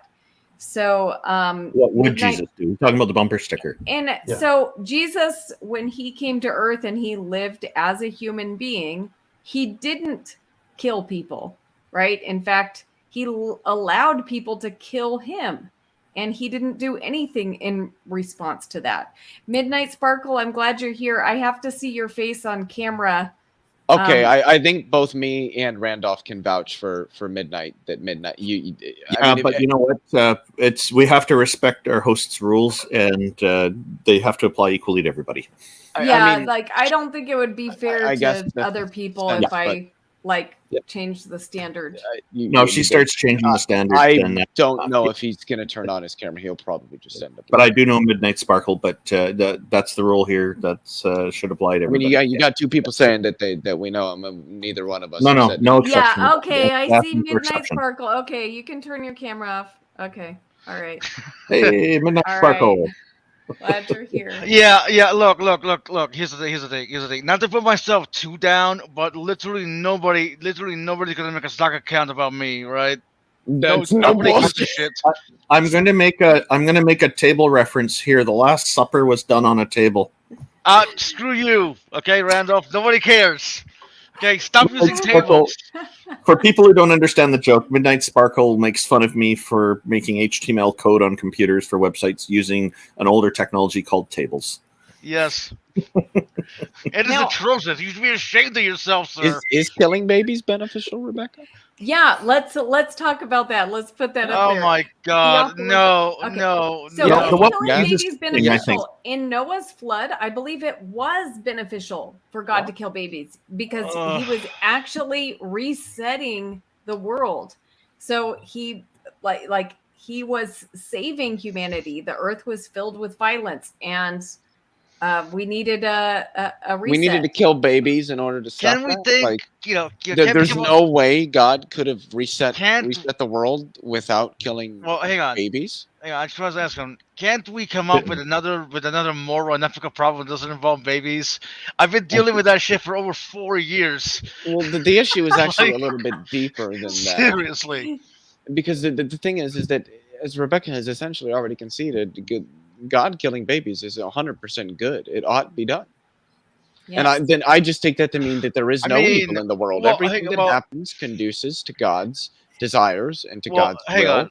So it ought be done, and I take the good, something that's good, to just be that which ought be done. And if everything which occurs ought be done, then everything is good. There is no evil in the world. Leo, I know you like to talk too much. Let me get a word in edgewise. Well, I know it's about finishing the whole point. Okay. But okay. So if everything God does is good, killing babies is good. You should apply the same standard to somebody, let's say, let's say a scientist who creates, who creates a species of robots, right? It's like the robots, the robots are sentient. You know what I mean? They're autonomous. So they do what they want. But the scientist is like, you know what? I'm going. I'm going to kill half of your population. Why? It's morally wrong. Well, I'm your creator, and I say it's good. Would would you say that scientist was morally reprehensible? Mind you, he created these species of robots, so he has control over them. But but they're what was that? I said it's a really good thought experiment here that you're presenting. Well, thank you. I'm starting like a bitch, but I'm trying to put it forward. I understand what you're saying. So Wait I don't a minute. care. Are you presenting this to me? Because I got slightly distracted. I heard I was literally Leo. Do me a favor and reiterate my thought experiment. So he's saying, okay, so you're saying that God can just kill babies because, well, he's their ultimate creator. He has command over them. So let's say we have a mad scientist. Well, it doesn't even have to be a mad scientist. We have a scientist, and he creates a whole population, let's say of 1 million autonomous sentient robots that, can have emotions and can feel pain and things like that. Okay. And he says, you know what? I don't like what you guys are doing. So I'm going to kill half of you just because I think that that's what's going to be best for you guys. Is that good for him to do that? Would you say that was morally good? I'm fine with that. Okay, why? Are you serious? I'm not. No, hold on. I don't mean to laugh, but hold on. Well, I because I want to. Why is it that you say that? Yeah, I was gonna. Is it because that's the desire of the agent who created the being? They are robots, and he's their creator, right? But do you see how it applies to you and your belief? Yeah. So what you're really saying is there is no evil in the world. All the thousands, if not hundreds of thousands of people being raped right now on the planet, that's good. It ought happen. It ultimately conduces God's will and God's desire. So you're saying that it doesn't ultimately conduce God's will and God's desire? No, it doesn't. So then why does it occur? Why did God create a world where things that ought not occur occur? Yes. Yeah, because God prioritized free will. Okay, so what you mean to say is that a world in which there is free will and thereby all the effects of it is a world which ought have been created because that's the world God prefers. So that's to say that everything that occurs in that world ought to have occurred because that's the world that ought to have been. So you're just you're just saying that there is no evil in the world. So why is God allowing Leo to put the gears to Rebecca here? Wow. Oh, good. Mel is here. Mel says God wanted to reset the world with the flood. Did he succeed? Yes, he did. We're here Mel today. So, okay, wait a minute. I'm lost for a second, but I'll get it. Look, Leo. What would Jesus do? Just because God prioritized free will, and so in that sense, the world is as it should be. It doesn't mean that every action is as it should be. And so there are. But what do you mean when you say that? Because to me, when you tell me that God prioritized free will, all you're telling me is God desired a world in which there were free agents, and thereby all of the actions that they would have engaged in. So all you're telling me is that this is the best world that could have been actualized by God. This was, because we have free will, the world God desired to exist. And I just take that to be the best world. And the best is the superlative form of good. Good, better, the best. So I would just take this to be a world then that possesses no evil. Everything which occurs occurs because it ought to occur. It's what God wants. Because if you right now you could choose to rape someone or not rape someone, right? So yes. if you choose to rape someone, then the world is not the best world that it could be. So in virtue of what though? Because God just gave me the free will to be able to do that, right? Well, hey, right. I do. So I ought But act he in didn't accord with my free will, want right? you to do that, but he Well, didn't. then why did I? Because he allowed you to have So freedom. then again, it seems you're saying God desired for us to have free will. He desired it, yeah. Okay, so he wants us to act in accord with the free will that we give him. I mean, wouldn't it be better? Wouldn't it be better to say that that God gave us these desires in order to survive, and evil is just a design flaw of those of those traits.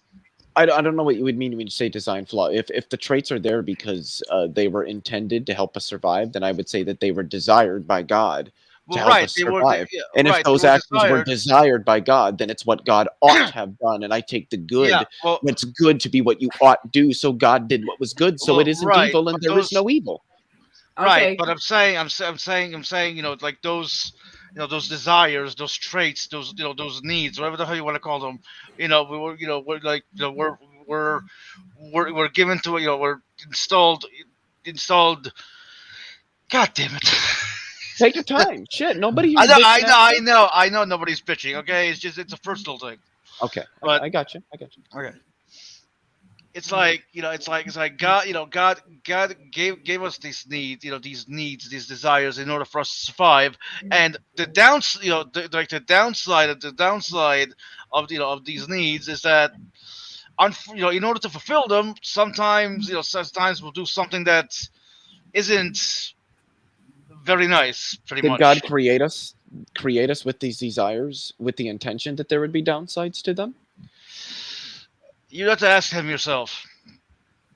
Well, I would say I would need to understand, because the way I'm gonna look at it is either the flaws in the ways in which we approach the world were intended by God, in which case that's what ought to have occurred, in which case they're good, not evil, or God did not intend for them to be there. And then the question remains: okay, is there a possible world where those can exist in a way that's not directly dependent on God's choice? And sure, there might be, but then that still means that God is actualizing a world where that wasn't the case.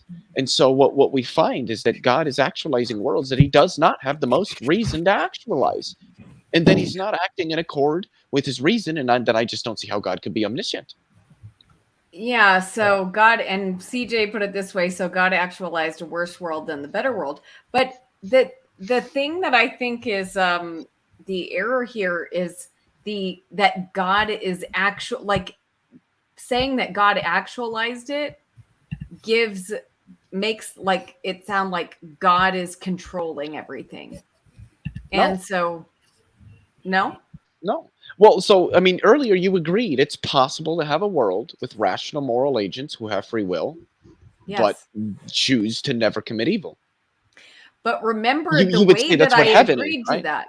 But remember the way that I agreed to that is, I think there's a little bit of a difference in the way that you intended it and the way I agreed to it.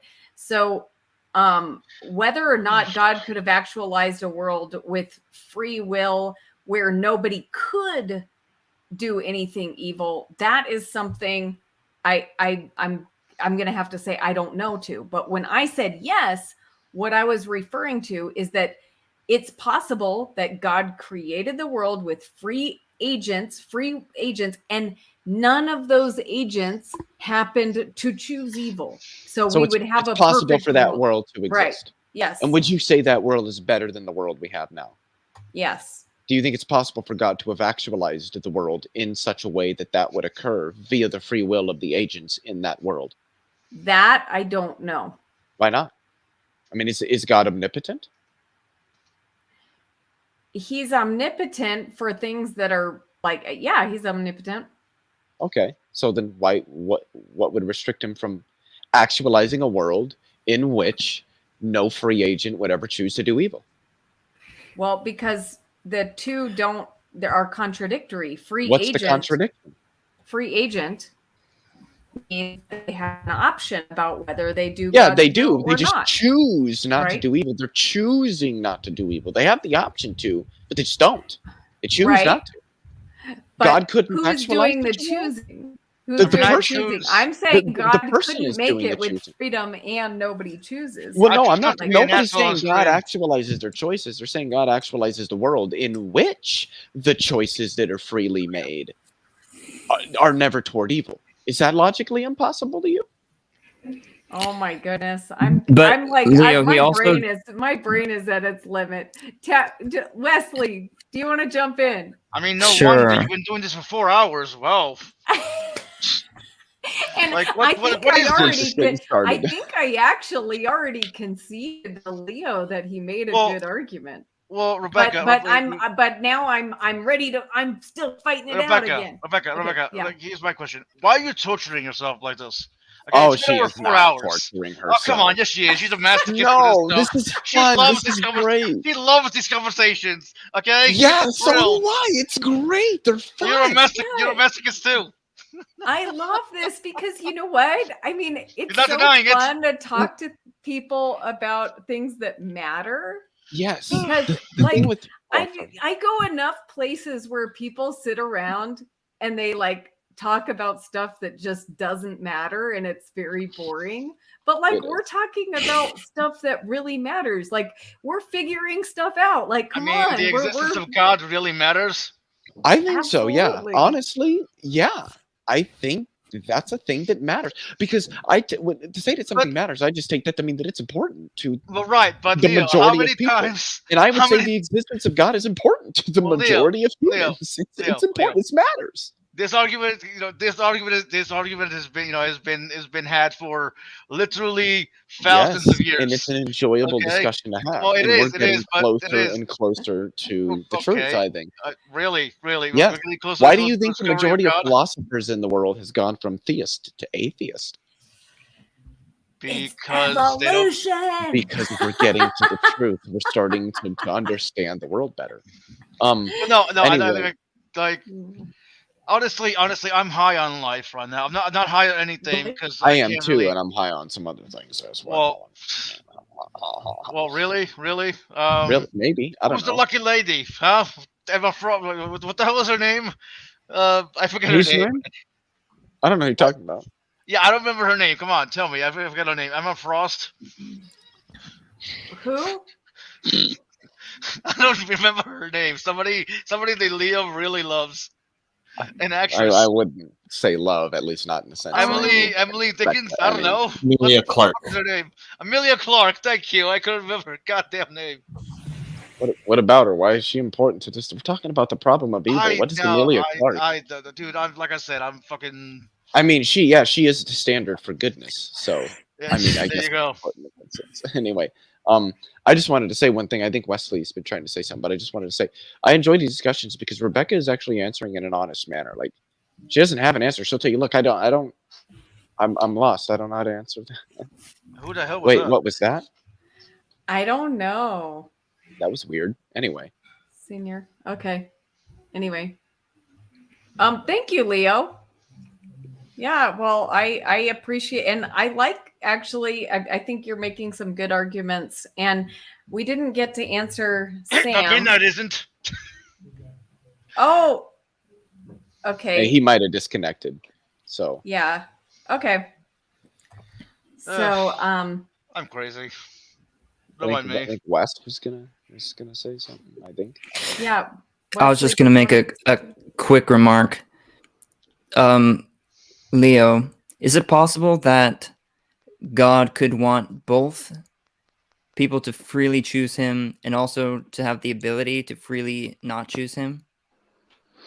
Yeah, I think that's possible. And I would say that in a world, if God wants that world, then God ought create a world where people can freely choose him. And I would take that to subsume any of the actions that would result from people not freely choosing him. That God would ought for those actions to occur. And I would just take those, if it's what ought to occur, I just take that to be what good is. Good is what we ought do, what ought to occur, what ought be done. And so I just don't see any evil in that world. Hey guys, can you hear me? Yes. Yes, we can. I can tackle this problem of evil. If you Okay. want to, if Wesley wants to go on, then I will let him speak. But Go ahead. yeah, I think it's a problem of semantics and different kind of descriptions or how you actually define good and evil and perspectives from God's perspective and our perspective, normative goods and normative normative good and normative evil, and what good is in its ontology. And yeah, I think if we define these things properly, then there is no problem of evil. So how do you define good and evil? Okay. Well, from God's context, I would say good and God is synonymous because. So then that's just uninformative. No, it's not. Well, it is. You're saying that what good is God, and what God is good, and what good is God. So let me give you an example here. It's like asking me, well, what do you take to mean? What do you? If you asked me, well, what do you mean by good? And I said, oh, well, good is just that which accords with the glue. And then you say, well, what's the glue? And I say, oh, well, the glue is just that which is entailed by the glee. And then you say, oh, well, okay, sure, but what's the glee? And I say, well, the glee is just that which entails I see where you're going. glue. So I'm doing the same thing you're doing. It's analytic. It's not. But it's not It's not. informative. You haven't told me what either the glee, or I haven't told you what either the glee is or what either the glue is. So while it's analytic, the glee entails the glue, which entails the glee. So I don't know what either the I glue Can or I the respond? glee is. Yeah, I understand this, but are you familiar with like things like subsistence? Yes. So in the physical order, a thing is good in proportion as it possesses being. So, I don't know what that means. Can you hash that out for me? God alone is essentially being. He alone is essentially What do you mean by imperfectly being? good. Infinite existence itself. He's without any What do you limits. say God is existence? I take existence to be a descriptive term. I don't know what it means for something to be is existence. It can possess it. Like I can jump, but I can't be jump. I don't know what you mean when you say God is existence. He could be meaning in like the ontological sense of being. Well, yeah, but that being is ontological. That's what the word means. Being describes the state of affairs of something. It's like jumping describes what I'm doing. I can jump, but I can't be a jump. That doesn't make sense. But something when we talk about essence, be existence. When we talk about essence, it's equivalent to quiddity. So the essence of a thing is that which is expressed by its definition. That's I just take that to be an analytic definition, that the predicate is contained within the subject intrinsically. It's like saying a bachelor is an unmarried man. When I say that, all I'm really saying is that an unmarried man, which is what a bachelor is an unmarried man. It's just tautological.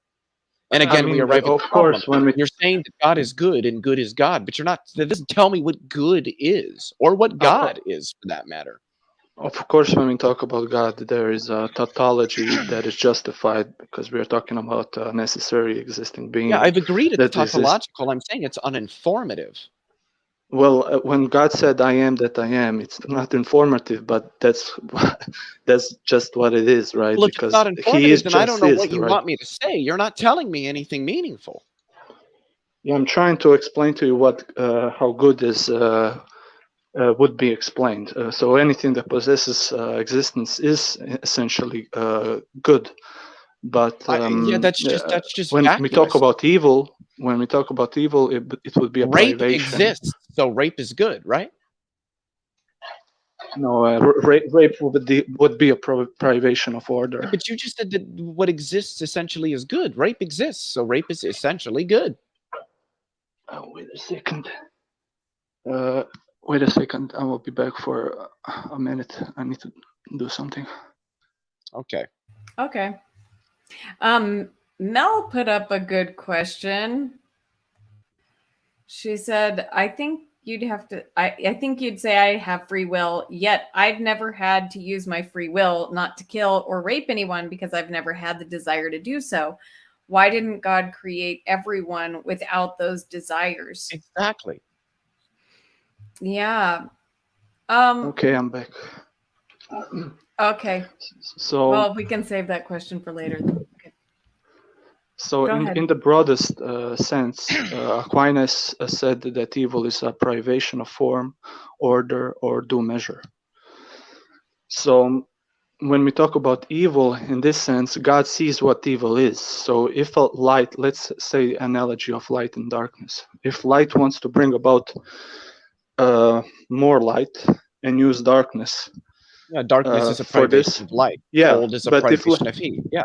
So if yeah, evil is just a privation of good, wait, then you we're need going to to have let to me define finish. good. What do you mean by good? I already defined good. God is good. So when we talk about that's from just God's fatuous. perspective, to be good is to be God. No Yeah, human is that's good. uninformative. When You're we just talk saying about good is God and humans, God is we good. talk That's about normative uninformative. norms, right? So what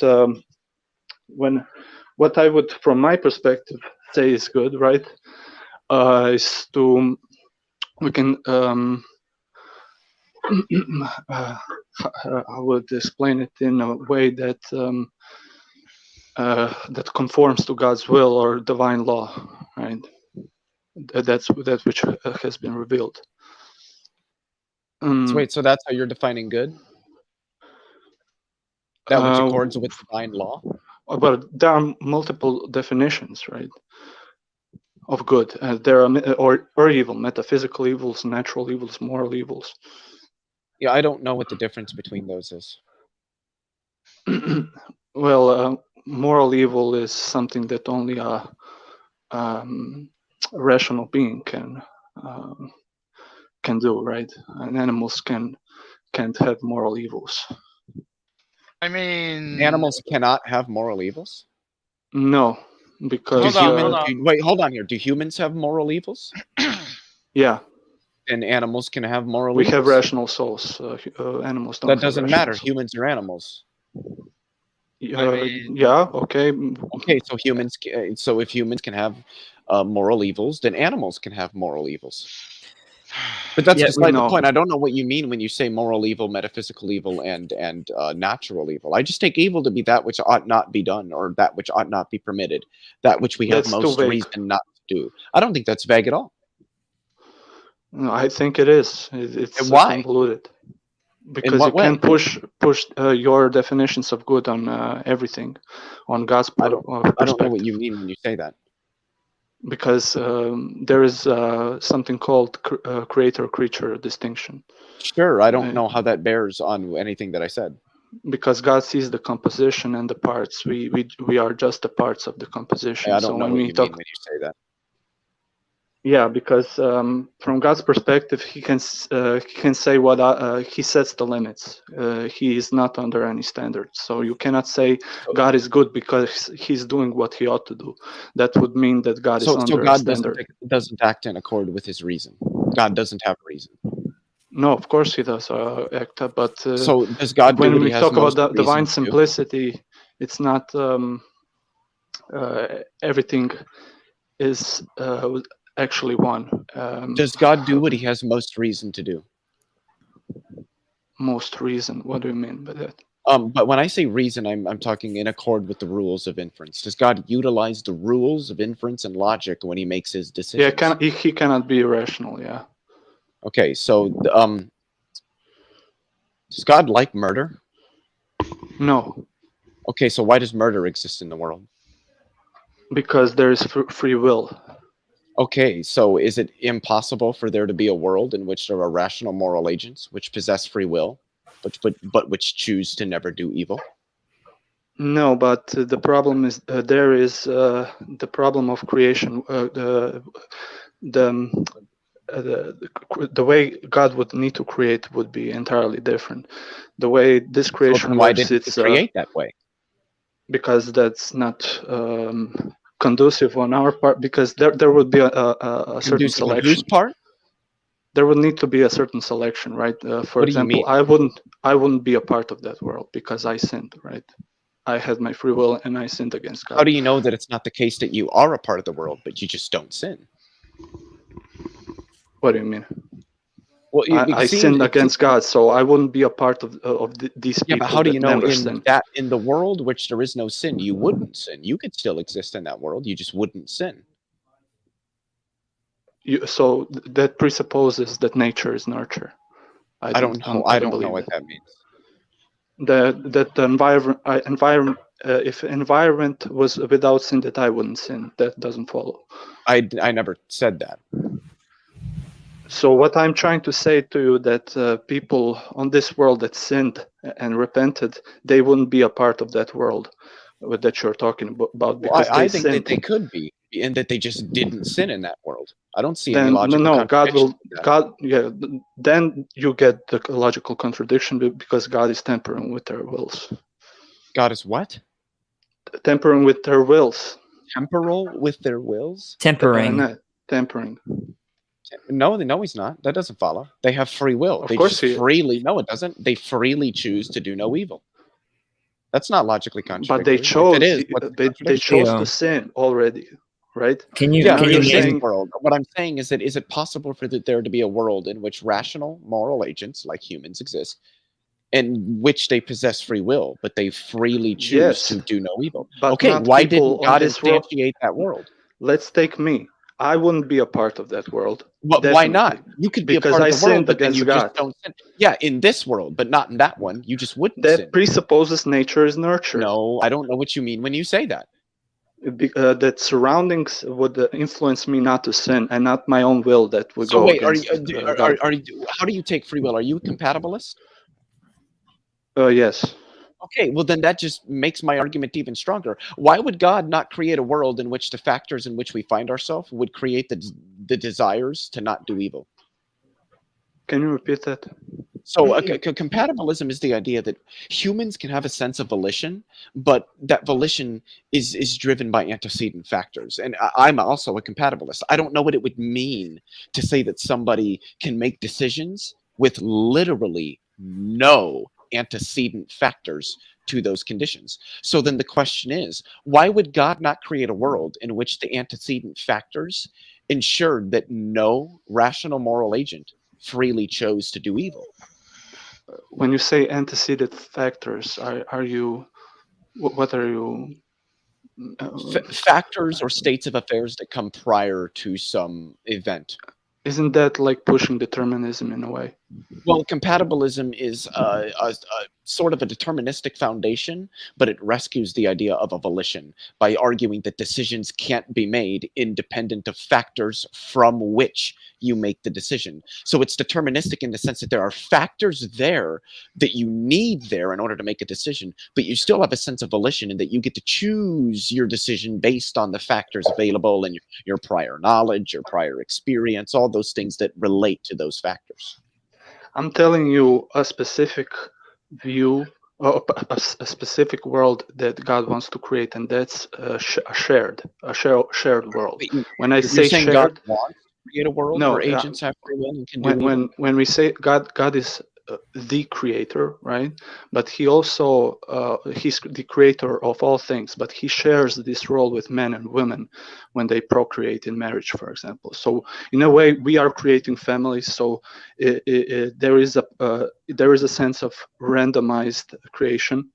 When he would create people that would never sin and have free will, he would need to have a selection of these people that would never sin against him.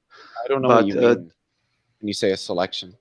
Selection, because he cannot create through us procreating and making families and so on, because people will arise that would sin against him. And when not in the world I granted. But again, your world is it doesn't follow just because the world is perfect that that people will not sin. Well, I take a perfect world to be one in which there is no sin, so I disagree.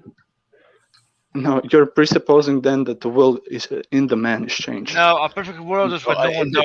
That the world is what? I'm presupposing that the world is what?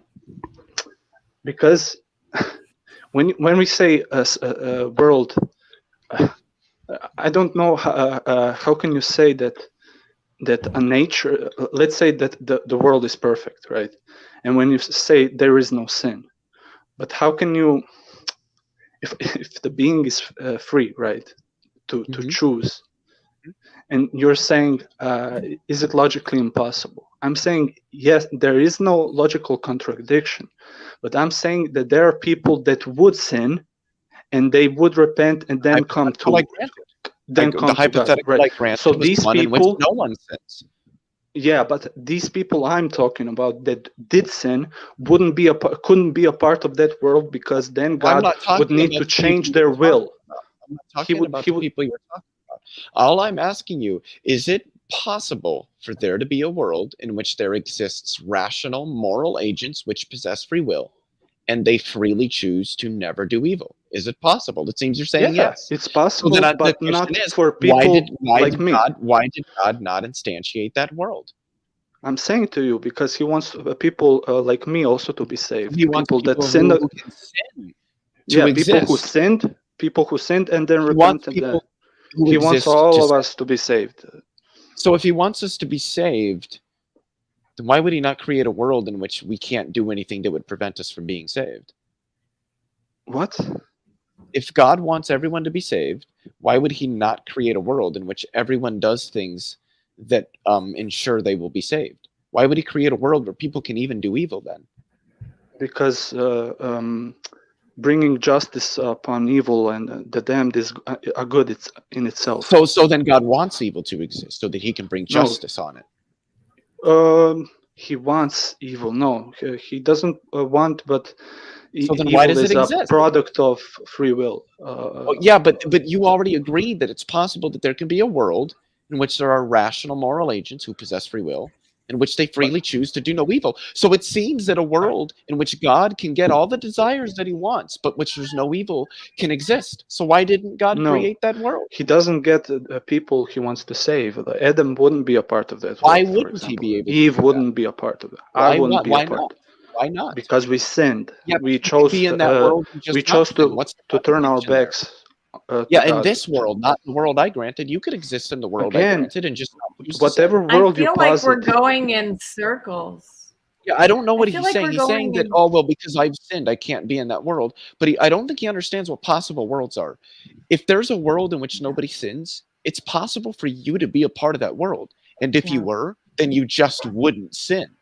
There's no contradiction there. You need to expand on that, because you're saying this world, the surroundings would not make me sin, or are you saying that my will would be just different?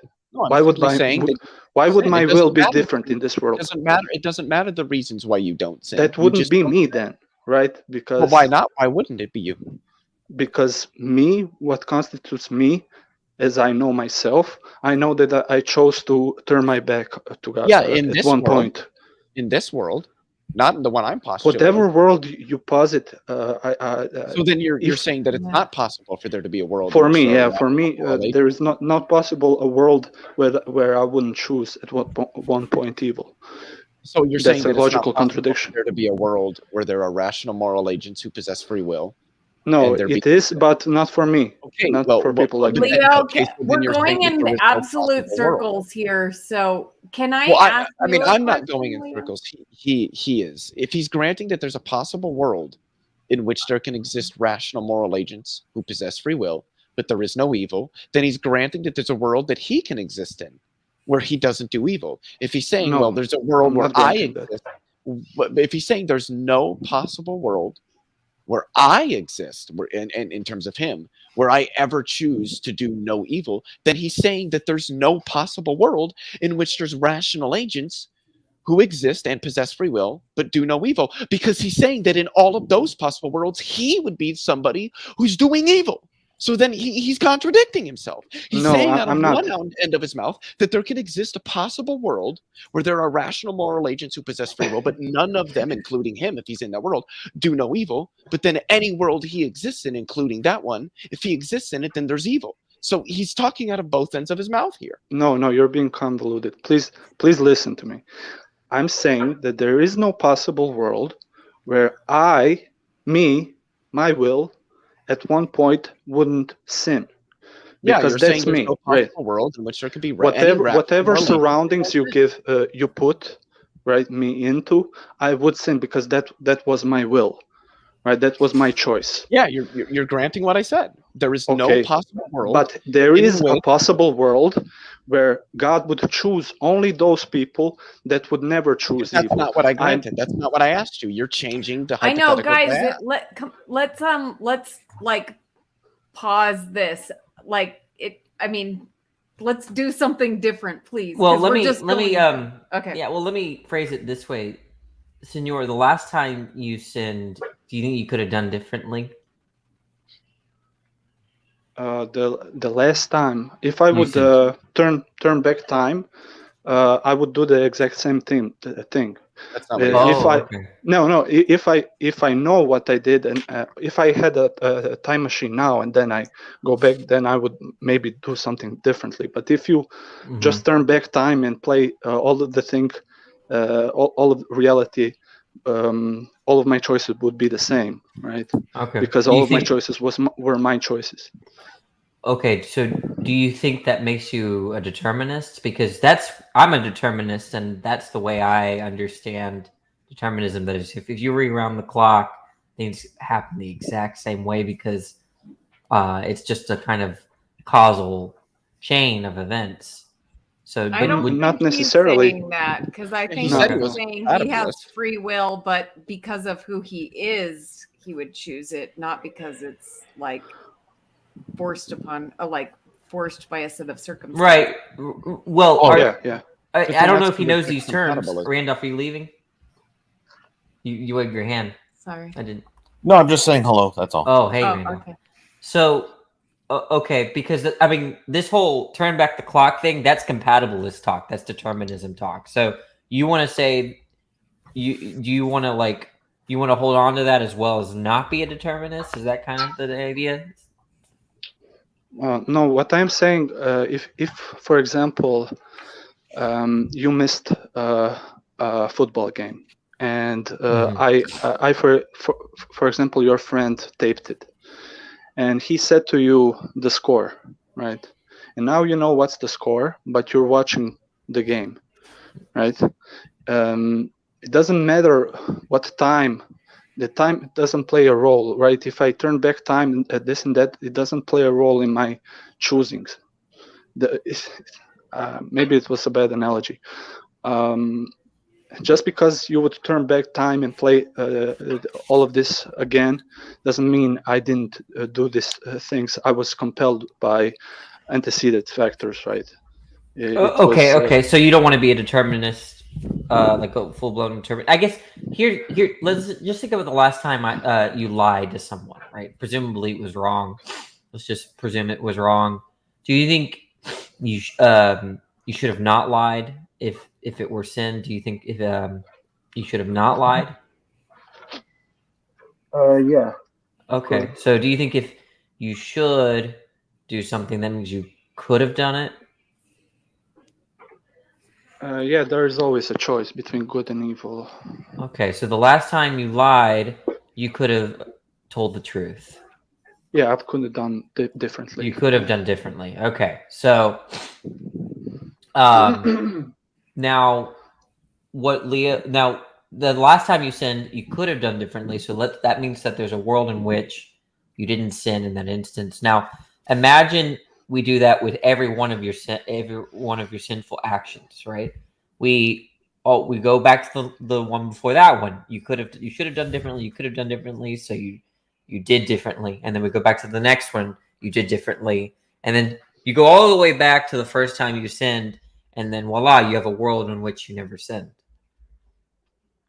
Well, what you're positing is hypotheticals where I don't do the thing I did, and I think those don't exist because I just did what I did, right?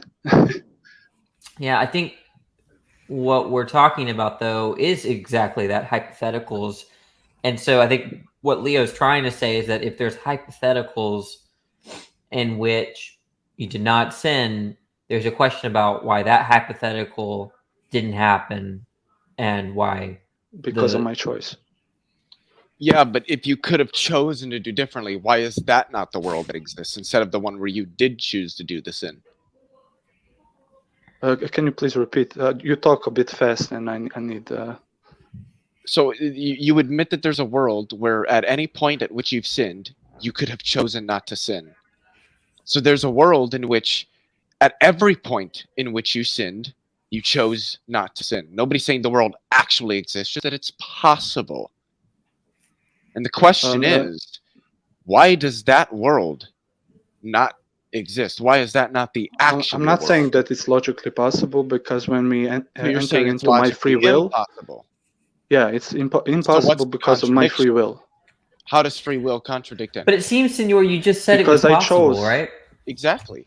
He did. Okay, No, it's and here possible we for go people. back on the circle. Yeah. Guys, look, Well, Senor, I'm not just for going to me. let you know, I totally agree with you, but I don't think you can win this argument right now. And I think they got you, they got me. And you got Gosh. me on In this what way? before. So, I don't think they got me. okay. Well, I don't think you're But understanding I modality want to correctly. ask Leo a question about this. Leo, Yeah, go ahead. is it possible that there's something you don't understand about why God did things, and like the problem here isn't the one that you're saying, it's a limitation on what you can understand about reality? Yeah. This is just to say that this is skeptical theism. This is just, how do you know that you just lack the epistemic moral knowledge with respect to the events that happen that God has? So you don't understand sort of this full breadth of why things that seem evil to you are occurring. But I would just say then that, well, ultimately, if what you're saying is that those things are willed by God, then they conduce God's desires. They ought be done. And that's what I take good actions to be. So again, I would just say in such a world, there is no evil. Everything that occurs ought be done. It ultimately conduces God's will. Well, No. I see the point that you're making, and I'm not saying I have a good argument against it, but I do think it's wrong. I think it, and I mean, for me, I don't have a consistency problem saying that, God wanted free will. And free will entails the possibility of doing things that are not God's will. Exactly. Right? Yes. No, but I don't think that's been denied. It's just that you haven't denied either that it's possible that there's a world where we have the choice to do evil, but we choose not to. Nobody does, ever. Yes. Why is that not the world which exists? And I say that's because of human choices, not because God actualized it. Because I think you're giving too much control to God. So you don't think there's a world in which that God created in which humans of their own free will choose not to do evil? Isn't that the same question you just Yeah, because when you say, well, because of humans' choice, you're just essentially saying that but the actual world isn't that way. Sure, but why not? You don't disagree with me that God created the world. So why didn't he create it? It's a semantic issue. No evil. He's pushing what ought to be done. He's omnipotent. He has most reason to do so. Why isn't the world that exists? Okay, Leo, if we describe evil as an act or actions not in accord with reason, informed by the divine law, then what I ought to do is informed by the divine and natural law that is revealed through natural revelation and special revelation. So if there is a thing, a church, for example, assesses and says binds my conscience to murder is evil, shouldn't be done, then that couldn't be changed. That is evil, and it is a privation of goodness. So when God sees this action, he sees the nature of that action. It's a privation of goodness. That privation of goodness, that nature of that act doesn't change just because the whole composition or the God's plan should happen, right? So there are parts of the composition. Do you understand? Wait, can you repeat that the last part, please? there is a composition that would be God's plan, and we can call it good. There is a term in Catholic theology called felix culpa, which means happy fault. So it's like a paradox, right? Through the fault, through the sin of Adam, we got Jesus, right? So it's in a way the plan is good, even though there is evil parts in it. But evil has a certain nature; it's an absence of good. So when God sees evil, He sees that evil is diminishing its creature. It diminishes, rather increases our natures, our beings. So that doesn't change, right? That nature of evil doesn't change, but this composition as a plan of God can be good. From God's perspective, He can see the plan and say, this is good, right? The outcome is good, everything is good, right? I will redeem my people and this and that. There is heaven, there is infinite joy and happiness, and there is damnation over evil and justice. There's two issues with point I what you need to said. object to is when you're saying the absence of good is evil. I disagree with that. To me, the absence of good just means it could be neutral, right? It just means there's nothing. Amoral rather than immoral. Yeah, that's right. Well, and there's a problem with It that. You doesn't say have that evil is deprivation of good. Well, then what is good? And it also seemed that you alluded to this idea that, well, from our perspective, actions can seem evil, but within God's greater plan, they're good. Well, then I just don't consider those actions evil. If God's plan is good, and these actions are a part of God's plan, then these actions ought be done. They're the best thing to do. No, that's a composition division fallacy. That In would be a what way? composition division fallacy. How? Because you are saying just because a composition is one way doesn't mean that parts Composition are of what? the same What way. composition of what? What Because composition this did I is speak of? let's say an analogy of Holocaust, for example. What does the Holocaust have to do with you telling me what composition I appealed to? I don't know what composition I appealed to. Composition of the plan or the reality of, plan? I didn't mention of the all of the composition instances, right? When you talk about the plan, God's plan is good. That is containing all of the set of affairs that persist can I over ask you a time, and question all then? of the instances and all of the actions. But when you Can I talk ask you about a a certain question? instance or an action of an individual, that can be evil, even if it's a part of a greater composition that is good. So can I ask you a question? That Yeah. evil, that part of the plan. So it seems that what you're saying is you're trying to accuse me of a composition fallacy. Just because the plan, or sort of maybe the reverse of it or something like that, where just because the plan is good doesn't mean every single piece of the plan is good. So my question then is, the pieces of the plan that are not good, could God have done it a different way and that was better than that? When we enter into free will, I don't think things can be. So God could Certain not have things. done it a So better way. no, I can say that God has a conditional will. So conditional will would be that God makes things happen conditional on So the God choices of free creatures. ought it to have happened that way. God Certain wanted it things. to happen that way. Yeah, but God makes things happen through So- conditionally on yeah, the so he choices wanted it to of happen creatures. that So way. no, He wants a creature to have a free will and to Yes, choose and so to he make a wanted- certain action. But that doesn't mean he likes the action. Like, let me give another I didn't say analogy of a anything king. about like the action. I don't know why we're talking about liking the action. I don't. No, let me give an analogy of a king, for example.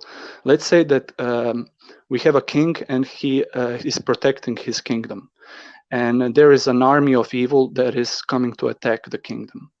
Now, if he is a good king, he will not like the fact that he must send his army to defend the kingdom, because he will lose a lot of his friends and this and that, right? But he needs to do it to protect the women, the elderly, the young children, the next generation, to protect the kingdom. Yeah, it ought to be done. Yeah, but Yeah, that doesn't okay. mean that people getting killed and stabbed into the neck is good. Well, what do you mean by good? Because when I think of something being good, I just say that it ought be done. So if you're saying that it ought be done, then it's good. No, it's too vague to say just ought to. Then I what said do to you you mean that by evil good? actions in accord with reason, informed by the divine law. Yeah, and wouldn't those just be things we ought do? But it's the standard. I'm below the standard that's set for me by the church. because you're admitting she has the authority to bind my conscience to certain norms. You're admitting there's a standard there, that there's norms, and those Yeah, norms but God is not. Those norms prescribe obligations, correct? Things you ought do. God is not under the same standard. He's not bound by the sacraments and things like I don't recall saying that. Does God do what he has most reason to do? Yeah. Okay. Is it possible that God could have achieved his desires utilizing a world in which there is no sin? Depends on his purpose. If he wants to just have generic people that. So if God desired, meaning it's his purpose, if God desired a world, if God had some goals that he wanted to achieve, he desired to achieve them in the best possible way. The thing is, it's possible that way could have been a world with no sin. Listen to me. You're making a caricature of the Christian theology, which is God wants just people not to sin. That's not theology, Christian theology. That's not the story of the Bible. I never said that. Right? Why would that be the purpose of God, of a infinite being or all good being, just to create these people that never sin? That's not the story, right? The story is God is becoming man. He's joining his ontological nature with creation so he can transform it in his image. Okay, so he's sharing with us everything. Is it possible? Yeah, because you're making a caricature of God wants this. Why would God want to create people? You tell me.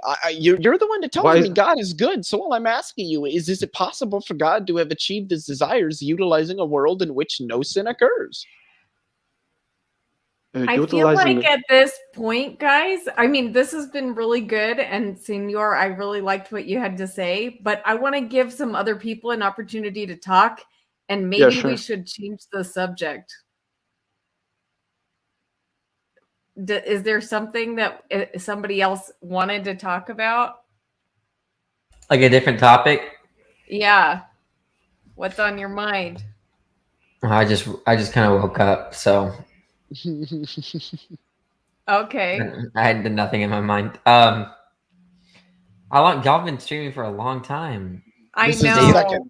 This is the second bout on the problem of evil. I know. We had a first round. Oh, Tangela was here for the last one. They were just all beating me up. Leo got me. I don't know. Maybe you know what? Now that I'm thinking about it, maybe it'll appear on my channel. I don't know. Maybe possibly. if Rebecca says it's okay. The Lion's Den syndrome. It's fine. You can put it on there. Leo abuses poor, helpless Christian woman. Yes. I don't think Rebecca's helpless. I think Rebecca's a lot better than a lot of them because I think she's honest. Like she said earlier, I think you're wrong, but I don't really have an argument right now. Like that's just honesty. That's just great. I can accept it as an answer. Hey, understood. Yeah. Thank right you. On. We'll suspend the discussion and we can talk about it later. If you say, hey, I was thinking about what you said, and boom, the discussion starts. Yeah, great, awesome. I don't know why, and I'm not obviously saying this about Rebecca or anybody else in here. I don't know why some people are just so afraid to just be honest in a discussion. Well, I don't get it. It's because they feel there's a lot at stake. And so maybe not having an answer in the moment means that, there's like something at stake with reality. Like also, Rebecca's fine with being a flaming heretic, so that's well. But see, all it tells me is that I'm not heretical. I am an evangelical Christian, whether or not they like it. They're gonna burn you at the stake one day, Rebecca. I seem to remember Douglas Wilson debating with Christopher Hitchens one time saying, "Nobody can blaspheme like an evangelical can." But Senor, I'm glad you came to my channel. I've never seen you around before. How did you find this channel? I bet I know how. I don't know. I think I watched a debate between Lance and somebody. On what? Sorry, Lance and I think you and James Fodor on morality. Danny, I gotta ask you a question, buddy. Mm-hmm. What do you think of James Fodor, huh? No, Rebecca, please. bad. I'm This not isn't going bad. to be talking. I like James Fodor, and I don't want. So any do I. I gossip. just I want to don't hear. want gossip. Wait, why do you stop? Why? Why would you think I should say something negative, Rebecca? Why would you? Yeah, No, I don't know what you're gonna say. I don't know what you're gonna say. I just want to know. I have to know.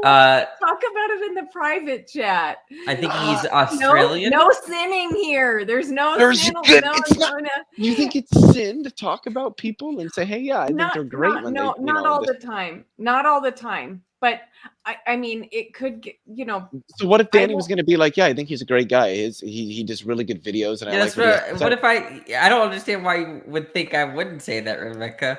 Okay, if you're following the policy, if you don't have Yeah. anything nice to say, don't say anything at all, then go for it. Fodor is a pretty smart guy. Okay. Cool. Okay, All right. so I Randolph, can't help but feel that something's missing from what Danny. No, But I don't. Yes. Danny boy. He has brown hair and he's Australian. this is where I'm Okay, gonna now we're burst getting a more into complete song. picture. Love.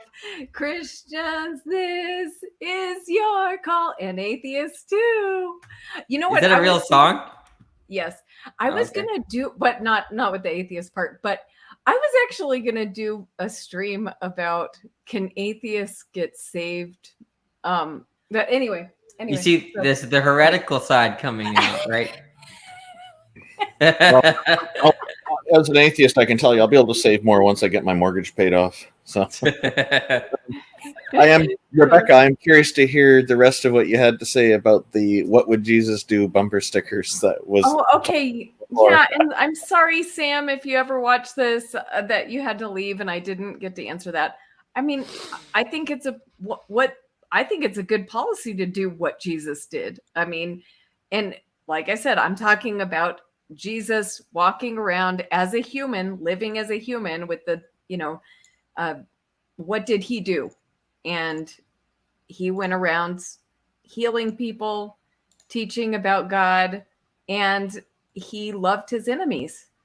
So I think turning water into wine was a really good start too. hey, yeah, I think more people should do that. Let's Turn do water what into wine. So how do you do that? I think most people can turn wine into water, but turning water into wine is a lot more work. I can turn wine into something, but it ain't completely water. That's true. This "What would Jesus do" bumper sticker idea just inspired me. I'm thinking I'm going to create some bumper stickers. WWAAD. What would an atheist do? Just so that we can get them on other cars, So. But I think it's an important question to ask. What would so and so do? What would some role model do? I'm not. I kind of advocate for people to think for themselves, be their own leader, that sort of thing. Randolph, atheists have to borrow from the Christian worldview to do anything good. Okay. Yeah.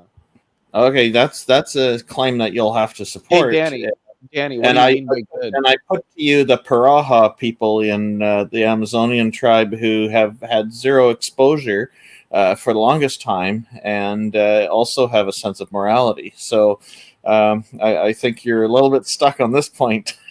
Well, let me defend the point for a minute, because I think that misses the point, because no matter if someone has heard of the concept of God or not, the whole reason that the argument that's being made there is that the whole reason that you even have a sense of morality is because you are a being created by God in his image.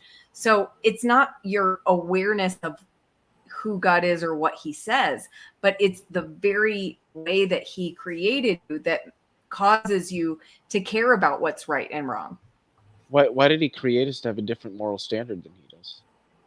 I mean, to me, that just begs the question, why ought I follow the moral standard he gave me and not some other one? Well, what do you think the moral standard he gave you is? I don't think God gave me a moral standard. Okay, well, what is your moral standard? For me, I would say it's the improvement of happiness, health, and well-being amongst all humans. And I would say that in a very general sense, it seems that humans ethically, that is the goal we do our best to try to attain. And again, I'm speaking very generally here. Is that we try to improve happiness, health, and well-being. We don't necessarily always do the greatest job at achieving that goal, but I think largely that's what humans are trying to do. And I think that history and the obvious improvement of the human condition we can see as history progresses to the modern day seems to track that idea very well. And I think that would fundamentally be rooted in both the empathy and the altruism that I would say is evolutionarily built into humans as a result of being a social species. The golden preference that I suggested earlier would probably be pretty closely compatible with your ideals. Is that right, Leo? Yeah. Mm-hmm. Yeah, and so the argument simply is the reason that you feel that way, Leo, is because you were made in God's image. And I mean, No, that sounds like a pretty good that's not standard what to I'm me, but- saying. That's not what I'm saying. No, I know. That's not what you're saying. Yeah, so why are That's you what saying the that's what I'm saying? argument is being. That's the That's argument not the about argument the I'm making. stealing. You have to steal. Rebecca, stuff. how do you Oh, know? no, Rebecca, you're how do talking you know that you're not borrowing from the atheist worldview for your morality? How do you? Yeah, like T-Jump, the great philosopher says. How do you know that there isn't some like naturalistic fact about morality and we just haven't discovered it yet, and we don't need God to like answer morality? How do you know that? How do you know that you're not built in with the knowledge of that fact? Well, Rebecca's if borrowing from the atheist worldview. If we all arose by natural processes, then I don't have morality. Because Wait, what do I you don't- mean? I don't have morality. What do you take morality to be? Nothing. A What? figment No, of your just imagination. no, not in any particular worldview. Just well, I guess in your worldview. What do you take morality to be? Well, it's a standard by that's good to live by, right? Yeah, But I wouldn't have a standard that's good to live by. If I arose by natural I do. processes, I do. I have nothing. What? I have a good moral for you. standard to live Enjoy. by. Yeah, I'll I be off arose by drinking and natural killing and processes. stealing your stuff. I'll Yeah, steal but I your arose stuff by and kill you. Enjoy your arose, morality. but I that doesn't make it good. I don't know what you're saying. I arose by natural processes. I have a Cool. great moral standard, and it seems to track with the, again, speaking quite generally here, what the Great moral moral standard standard. seems How do you know out it's throughout great? history. How do you know Because it's great because we say it's great. That's why. I say chopping up people and eating them is great. Yeah, but the rest of humans don't. So I'm sorry. I don't care what the rest of humans think. Well, What it sucks does to suck. This is what the rest of humans say. what does Intersubjectively, what we have does decided their that this is the idea mean standard. to me? I Well, don't care. it doesn't matter what it means to you. You break the standards we've developed, you'll end up in jail. Means nothing to me. Yeah, you can lock me up and you can put me in jail, but you can't tell me I'm bad or wrong. Well, most people would think that you were. So, I mean, it doesn't really matter what you think. The opinions of 7 billion cosmic accidents mean nothing to me. Well, I that's have okay. my own Yeah, standard. that's okay. That's fine. It's great. Humans have intersubjective standards. Silence. Danny, When people say, I love eating human What did you beings, they send? say, that's great. Fuck you. Just to give you Language is a good Christian channel, Leo. Okay. What? It's okay. Oh, I mean, shut up, there's Danny. so much blasphemy happening on my channel. I don't. Danny, see I how could A make lot it- of you F-word might is say gonna make a heresy too, right? Danny, I could say things that would make you remove me from the stream right now. So don't even start with me. Okay. The What's golden wrong? preferences to treat others according to their preferences.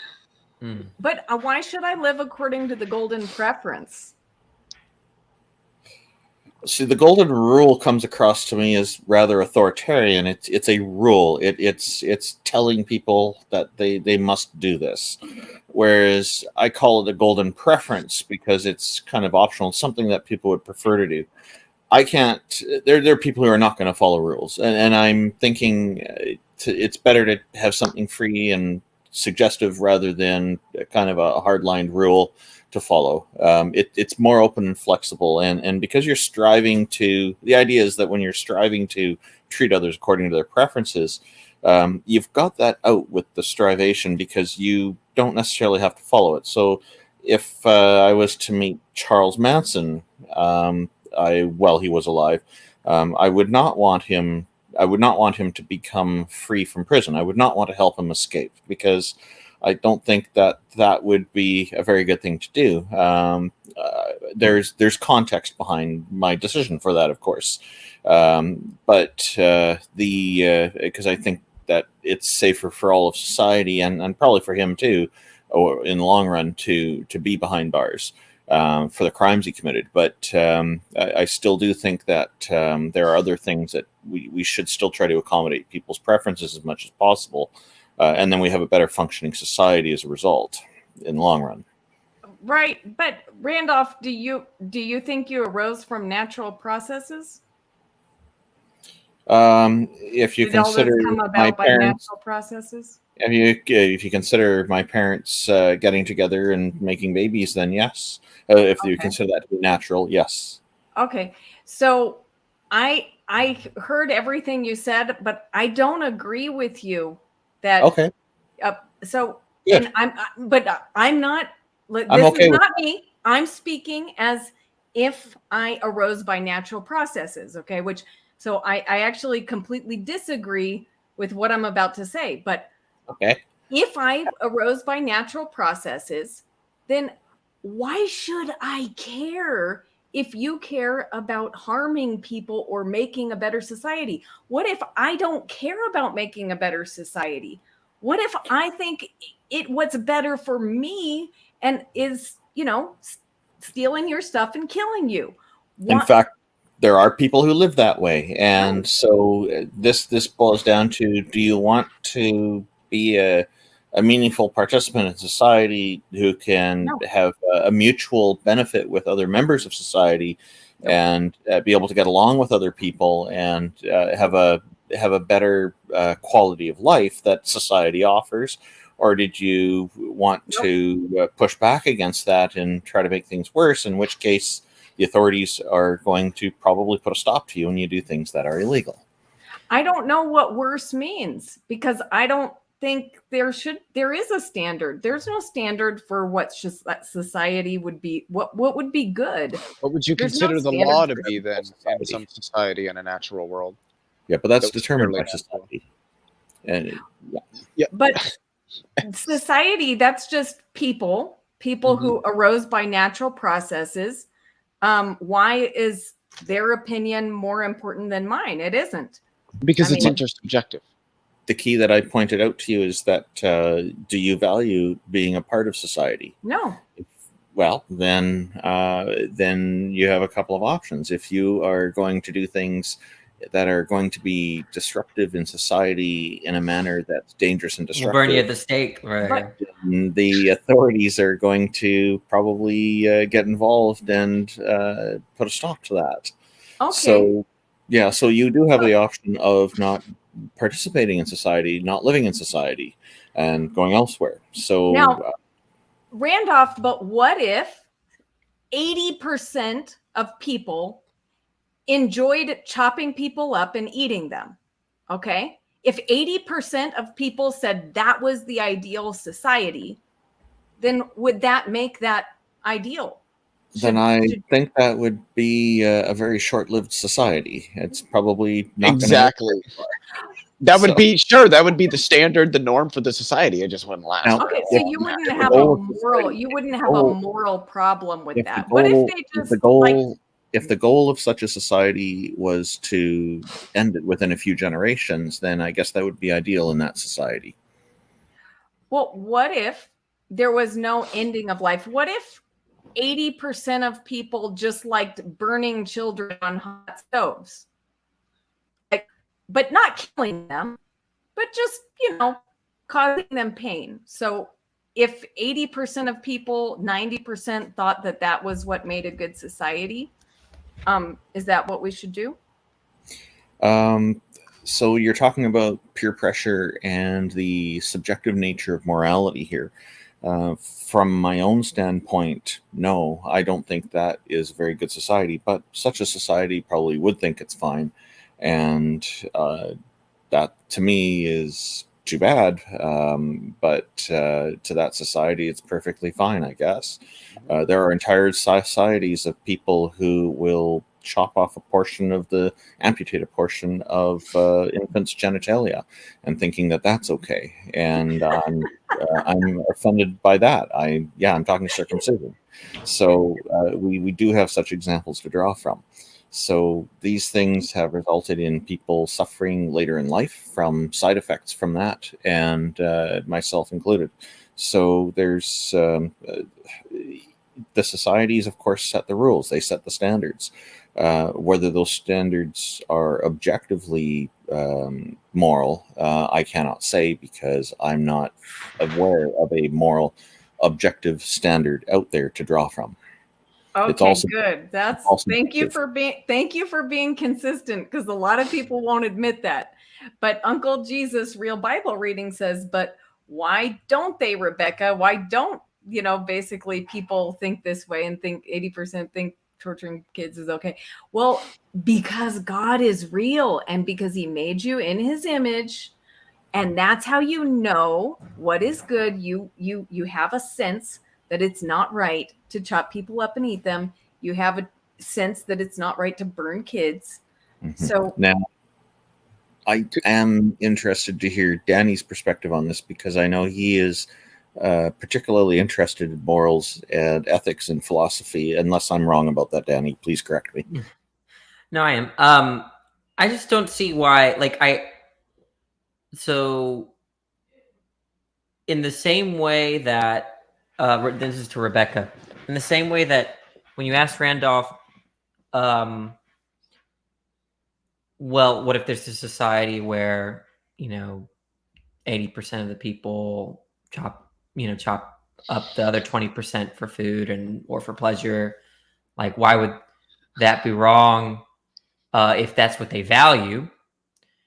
I just don't think that inserting God into the picture changes the question.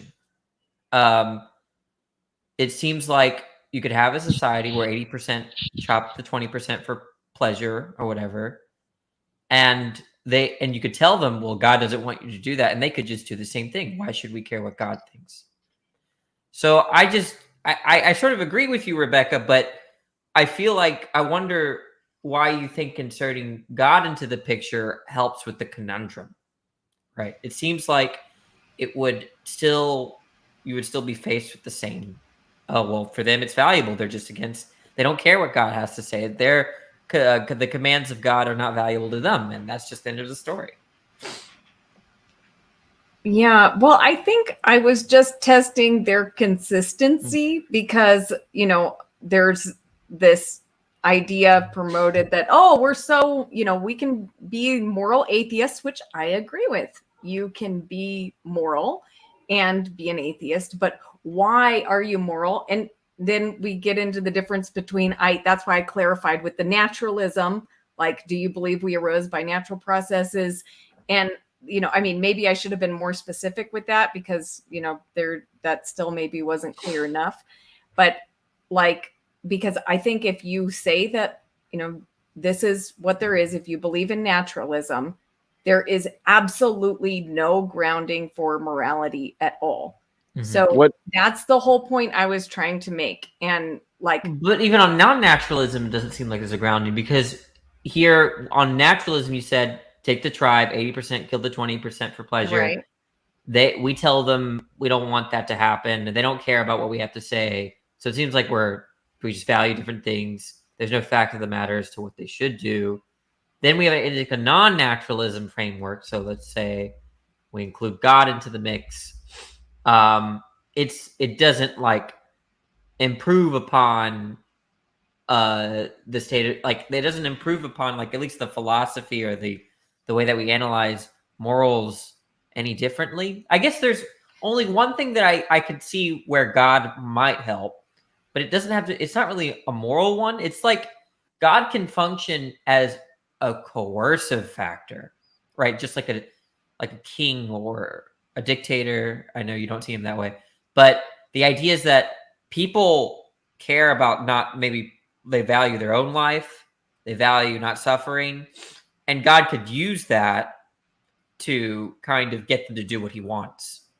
So that I get, right? So if God exists and everyone was made aware of his existence, out of self-preservation, many people would start following him. But to me, that's not a moral change. It's still the same meta-ethic that people care about their own well-being. They care about their family's well-being. They don't want to suffer, kind of what Leo's talking about. And so they follow the God that would send them to hell otherwise. Or, I know you have different views of hell, so that's not fair. But for the vast majority of Christians, I think that's how it's going to have to be cashed out. I don't think it adds like a moral dimension to anything, though. Rebecca, thank you. Sorry if I cut you off earlier. It sounded like you cut out. I apologize. Then I realized, you're saying a little more. Oh no. But what you said about the consistency, I found interesting. Are you noticing a lot of inconsistency, and what kind of inconsistencies have you encountered after you respond to Danny, of course? Okay. Let me remember what I was going to say to Danny. I think the difference that it makes, Danny, is that since God's the boss, and I mean, I think he's a nice boss. He's a good boss, but he is the boss. And so if you're doing something that is, he can actually say, you're wrong. That's bad. Right. And so you have a standard for what is right and wrong, because he can make that standard. Right. But why couldn't we just do the same thing? Well, God tells me I'm wrong, and I say, so I don't think I'm wrong. And lots of people do that, right? Like lots of people don't care what God says. So, and God is nice enough to let them usually go on their merry way with, their own ideas about what is right and wrong. So, there are times when he intervenes, but then did you want to respond to that? If not, I will respond to Randolph's question. Well, I'm just having a hard time understanding what it would mean for God to say that I'm wrong if it's not that he's appealing to what I value, right? So I could understand. He said, look, I know that if you don't follow me, you're going to be in a situation which you don't desire to be in. And given that, you shouldn't be doing what you're doing. I understand that, right? Mm-hmm. But what I don't understand is this other sense of wrong where like it's sort of independent of what I value. Yeah, and isn't this the classic thing that we've been doing with Lance in all these morality arguments with Lance? This is the whole thing, right? Is their stance independent, morality? And so, by the way, no, there's not. Maybe I can respond to that. Okay, sure. Well, and I think you should respond to Randolph, but I personally didn't see inconsistency in what Randolph was saying. Maybe you agree or disagree, Rebecca. Well, it's getting pretty late, so I don't remember everything he said. But I did think, when I pressed him, his final conclusion was like, okay, well, I guess that's, oh, whoa, the morality short. How are you still going? All I just want to say how do you is that appear whenever morality is mentioned? Rebecca, we're can I ask you a in question? morality right now with Lance. Can I ask you a question? Are you really? Rebecca? Yes, we were just talking. We were just talking. We were just talking about it. Okay. Did you really, Lance? You didn't come. I thought you came in for that. No, I have no idea what was going on. I was playing a video game. I was chopping up people and eating them and all kinds of all these sorts of weird things. Rebecca, can I ask you a question? Yeah. Wait. Hold on. We have no. It's not going to derail. I promise. I just a really Okay. quick question. Is it? Would you say that Lance ought to have shown up? In what sense do you mean ought? So I think Senor wanted to respond to what I was saying. Yeah, when Danny said, "Well, I don't hold to that. My subjective goal is something different," then I would just posit that you're being irrational and you're wrong, because God sets the natural ends for us, right? So these behaviors that facilitate the achievement of these natural ends could be called good. It will fulfill human nature. And any behavior that frustrates the achievement of these natural ends is considered bad. So it won't bring about human flourishing. So when we talk about God, we can start with those things God are good, which we desire. So it's kind of phenomenological. It's the thing towards which one has an inclination by virtue of the fact that his nature is suited to it. So we call that, and we call that thing perfect, which lacks nothing proper to its nature. And that's the final causality, the type of thing which accounts ultimately for the movement of nature towards its full realization. That would be God. So God's goodness, what we are talking about, is ultimate desirability. Do you think those natural ends are just what God wants me to do, or something different? Yeah, wait, They pause are 1 ingrained minute. in you. Pause They are 1 etched. minute. Jamie is trying to come in the stream, but I need to make sure it's really you, Jamie. You don't have to be on camera, but I just want to make sure nobody's using your name to come on and be weird. Can you show me your face on camera really quick? Anyway, okay, go ahead, guys. So when we say you're created in the image or likeness of God, you have this etched into your very being, so you cannot escape I don't know this thing. So when let's say I want to fornicate, that's I think under Christianity, there's only the sense that I understand that I ought not do that is if I want to follow what God's design, right? But you're saying that I ought not fornicate is true in virtue of something different. You're being irrational. You're not functioning proper to your nature. But why exactly? Because you have certain natural ends set in you by God, right? What's up, Lance? Yeah, I just want to jump in and ask, why should I care what my natural end? Like, even if I had natural ends, why should I care? Well, then the question is why I ought to be rational, and I think that question is like self-defeating, because even to posit that question, you need to be rational, right? No, so I wouldn't just agree. entertain that, right? I would just not entertain irrationality. So my conception of rationality is instrumental rationality, which means my conception of like what it would mean to be rational with respect to instrumental rationality is like effectively achieving my goals. So if you want to say that there's a conception of rationality other than that, why should I care about that? Like, you could say, well, then you're not being rational. So a couple things. One, it does not require rationality for me to question why you need rationality. If you think that it does, why? I would want to hear an argument for that. And two, if your conception of rationality is not connected to making selections on like about what to do on the basis of what I want to do, then yeah, I would reject that conception of rationality. I'm not actually interested in being rational in that respect.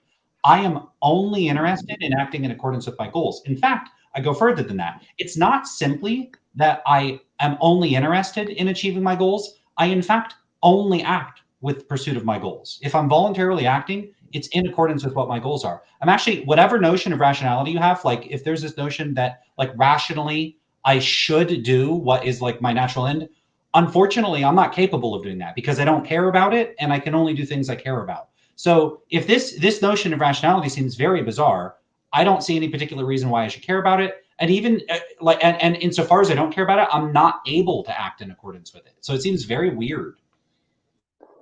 You said you don't need to be rational to pose this question. Well, you're using language, so you're using certain basic laws or of the principles of reason there, structuring a sentence.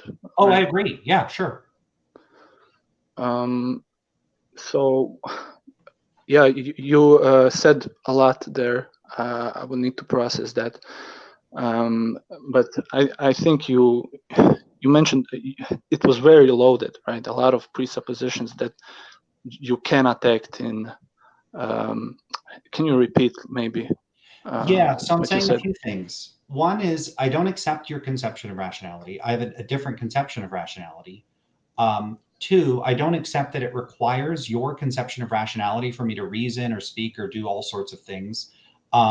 3, I don't think I can act in a way inconsistent with my goals and interests. So I don't even know how I would do what you're proposing. And 4, I simply don't care about whatever my natural ends supposedly are. Like, I don't care about them.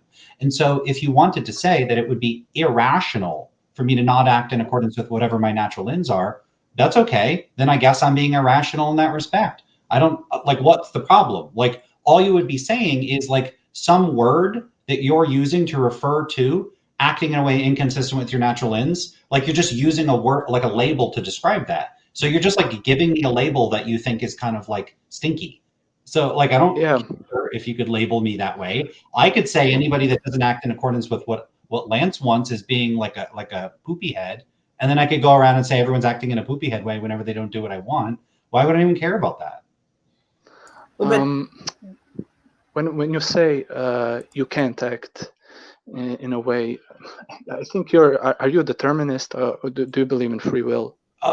No, so I don't believe in free will, but it wouldn't matter if I was a determinist per se. I mean, I could be a compatibilist and then just have a conception of voluntary action where I act in accordance with my interests, and that some of those, you know, insofar as I'm responsive to reasons or whatever, I identify with my ends or whatever it is I'm doing, then I could say that that's my conception of free will. So the position I'm articulating doesn't require like a denial of free will. I mean, maybe a denial of libertarian free will, but okay. What about you want a certain end to be a better person, for example, but it's there are obstacles in the way, and you have free will, and you actually just choose something that is much easier, like, for example, a masturbation all day. I will just masturbate all day, right?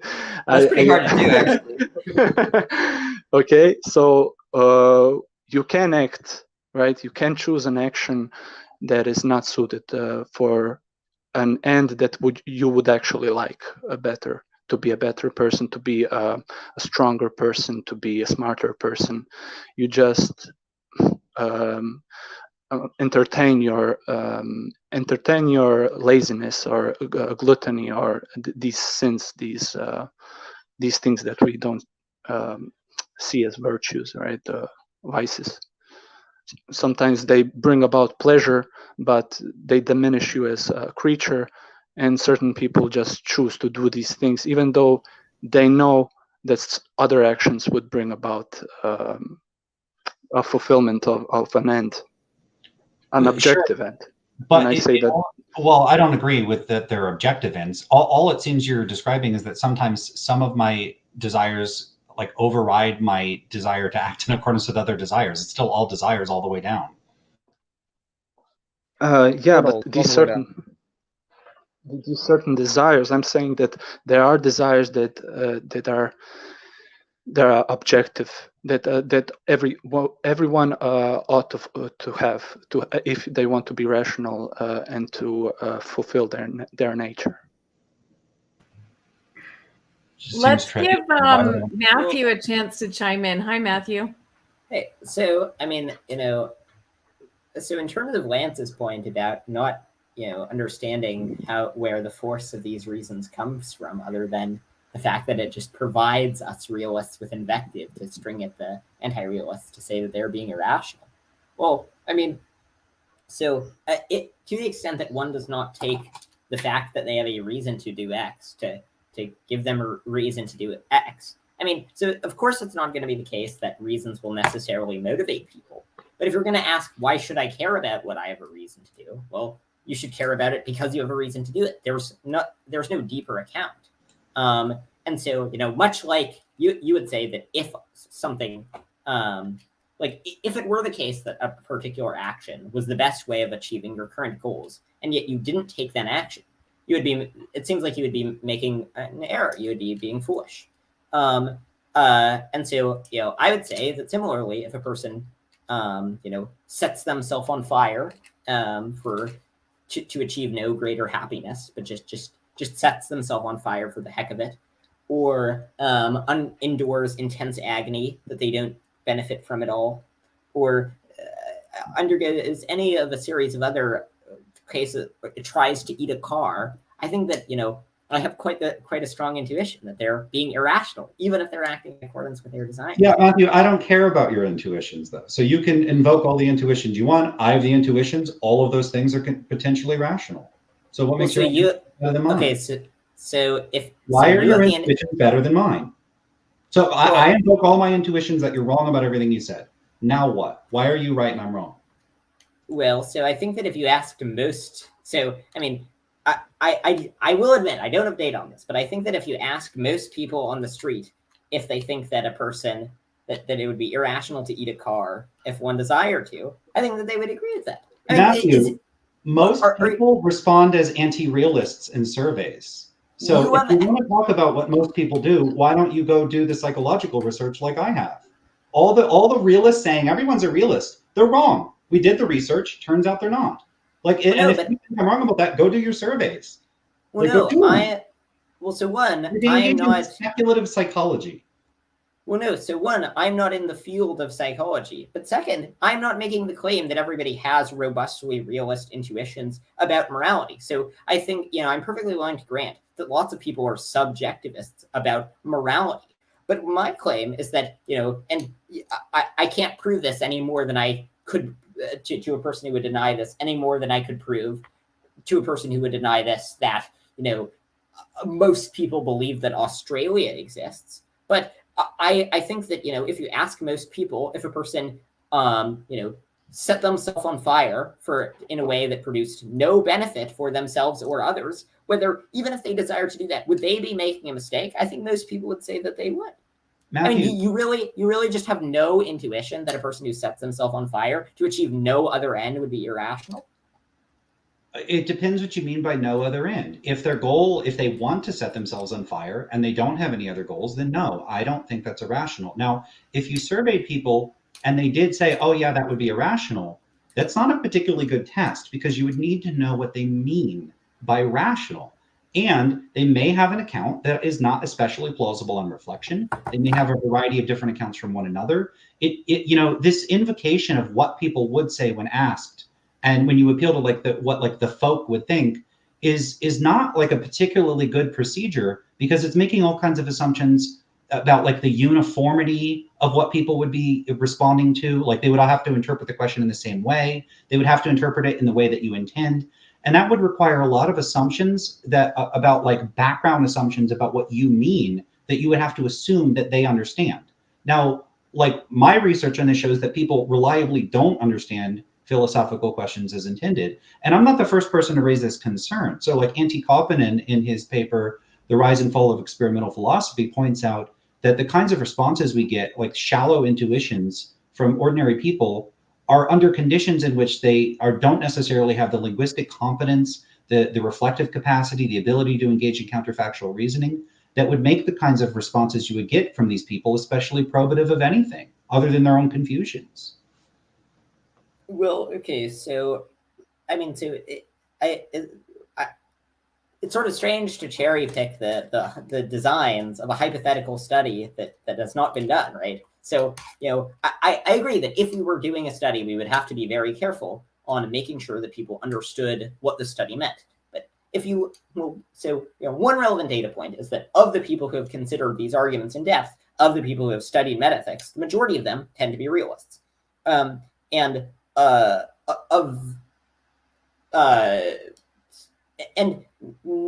Even many of the anti-realists say that they think that these intuitions have some force, but they just find other arguments against realism to be persuasive. But I mean, the number of people in philosophy who just say that they have no intuition, that you shouldn't undergo immense agony for no reason other than you happen to have a desire in the moment to undergo immense agony, despite you achieving no other external benefit from it, or that you shouldn't try to eat a car or set yourself on fire, is quite a minority view. And so, regardless of whether you are justified in, even putting aside the question of whether you would be justified in concluding that, I think that if I have a really strong intuition that something is true, the notion that one would be foolish to set themselves on fire or try to eat a car to achieve no other aim, that to do that they would have to be irrational.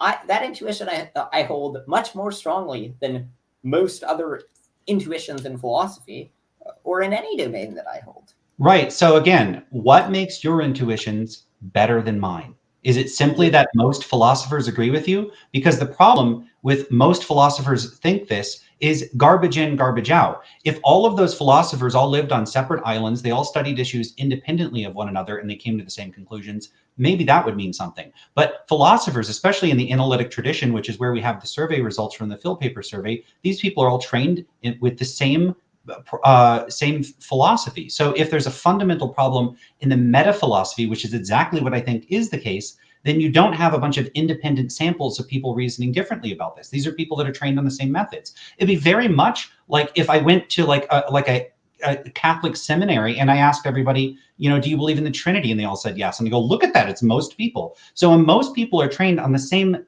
philosophical methods, which I think are a bunch of crap, and then they all agree with each other, that's just, to me, it's just an indictment of the philosophical methods that predominate in analytic philosophy. And as far as I think the way to kind of meet Matthew on the level, the street level, where you ask someone, is it rational to eat a car or whatever? I think that like we have very strong priors about what people might end up regretting, like how regret works. And so like, is it rational for someone to touch a hot stove for a minute? I would say no, but only because I anticipate that after they're going to regret, they're going to be think of themselves, I mean, I should have not desired that. Now I know better. And you can understand that in an anti-realist picture. I think that I wonder why you wouldn't think that's the plausible account, that when people respond with, yeah, that's irrational to set yourself on fire or to eat a car, is that they have background knowledge about what people end up learning about themselves when they do stuff like that. Well, okay, so I mean, so I will the point of it, the point that Danny just raised. So I don't think that that's a plausible account, given that, well, so one, it's not clear on the anti-realist account why we're irrational to do things that we will regret later. But to answer Lance's question of like why do I trust my intuitions over his? Well, so one, it seems like if we trust our intuitions, wait, sorry, you're muted. Yeah, that wasn't my question. Wait, sorry, repeat the question. My question is why your intuitions are better than mine. Oh, well, one of the reasons is because you confess that you don't understand what I'm talking about, right? You say that you find reasons to. Oh, but there's more to that story. Because I think I have a correct conception of reasons, I think your conception is precluded. It would be like if I understand what a circle is, I know that you can't have a square circle. So if you run around saying that so it sounds to me like there are square circles, it sounds like you're contradicting yourself. But if you super duper deny that what you're talking about is reducible to something like square circles, then I think that you're just conceptually confused. And I think I can explain why you're conceptually confused and what the confusion is. So I think that you underestimate what account an anti-realist can provide for the kinds of errors that realists are making. We're not just going around going, we don't know. That's not what's happening in these discussions.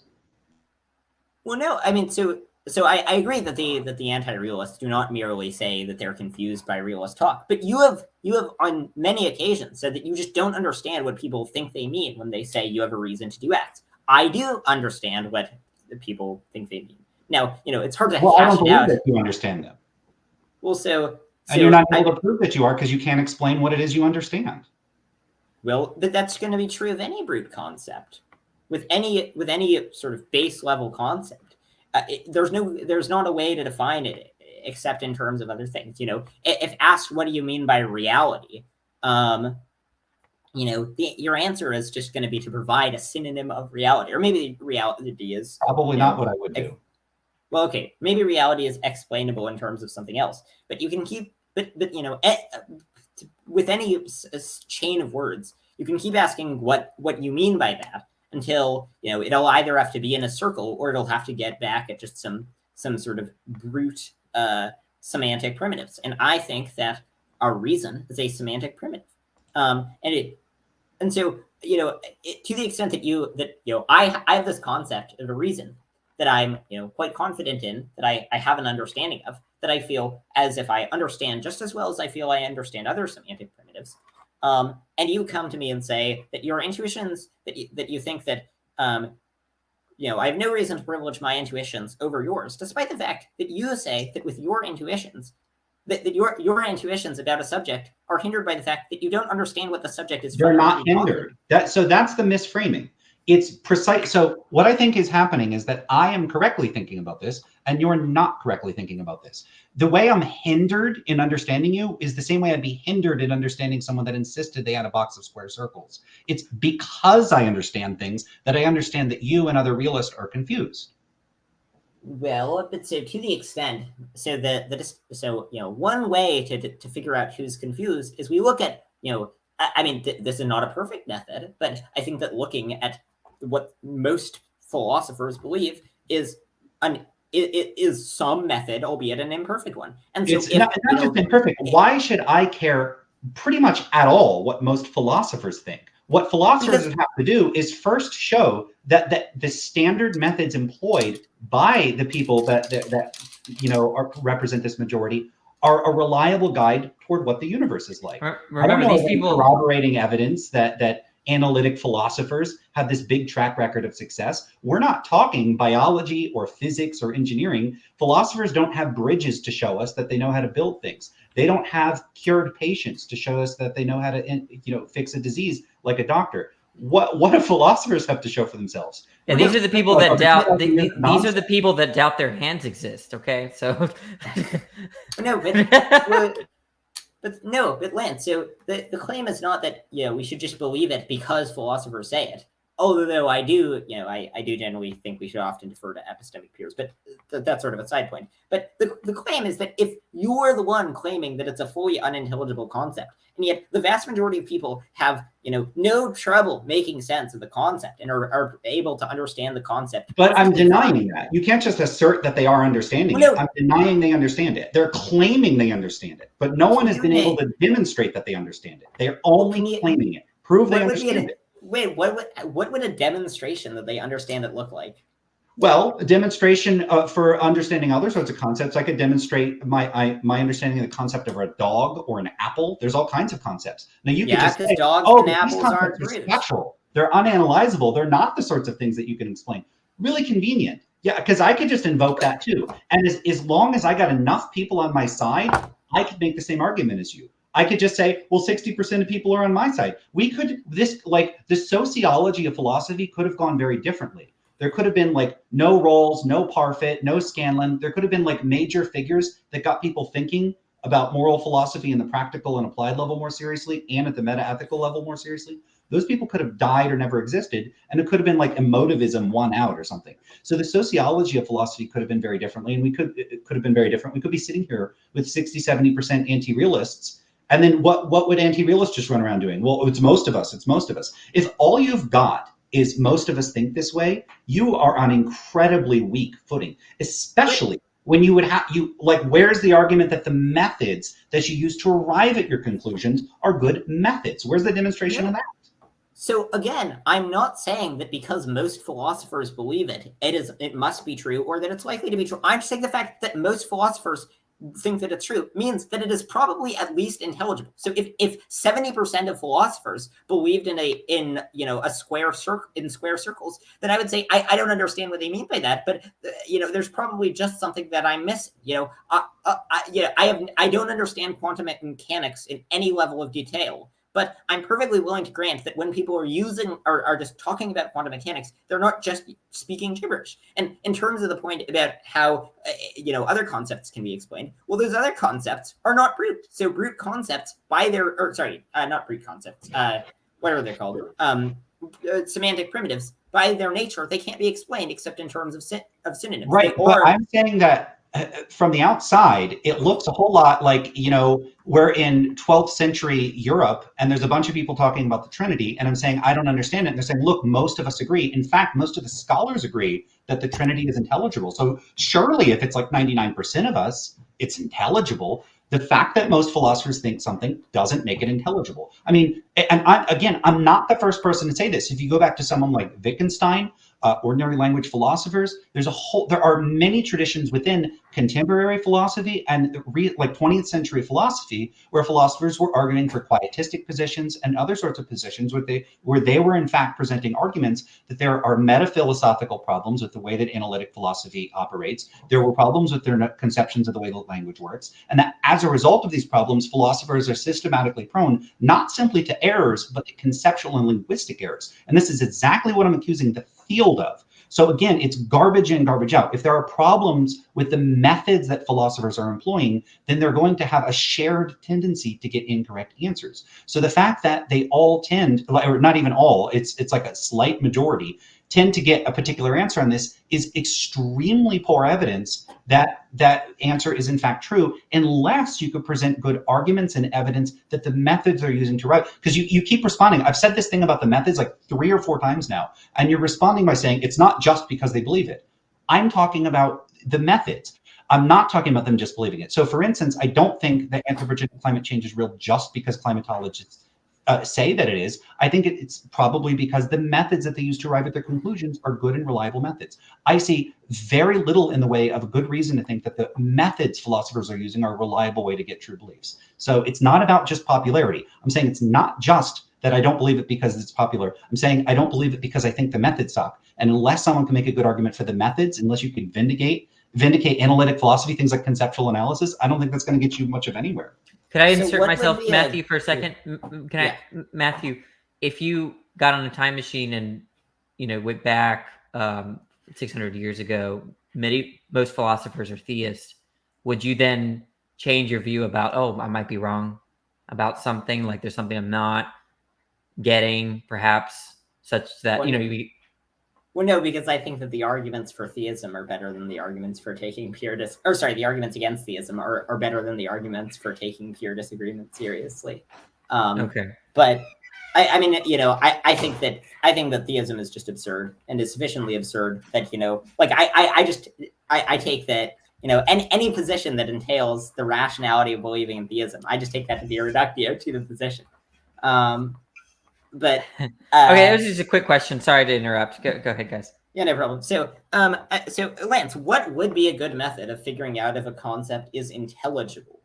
We're not talking about whether or not morality exists objectively now. We're just talking about whether or not the concept of a reason is at least intelligible. What would be a better method of figuring out if it's intelligible? Well, you're claiming that it's unanalyzable or primitive, so there isn't a method. Well, okay, but you agree that there are other semantic primitives, presumably. I don't know that there are. No. You don't? Wait, you don't think that there are others? Wait. I don't know. What? I said I don't know. I didn't say no. Wait, okay. Wait, guys, hold on. Okay, never mind. Okay, never mind.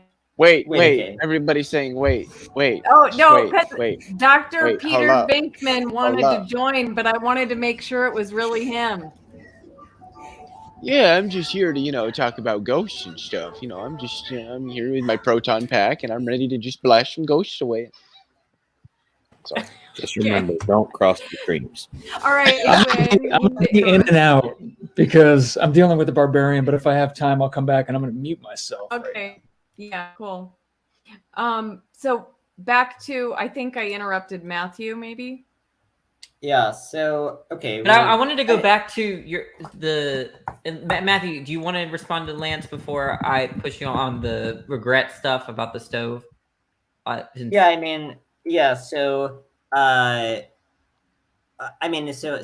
that, okay, one example of a primitive would be like, let's see. It seems like reality or existence would plausibly be a semantic primitive. Maybe not, but for any word, it just seems trivially the case that any word you can keep asking, well, what does that mean? And it'll either be explained in terms of other words or explained in terms, and so it'll be explained in terms of other words. And so it's either going to be defined circularly or it'll be defined culminating at some word, and then you just say that that word is primitive. How would you define? How would we figure out whether the word "the" is intelligible? There isn't a good way to define it without using the word "the" or the word "a," for example. I mean, there are many words in the dictionary that appear in their own definitions, which would not be helpful to anyone who didn't understand what the words meant. But it shows that they're just sort of constitutive to language. And so I'm not sure that's true. And also, these are like connective words that are explained in terms of their relation to other words. The kind of thing you're proposing isn't like that. Yeah, like my Chinese wife, you know, a lot of their sentences omit a lot of the connectives. You know, and when they say I ain't, you know, bring pass the salt, they might just say something that translates to pass salt. Okay, okay, so here are things that seem to be plausible examples of Semitic. Did you Google primitive? Did you? Yeah, no, I did. I was having trouble thinking of examples. Yeah, no, I mean, I'm yeah. That's fine. I thought you would know some. Never mind. Yeah, so examples include. Danny, what's left with the name change, dude? Danny, what do you? God, you're such a troll, Danny. I'm his son, and yeah. So I'm a disciple. Was he successful at trolling you, Leo? Examples include part, this, one, or wait, no, not one. I don't think that would be a good example. Well, but before I mean, look, this is equivalent to atheists Googling biblical contradictions and going through a list with it. I mean, wait, but so how would you break down the concept this, like in terms of other? I mean, are you sure that that's a fair request? I mean, you're asking me to do it on the spot. Realists have had a long time to think about how to explain what reasons are, and they still can't do it. So if I can't do something on the spot immediately at 2 a.m, that doesn't mean that it can't be done. And also, I'm not like an English specialist. I'm not a philosopher of language. So you're asking the wrong person at the wrong time under wildly different conditions. Well, okay. The standards that you would have to meet. You've had decades, and I mean, not you personally, but the people whose team you're on, they've had decades, if not centuries, if not millennia, to give us some inklings, and they got nothing. And so what they've fallen back on is, we know what we mean. And, you know, it sounds very suspiciously like a secret occult priesthood. Like you have access to esoteric knowledge that you just can't explain. And it's like really substantive and meaningful. It's not like I mean, this is something that's like fundamental to human life, and you can't explain it at all. You're not even a little bit suspicious that maybe you're conceptually confused about this? Well, no.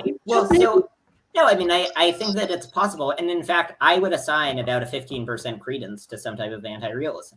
But so, you know, I think zero. Yeah. I mean, I think that it's, you know, it's always possible that we're, you know, confused about concepts. And I mean, there are concepts that lots of people think are real, but that I think people are confused about, like, you know, MJ, are you a realist? MJ, are you a realist? Are you in the realist bandwagon? Who are you asking? Yes, I am a realist.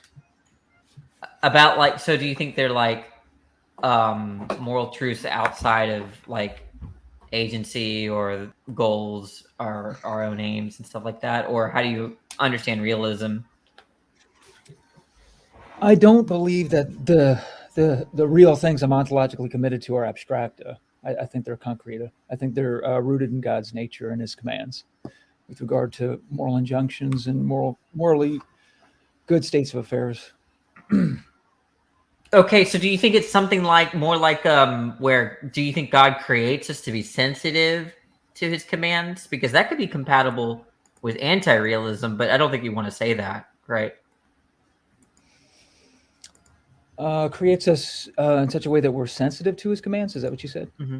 Yeah, like if the idea is that you could say that you think so, because I think that could be compatible with anti-realism in the sense that like it's universal. God constructs our minds or whatever so that when he commands us, it somehow provides a reason, right? There's some kind of like psychological stuff that he's manipulating or arranging, but that doesn't entail that there's like some kind of moral truth outside of like the way that we interact with God's voice or God's testimony or inner witness.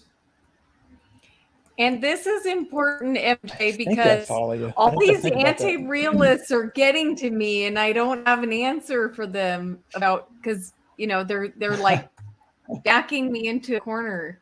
But you got what, to read what's the Parfit answer? for the realist. I know nothing. Yeah, Parfit, who, by the way, Rebecca, will make no argument. He'll just make these ridiculous pleas and intuition pumps. Look, I mean, I'm Intuition sorry. Much like a person who doesn't speak French may have trouble understanding a book in French. A person who just doesn't understand reasons talk may have trouble understanding talk that appeals to reason. See, this is the thing. When they run out of arguments, Rebecca, they just propose that people like me just have cognitive deficiencies or something. Right. So, like, I get that. Well, you're proposing that we're all conceptually confused. Right. So, yeah, but you haven't shown that, and I could show that all observations and phenomena can be explained without appeal to stance-independent normative facts, in the same way that you probably believe that we can explain all observable phenomena without appeal to God. Well, stance-independent moral facts are not simply conceptually and explanatory superfluous. They actually make less sense than positing a God as an explanation. They're like more ephemeral, more useless. Well, no. So wait, okay. So, I think that there are lots of things that are rendered more probable by the hypothesis of moral realism that seem to be true in the real world. If we just want to sort of ignore the seeming-based intuitions and just sort of focus on the predictions about the world. So, some of them would be the dual process stuff, which we talked about. One of them would be that, I think if we think about other domains that meet a few criteria, including A, there not being consensus prior to careful reflection. B, there being knockdown arguments for adopting one view after reflection. And C, many people thinking that they're a realist domain. Every other example of a field that's like that would seem to be a domain where there are facts of the matter. And so, and I think that, all those things are met in the moral case. Now, obviously, bearing out the second one would be quite an ambitious task, one that I've undertaken in a series of blog posts, arguing that that there are just sort of knockdown arguments for accepting utilitarian intuition about a variety of cases. But I think Lance is broadly. I could be wrong about this, but Lance is a utilitarian. I think he broadly agrees that there are. Maybe not across the board, but there are generally knockdown arguments for accepting the utilitarian conclusions. So, Lindsay, why are you being so weird? Could you just why am I a divine command theorist? Home Improvement. Oh, you can see that? Yeah. I don't want to cut off Matthew. I was just kind of trolling you. Oh, we can cut off Matthew anytime. I wanted to hear your response because I need a good answer. Being a dick, I need Danny. a fancy philosophy answer. MJ's rarely here. We can get Matthew. I have no answers. I have no answers. I'm struggling through all this stuff. The more I read about it, the more I'm like, "Whew, this is some hard stuff." Okay, so you're not sure if you're a realist. So you are a realist, though, but you don't. I would have start an out there. answer. I would conduct like the way I approach philosophy. I would begin my research program with those kind of background beliefs in my head about moral realism and intuitions being a relatively good guide to finding out the truth about the moral realm. But it's all defeasible. I'd have to just read up theorists, honestly, because I'm a Rebecca. Rebecca, could I ask you a question? So, is your view that in the absence of God, would your view be the same as Lance's view? Yes, What's and Lance's view? I would maybe even be stronger than that because I would have because not only would I say that I would be a moral anti-realist, I would not be as nice a person as Lance is. I would not. Why not, though? I would strive to, just like I wouldn't have morals, and I would try to live faithfully by the idea that we should not have morals. Why? Like, seriously though. What is Lance's Why? view? What is Why? Lance's view? Let's play this game. I love this game. What is Lance's view? My view on what? I feel like He's an Vanna White. anti-realist. Yeah, so my meta-ethical view is moral anti-realism, which means that I deny that there are stance-independent moral facts, which are facts about what we should or shouldn't do morally, or what's morally good or bad, that are true independent of the goals, standards, or values of people or groups. So I just don't think that there are facts of that kind. I don't believe there are stance-independent facts either. Oh wait, moral facts, stance-independent facts, or moral facts, or all of it? I don't think that. Well, in my view, I don't think at the end of the day that the moral facts are stance independent. I think they're dependent on God's stance. So it's a kind of subjectivism, right? Yeah, so there's Right? there's a It term has I to like be. for accounts like that, which are it's called a relation designating account, and it does make the moral facts stance dependent, but it doesn't allow for moral claims to be indexicalized. So like if one person says murder is wrong and another says murder is wrong, it can't be it can't be that one is right and one is wrong, because all the claims would refer to like God's commands or something like that. So they'd never be indexable. Well, wait. So just a follow-up He's question, crying. Rebecca. Dang it! You're still on my. So I mean, so presumably, so you think that in the so one point to put aside, I just to speak up for Lance's view slightly, I don't think that the logical implication of Lance's view is that you shouldn't be nice to people. I think that that Oh, of course. yeah. Oh yeah, of course. I think that Lance has reasons. That Lance has reasons for acting that way. It's just for me. You wouldn't? No. Why not? No. Because look. You would. Guys, you don't think it's okay to be nice to other people if God doesn't exist? If I'm a cosmic accident, if I'm a then we should be mean to people. Of time and chance and randomness, I have no meaning. I will live that way. I will be as amoral as possible. If there is no such thing as morality, then let's not pretend. I don't want to play a game of pretend. You guys who don't believe, you're pretending things matter. Being good is important. You're pretending. We're not Rebecca, pretending. never give up your view. Never give up your view. Wait, hold on. Rebecca, you think I pretend my mom matters to me? No, this is. You have I'm a not cognitive saying, deficiency. I'm not saying she doesn't Exactly. matter. No. Yeah, but I don't believe God exists. I'm saying she shouldn't matter to you. Why? Why not? Shouldn't matter. Why? Danny's laughing at me. Danny. Why couldn't you say that she should matter to him, given like his inclinations and his thoughts or his goals? Good.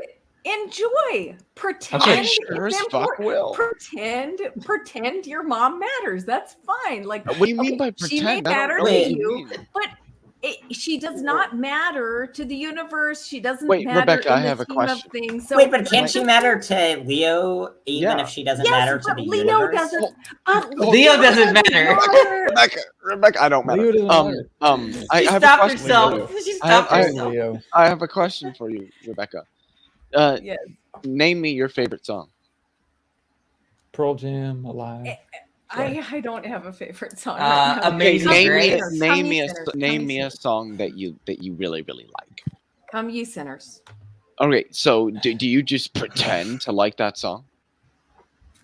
No. Yeah, but other people don't like that song. Like, it's entirely subjective that you like that song. Does that mean you're pretending to like it? It's a lawyer. No, I'm not. Okay, so it can be subjective that my mom matters to me. That doesn't mean I'm pretending that she matters. Okay, great. No, but does it matter in reality? It does. Yes, it does. I live in reality. So does song. she, and she matters to me. Yes. Look, I think what's going on here is Rebecca is equivocating on mattering. There's this matter. I mean, there's matter simpliciter, and then I think Rebecca's talking about mattering in a cosmic sense. Yes. In some. Why does something have I'm to matter talking in that about- sense to matter? Well, I mean, for you, it may not. I mean, for you, that make no difference. But I'm telling you about me, and for me, it very much matters. Okay, so why should I believe the same way that you do? I didn't say Here's you a relevant should. piece of data. Okay, so then what's the problem? There's no problem. Here's a relevant piece of data. You guys are trying to get me to be a nice This is what makes it person hard. in a world without morality. Well, let's MJ. What do you mean? I just had one point. You're saying I should still be a nice person even though there's no such thing as morality. And I'm saying I don't know have what you mean. zero I think there's reason such to be thing a as nice morality. But you also have zero reason to be a mean person. You have just as little reason, like, I mean, you on the anti-realist account, you have no reason in the grand cosmic, allegedly nonsensical sense that we realists like to talk about. But the same facts about your happiness that would motivate you to do things on that account. Other people have happiness too, and so I think that if you're a nice person, you should care about them too. MJ, what did you want to say? I was just going to say, I go back and forth on this because what's like interesting in these kinds of debates for me is that the moral anti-realist, I don't know, Blackburn's quasi, pick your meta ethic. We all share almost an identical kind of moral phenomenology. Yeah, no, I don't like it either. we all have an identical moral phenomenology, and depending on what our meta ethic is, we're going to interpret the relationship between the moral phenomenology and the meta ethic differently. So because I'm a moral realist, I'm going to kind of inflate the robustness of that realism by appeal to my moral phenomenology. And because it's the way it is, I look at the moral anti-realist and I say, consider your moral phenomenology. Doesn't that deflate what you think your meta ethic is? But then the moral anti-realist is going to say, no, that just shows you how awesome my moral anti-realism is because of how robust my moral phenomenology is. And it's almost like not an intuition clash, but just kind of like, it's hard to find like a symmetry breaker when you're kind of going from the phenomenology to the meta ethic or from the meta ethic to the phenomenology. Because I was going to say Leo philosophy. So look, here's my translation. The felt quality of your moral experience. Because Leo Philius, am I saying that right? And Rebecca, just call me you guys Leo. have identical moral Leo phenomenology. Phallus. You guys, Leo Phallus, my bad. You guys feel the same way. This is douchey you have over identical here. intuitions about moral truths, about the moral experience and all that stuff. And from Rebecca's standpoint, her set of methodological dispositions, I would say, they justify the counterfactual that if she were to endorse Leo Philus's meta ethic, then she would give up her moral experience, and her moral behavior would be altered. But then it doesn't buttress the counterfactual the same way as it relates to Leo Philus, because the counterfactual might bear out differently when it comes to the relationship that his moral experience has with the way it's related to his meta ethic. So it just gets really complicated for me. Let me try to translate, and he'll stop me if I'm wrong. Listening the whole time. I'm going to mute myself. I'll be right back. All right. Can you let me try my name first? I love it. Let me try to translate for you, Rebecca. Let's say you and I are watching Schindler's List. Okay.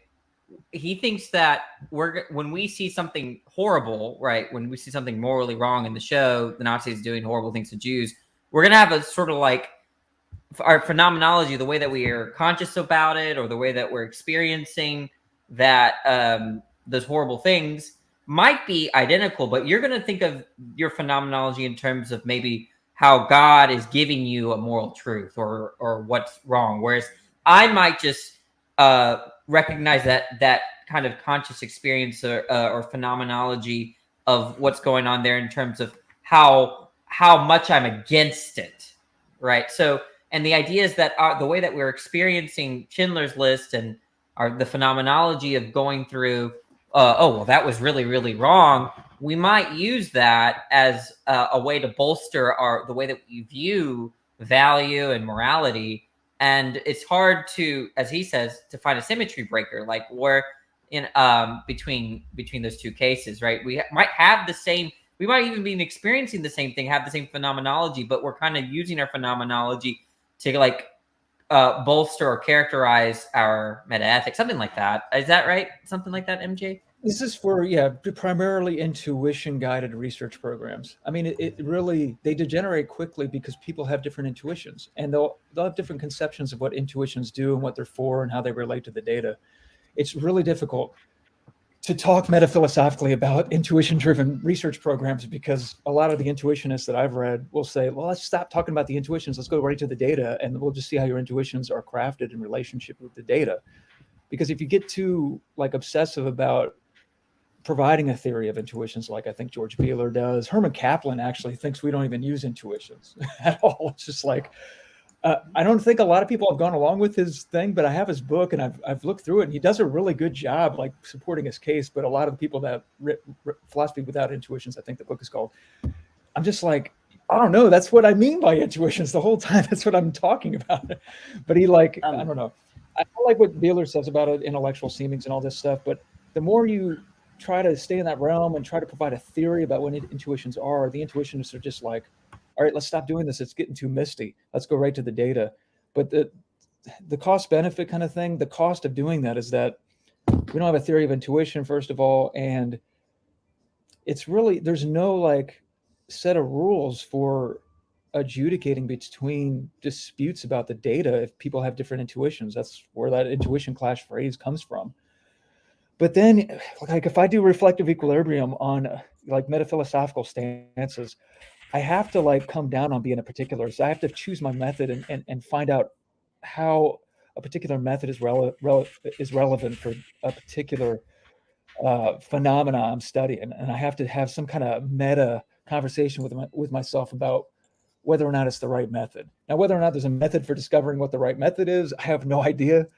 But the more concrete I am about thinking about certain things, I just a method just kind of like almost emerges. But it's really hard. But that's just the cost of intuition guided research programs. I'm not sure what other research program I could latch onto that wouldn't automatically just land me in moral anti-realism, honestly. But again, I'd have to read the literature. I don't know. But depending on what your theory of intuitions are, what your theory of how you're interpreting the moral data, that's the kind of research program you're going to latch onto, and that's the kind of meta ethic you're going to be more attracted to. It sounds deflationary to say it like that. It sounds subjective when you do it like this. There's a guy named Richard Double. I don't know if you guys heard of this guy. He's wrote a book called Metaphilosophy and Free Will.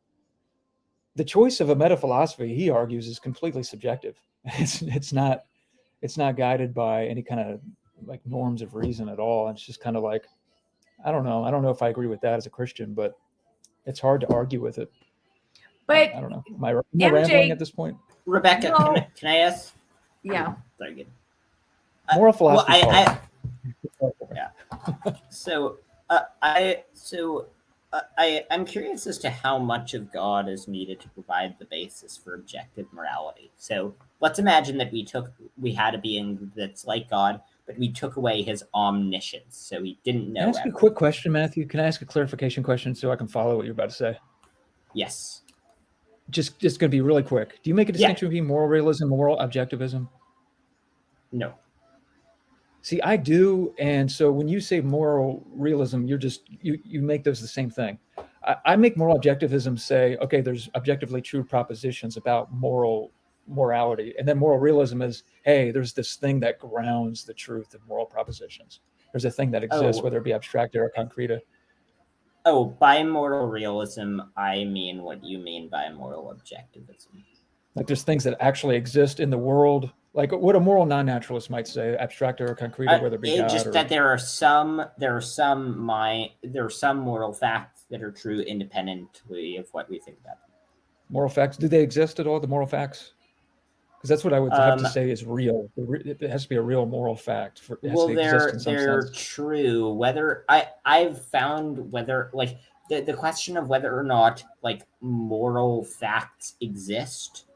I found to be a weird one. I think that moral facts are robustly true. I just I don't even really. That's just a part of my conceptual scheme. Go ahead. Guys, Leo and Randolph are leaving. Thanks for being here. Oh no, guys. I'm not leaving. I was waving to Randolph. You were waving to Randolph. Bye, Leo.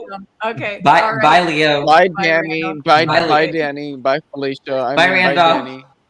Take care, everyone. This was great conversations. Really enjoyed this. I'll join again in the future. Thanks. Cool. Bye-bye. Bye. Y'all sleep well. Sweet dreams. It's only Leo. 3:15 p.m. here. Okay, I'm in Japan. so you guys have like 3 more hours you got to go with me for. Yeah, who has to work tomorrow? I mean, are you guys like totally? I took a 5-hour nap and I just woke up like an hour ago. Oh wow. Okay. I should be asleep right now. I shouldn't be. This is very irresponsible of me.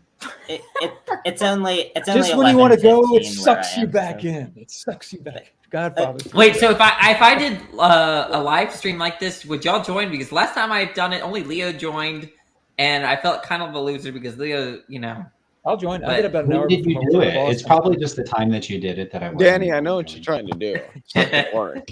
It's not gonna work. Nope. I gotta Lance a question here. Wait, sorry. Matthew had a point he was trying to make really quick, and then we'll go to Leo. So. Sorry, I'm muting myself. So let's say that we have God, but we take away the omniscience. Would there still be objective morality? So omnibenevolence and omnipotence, but no omniscience. Yes. I would think so. Then we take away the omnipotence. Would there be objective morality? Yeah. Okay. So we're at a conscious agent that's omnibenevolent, but is causally inert. Then we take away the being a conscious agent. Causally inert. So I'd make a distinction between causal inertness and lack of And omnipotence. Like, I have causal powers. Yeah. Okay. Well. Okay. So let's stipulate. Okay. So let's stipulate. Not only is it not omnipotent, it's causally inert. So I would say it's an abstract object at that point, and so therefore, yeah, then it wouldn't be. Wait, so if God was omniscient, omnibenevolent, and a conscious being, but was causally inert, could he ground objective morality? A causally inert concrete object sounds like a contradiction in terms to me with the concept that I have. Maybe we could play with that a little bit. Maybe I'm wrong on that. No. So God is just a mind that thinks thoughts and is perfectly good and knows everything. But God cannot exert any causal impact on any part of space-time. Would there be on any objective part of space-time? Ooh, this any is part a of good any question, Matthew. I like this. Yeah, that's a good question. I'd have to unpack what you mean by cause, because then I guess the world, like space-time, would exist or not. Yes, space-time exists. So it had to always be there, I guess. Maybe. No, it came out of nothing. It just popped into being uncaused out of nothing. Yes. Yeah, premise one of the Kalam is false. It just premise one of the Kalam is false. So then there'd be morally relevant states of affairs. Like maybe you could have like somebody killing somebody else, let's just say. And you would ask me, could that still be objectively wrong, even if you took away God's omniscience, his causal powers, and his omnipotence, right? Those are the three you're taking away? Correct. So I'd have to think about it right now. I guess I'd have to say, yeah, it would still be wrong, because I think I could just say minimally that it's wrong because it's grounded in God's good nature. He still functions as the good, as what Robert Adams says in his meta-ethic. Okay, maybe you wouldn't have divine commands anymore, because I guess commands are a causal byproduct of his will. But you can still have good and bad states of affairs if you make a distinction between the good and the bad and the right and the wrong. Okay, so now last part. Now we get rid. He left. Well, but Rebecca, you can answer this. So now we get rid of the consciousness. Then would God's... So we already had a disembodied spirit that doesn't affect the world. Now we just take away the fact that disembodied spirit is thinking thoughts. So it's just... the only thing that's left is the omnibenevolence. I don't see how that God could be... Like, I think if we get to the point of no consciousness, then that's like we're not talking about God anymore. Well, so we don't have to be talking about God. So Peter Venkman, just to fill you in on the question. Okay. So then the it's MJ. He was listening, I think, right? MJ, did you hear? No. Take away the consciousness. Yeah. Was that right? Why don't you take away the consciousness? So it's you're stripping away properties one by one. It's hard now. I have to get a concept of what a person might be, because I think God would essentially have to be a person. So there's no like a point of view. Could you like, have a point of view with no consciousness, Matthew? a point of view with no consciousness? I guess it would have to be like recognized from a third person perspective, but I don't. It seems like you're eliminating the. Well, like an okay, existent so I point get of view, but not a subjective vantage point for the point of view. It's Well, hard for me. I okay. have to get to a hold on what a person is. It's like, Yeah, I mean, what kind of, what do you mean by consciousness? The kind I lose when I sleep? Yes, except when you So have dreams. so like a guy that's sleeping constantly. Like, I guess. is there like there can be a mind, but nothing present to mind, right? There's If God took a nap, would there be a temporary hour-long period when it was okay to torture people? It just sounds like the grounding relation. I mean, if it's a person and that person remains the good in a Platonic sense, it's a Neoplatonic sense because I'm adding something to Plato. I'm making the good a person. Sure. There'd still be no right or wrong. There would be good or bad, so far as I can see. Okay. So Rebecca, you can disagree with me too if you want. I wouldn't dare, MJ. Well, so I think that makes a lot of sense, but I think that what that highlights is that the fundamental feature that allows God to allegedly ground morality is that God is perfectly good. But the atheist account, to the extent that the atheist posits an abstract that morality is just sort of this abstract object. It's sort of like God stripping away all the features except omnibenevolence. And I would actually, my account would say that. That's a separate question, right? though. Yeah. Well, I would say sure. I mean, if you had a choice between an abstract object and an unconscious, non-omnipotent, non-omniscient person, for simplicity's sake, I just opt for the abstract object. But that's not my view. Right, but so the point is that it seems like God grounds morality only. Well, I don't think God grounds morality very well at all for Euthyphro's dilemma reasons. But, How dare you? But to the extent... Guys, can I interrupt for 1 sec? Robbie is trying to join the stream. You need to show me your face. You don't have to be on your face on the stream, but I need to see it before I can let you on. Thank you. And then Matthew, you're making a really interesting point, but after that, let's let Leo do his thing. Okay. Right, but it seems like to the extent that God grounds morality, he grounds it in virtue of being sort of like an atheist account of morality, but just adding that it's sort of like you add to the Platonic ideal of goodness that they know everything and can do everything. But it seems like the atheist account at that point is just strictly simple. And it just comes from, it's sort of like the Christian account, but you strip away the features, many of the features that exist on the Christian account. Well, it kind of, there's this thing about abstract objects that their role in explaining things. So a common notion of abstract is that they don't engage in causal relations. So then if you take that view, then when you do something moral and you cite a reason, you cite these stance-independent facts as an explanation for why you make one choice over another. Well, in what sense would there be abstract in the sense that I just provided? Well, they wouldn't be abstract in that sense.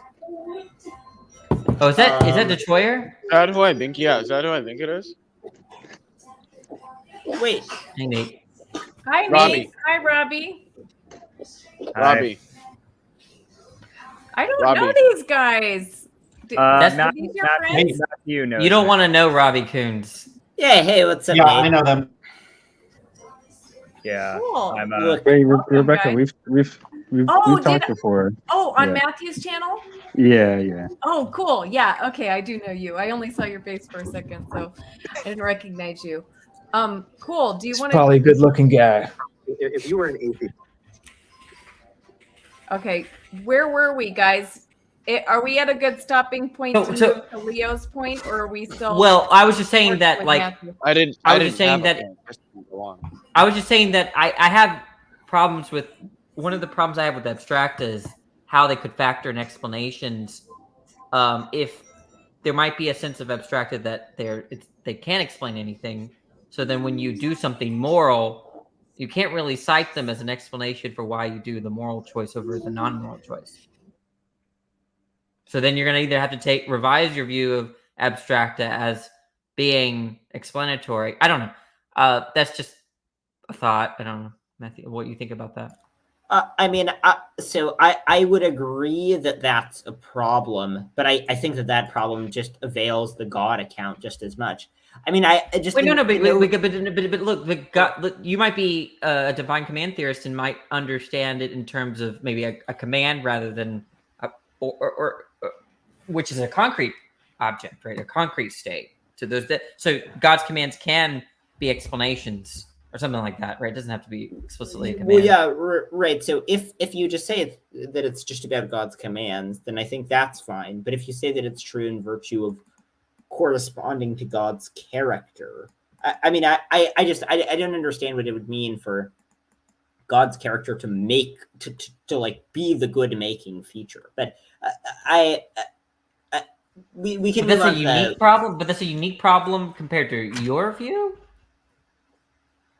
Well, just to be clear, my view is not like my view is more like Parfit's. So I don't think that there's this sort of like You're an objectivist, not necessarily a realist in the sense that MJ was talking about. Right. I don't know what it means for there to be a deeper grounding of morality. It's primitive. It's a primitive. Okay. Lance, are you giving me an answer? Is this what I should be saying? It's primitive. Well, no, I got food all over my face. Hold on. Look, Okay.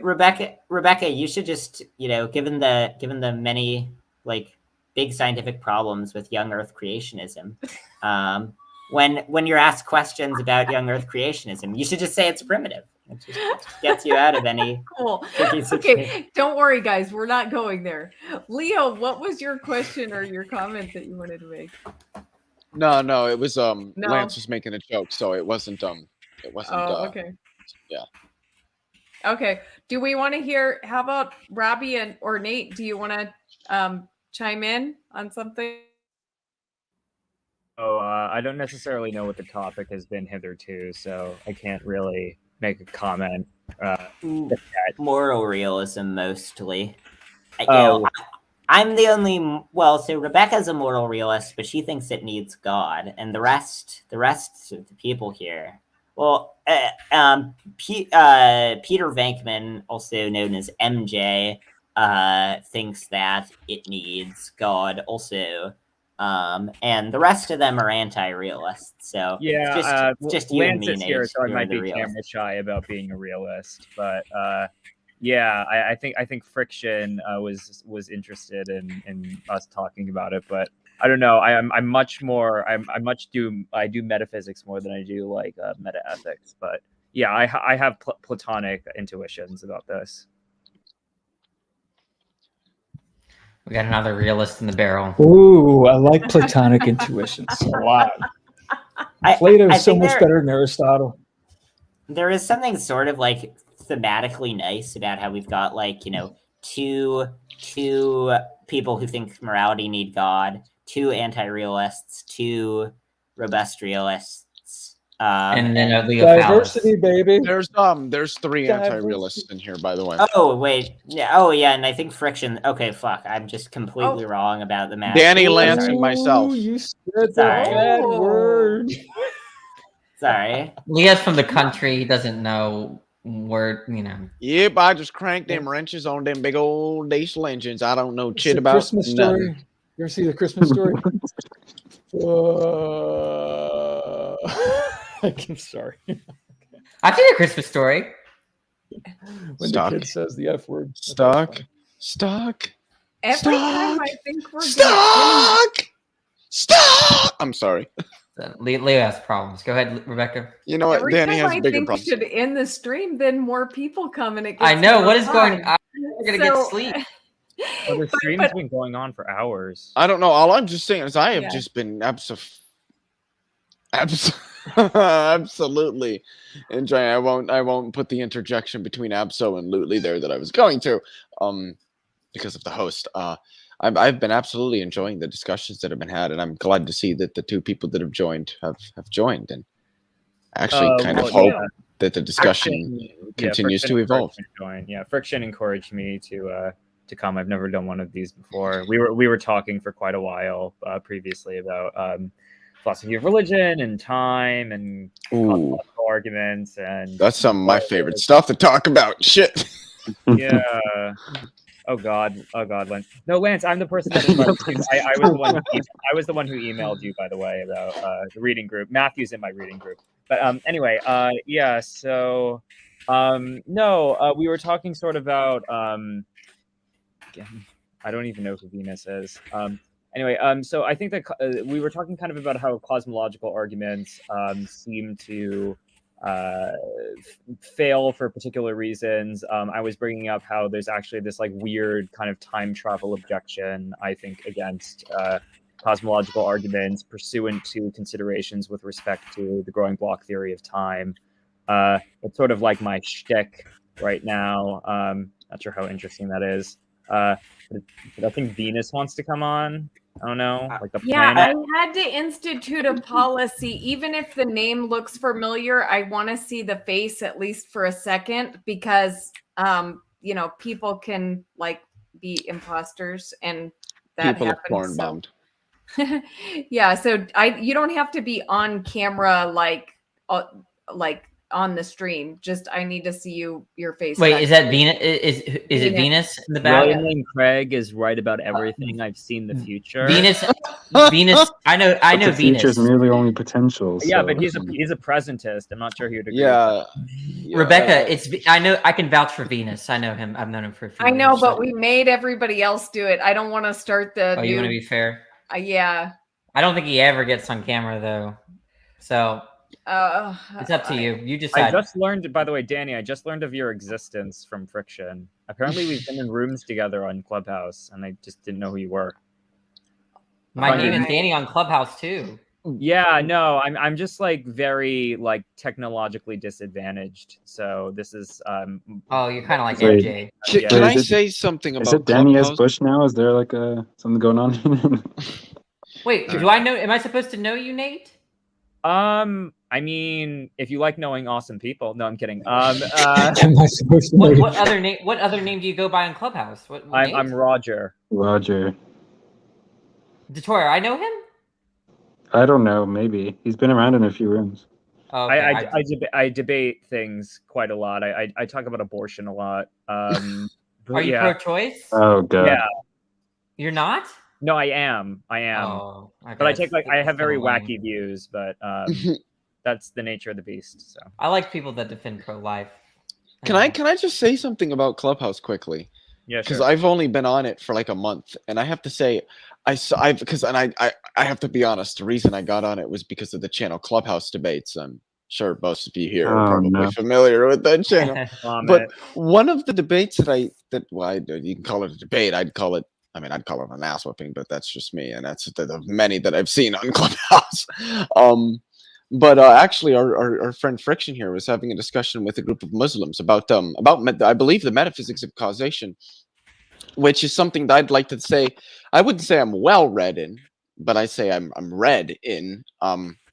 And I believe he was presenting something along the lines of Schaeffer's contrastivist view, if I'm correct there, which I've heard of but didn't know much about. And I was listening to this discussion, thinking, I think I have a fair understanding of this, of this field, this subject. And this guy comes in debating with these people, and he brings up something I don't know anything about, and it just. Who was the guy? It was friction. It was friction. Oh, here. yeah, Detroit. And I might have mentioned it. It motivated me to Oh, I'm sorry. What's that? I might have mentioned it, but the point I was making wasn't about his like contrastivism about causation. If I recall, it was more generally about how they were saying.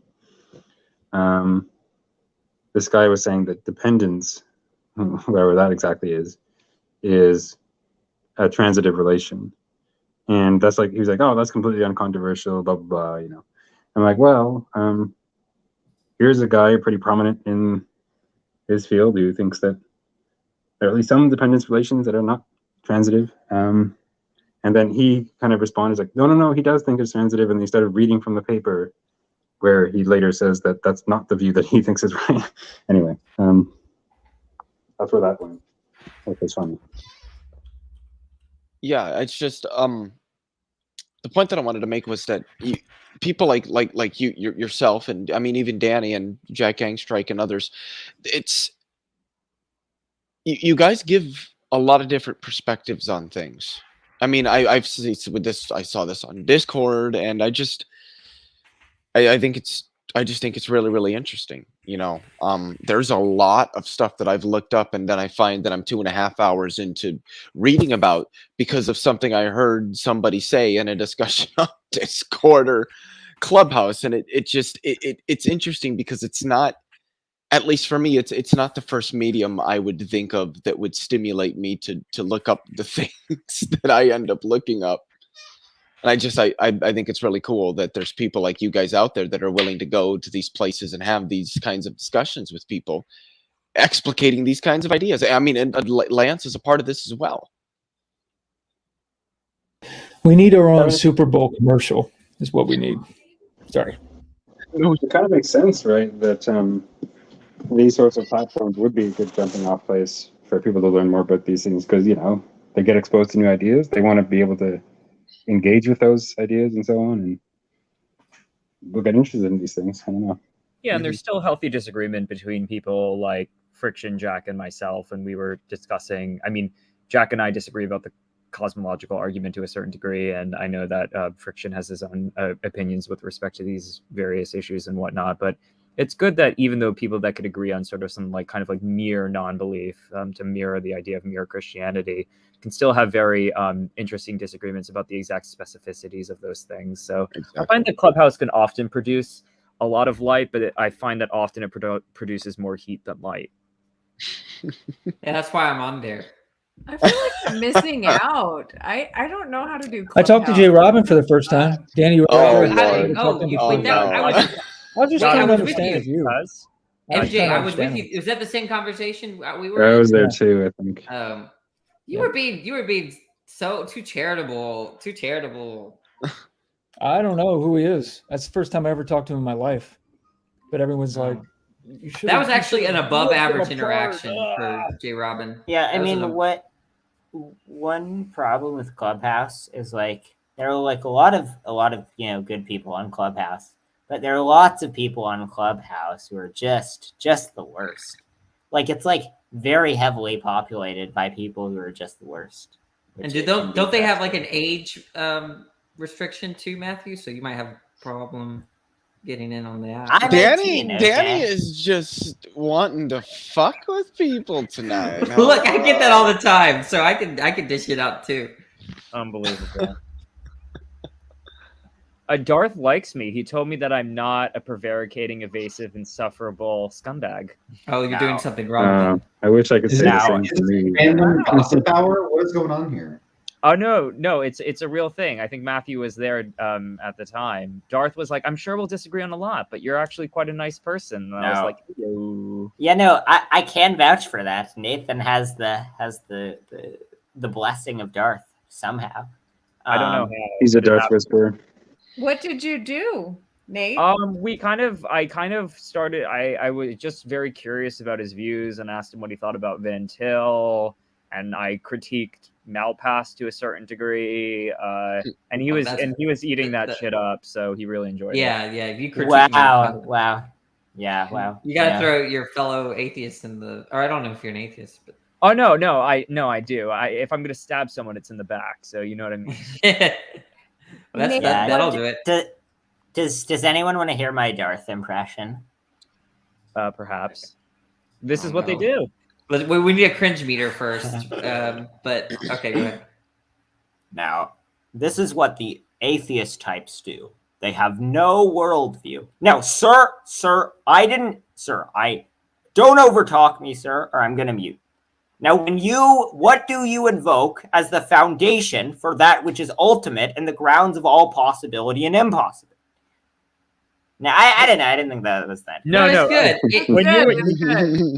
You got the phrases right, but it did sound just like an angry Matthew. That's Matthew turned theist. Okay, listen, Rebecca. Okay, I'm not going to ask you again. Don't overtalk me. All right? Is there a moderator in here? I'm not going to tolerate this. Yeah. All right. I've asked this question once before. What? He asked. Oh, wait, this is another thing. Okay. We have affiliates. It's good. The impression that I do best, I think, is Jordan Peterson. Well, let's hear it. Jordan Peterson. Well, so you have the postmodern neo-Marxist types. It's very complicated the way it manifests itself in phenomenology, and it's like that's not the way to build a. That's pretty good. That's a good one. That's a good one. That's pretty good. That was quite good. I like No, you I do was in, phenomenology in there and everything. The first time I saw Matthew on Clubhouse, I was on stage with Darth, and then he came in and he's like, "What's the contradiction? Why does God allow leukemia?" And he just started like really going in for it, and then he blocked him, and then he started ranting about you for like a solid 20 minutes, and he was like, "You see, Roger, this is what they do." And I do. That was great. I do have to say I just know that whenever I chat with Darth, we'll be muted pretty quickly. So gotta come out swinging. So I don't last more than a minute. I had an interaction with him for. Oh, I'm sorry to hear that. Maybe 4 minutes. Like a day ago or 2 days ago, and I didn't last very long. So. I don't know. Okay. He and Tonlock likes me, and I have audio evidence that I showed Friction, and Friction was like, "You just might be a bad person, Nate." I don't know. No, I'm the worst. But anyway, no. What's his face? Tonlock was like, "Yeah, well, you don't argue like these other imbecile atheists," and then Darth was like, "It's a pleasure to talk to you," and I was just kind of like, "What is it about me? I mean, I guess because I'm a twink or something. Like, I don't know." That makes two of you and Danny. Yeah, Danny, DM me. No, I'm kidding. Anyway, it's just because you go after Malpass, like if Darth really doesn't like Malpass. I know Malpass is just wrong in some things, but it's whatever. Malpass has actually never been wrong. On any subject. Breaking news. I mean, you need to presuppose that he's right in order to understand the intelligibility of facts, right? So. Yeah. Wait. Nate, I just have one question. When you invoke facts, what do you invoke as the necessary and ultimate foundation of all possibility and impossibility in the ground of all being? Is it singular? Here's the real question. Or I'm 18. Well, you're arguing like a groveling 12-year-old. I'm old enough to be your father. Well, grandfather, really. Last time he called me little man. Last time because I said he's always been nice to me. Yeah, well, it's because never mind. I'm not gonna give my opinion on that. You guys want to know who I think is the worst? The absolute worst. No. Let's turn away from gossip. Let's go to Robbie. Living. Robbie, He's what so do you bad. want to talk about? Oh yeah, Friction. Go ahead. What?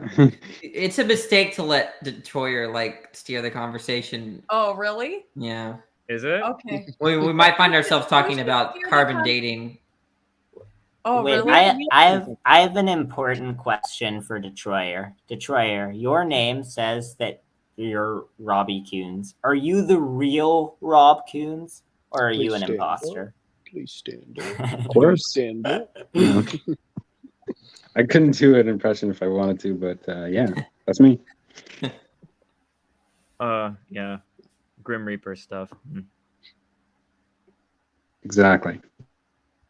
Yeah. So, what were you guys about the topic of the room? If this is what they're called, I'm not sure if they're called the rooms or streams or something. I don't know. But what were you guys sort of commenting on? Because Friction and I sort of came in at the tail end, or the 6 hour and 46-minute mark, and so we didn't really get to catch up on what you guys were saying. A lot of it had to do with moral realism. Are you a moral realist, Nate? Yeah. Oh, I mean, we should talk Lance to is Lance is gonna have a conniption, so I'm not sure. Wait, sorry. What does the word conniption mean? Oh my god! I'm sorry, that just makes me laugh. Thank you for being the comedic relief. Yeah, no, I just have like again, like I would probably admit that a lot of my views may be pre-theoretical in nature, but I had a conversation with Friction a little bit about it, and yeah, I just find some sort of like indispensability argument, at least prima facie, like quasi persuasive. But again, I don't know. I mean, indispensability arguments. Ew. Yeah, so Nate is evidently the type of realist not to defend it with his chest out, in a room full of anti-realists. Yeah, that's me. Ostrich Quinian. Matthew will though. Matthew's just Matthew's much more. Matthew's a warrior. Can I just defer to our moral pivot man here in the middle of the room? I'm curious what he has to say. It's like the Brady Bunch right now. I know. No, it is uncanny though how often, like Lance, every time the word morality is uttered on my channel, he somehow appears. I don't know how to explain it. He's the Avenger. I'm like actually not listening. Like I'll be off doing something else, and then I'll be like, I should check if there's like morality stuff going on, and then it just like weirdly always is like 2 seconds before I show up. And this has happened like at least 3 or 4 times now. It's uncanny. I must say, I have kept the morality discussion lively in this stream because twice I brought up the problem of evil. So. Lance just hears like sirens in the distance. It's like Look, maybe the moral facts aren't so causally inert after all. They pull you in. I have some sort of like anti-moral field that like draws me to them or something. Look, I mean, the human brain seeks out the unknown. Lance clearly, just doesn't know the concept of a moral fact, so he just seeks it out automatically. No. Not like this. Yeah. What a moment. Okay, so what was moral realism having to do with reasons for non-belief? How did that get tied in? Well, it's been a long conversation, Nate, so it's kind of hard to track. Yeah, I was kind of because I'm kind of like curious how those two things were kind of tying together. I mean, maybe that's like a really big question. I'm not sure, but I just want to sort of be, kept apprised of the details, so to speak. Well, I thought Rebecca, Rebecca was saying that if moral realism was false, you would have gone out and offed everybody in the street or something. Now, what I was saying is, if God isn't real, and if there's no, we're just products of time and chance. Yes, I would be as amoral as possible. Like I would have no moral. I would, absolutely abandon. Do you feel like you're forced? Wait. But Rebecca, do you feel like you're forced to do the right thing now because of God? Oh, no. And this is what I don't want people to understand. It's not like, oh, I have these inclinations to go out and kill people and, all this stuff. No, I don't. Obviously, there's nothing in me that wants to do that. But I would like to be consistent in the way that I live. So, like, if I am just a product of time, chance, natural processes, I wouldn't see a reason that I should have moral inclinations, and I would seek to make myself more consistent. If I felt like something was moral, I'd be like, No, there's no such thing as good or bad. Get rid of that idea. Don't live like that. Actually, I mean, that would be the moral thing to do then. So you'd be trapped. But I mean, actually, I think things would become quite absurd. So guys, no. Guys, we got a problem. What? Trouble has arrived. Oh man, oh no, this isn't good, guys. What's the drama? The Brit Bonger is here. Oh, he's in the side chat. Oh no. You know what? He showed up long enough for him to wake up. I know. Good We morning. started at like 7 o'clock, Rebecca, at night. It's almost 2 in the morning here. Oh Holy my shit. Who is that? Nathan No, Orman, Nathan. Digital Gnosis. Oh, I I think have no idea who that is. Okay. Oh my No, gosh. He's a real good guy. No, I submit that if God does not exist, then ethics and deeper meaning are illusory. Indeed, Oh wow, there are two Here nations. he comes to save the day. Hey. Hi, Nathan. Wait, if there How you doing? are two Nathans, how will we tell them apart? One's a moral realist and the other probably isn't. There's no need to tell us apart, really. Yeah, there you go. Nathan, are you a moral realist? I don't know. I sort of don't think the questions are useful either way. Okay. What is I like useful, that Nathan? answer. That's a good answer. Yeah, I don't think anything hangs off the back of the question. Like, I think we still talk about morality the exact same way in every single case, ordinary case that we'd use it. So the question's not useful in my view. Actually, but- sort of. oh. Sorry, good. Oh yeah, no. I was gonna say that because I think somebody said in the chat that has anyone presented a moral argument yet? I guess I'll just toss one out there. I don't support it, but I guess it'll provide fodder for discussion. So if God doesn't exist, this is a classic one. Then moral values and duties do not exist. Moral values and duties do exist. Therefore, God exists. So feeding frenzy. If anyone has anything Wait, they want to and the crucial Premise the one is crucial- false. the crucial argument for premise one is that the atheist philosopher of science, Michael Roos, has remarked it on multiple occasions. Oh, yeah. So it can't be objective if the atheist philosopher of science, Michael Roos, remarks it, then ethics and deeper meaning are illusory. This is one thing I want to point out about that. Like, everyone praises, like, I've heard people praise William Lane Craig as some sort of incredible debater. I don't think that he is. It's like a weak sauce move. And I feel like I don't know if myself, like, Matthew, I think you would do incredibly well against him. I think he should debate you. I agree. I did did shoot him an email, but for whatever reason. Did you really? Really? Yes. Can I say something? Oh, what the fuck is my computer doing? Can I say something really quickly? The whole with the argument that Nate presented, I'm assuming at least semi-facetiously, Dr. Craig's defense of it essentially boils down to, yeah, but is that really wrong? And I just don't know what that means when you add the qualifier really there. And in Lance's debate with Ben, as much as I love Ben to death, it seemed that that's ultimately what he was doing. Well, how can you say that this is really wrong? And I don't know. I don't know how to work. I just don't know how to work with that. Yeah, I think that what he's kind of trying to refer to is sort of this like realist intuition that if moral wrongs are really going to be wrong in this genuine bona fide sense, then they have to have this sort of like mind independence grounding for their wrongness. And if you don't have those kind of inclinations or those initial pre-theoretical leanings, then you might not feel the intuitive force behind that kind of statement. Of course, I think that you don't have to have this kind of theist conception in order to ground the sort of moral intuitions that we may have, but I think that's where he's coming from. Lance is a human, but he's not really a human. Yeah. I mean, on Lance's point, I mean, I think that Craig is like just decent at the sort of point scoring element of debate. Like, he'll make a lot of arguments and he'll make a lot of responses to things because, Craig was a high school debater back in like the 50s or whatever. Here we go. I'll defend Craig. You muted yourself.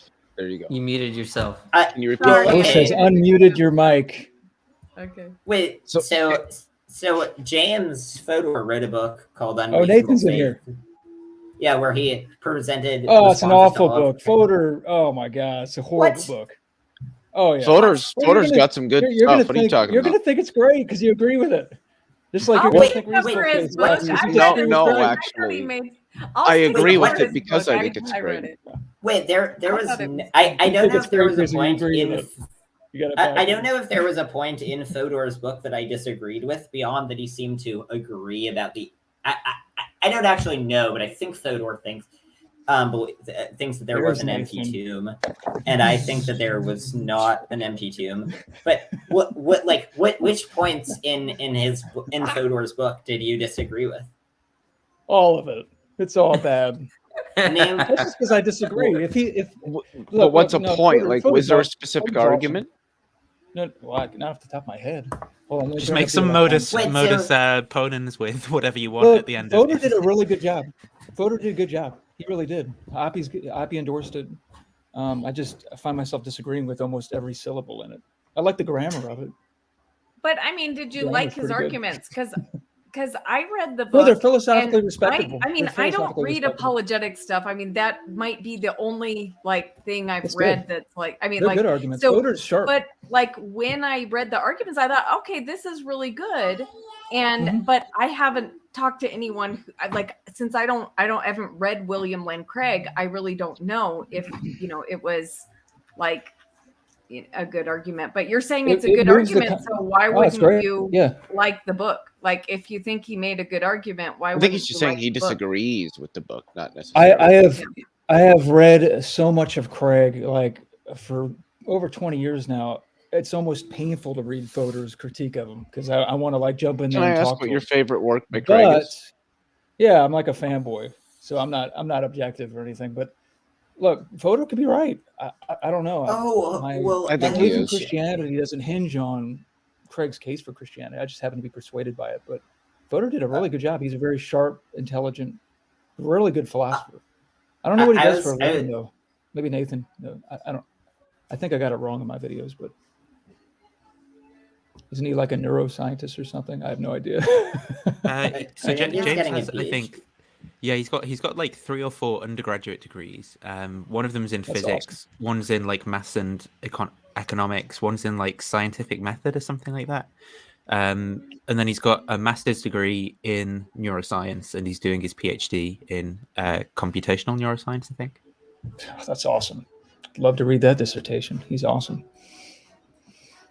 Yeah, he fills out the logical space for what you need to do to interact with Craig's case.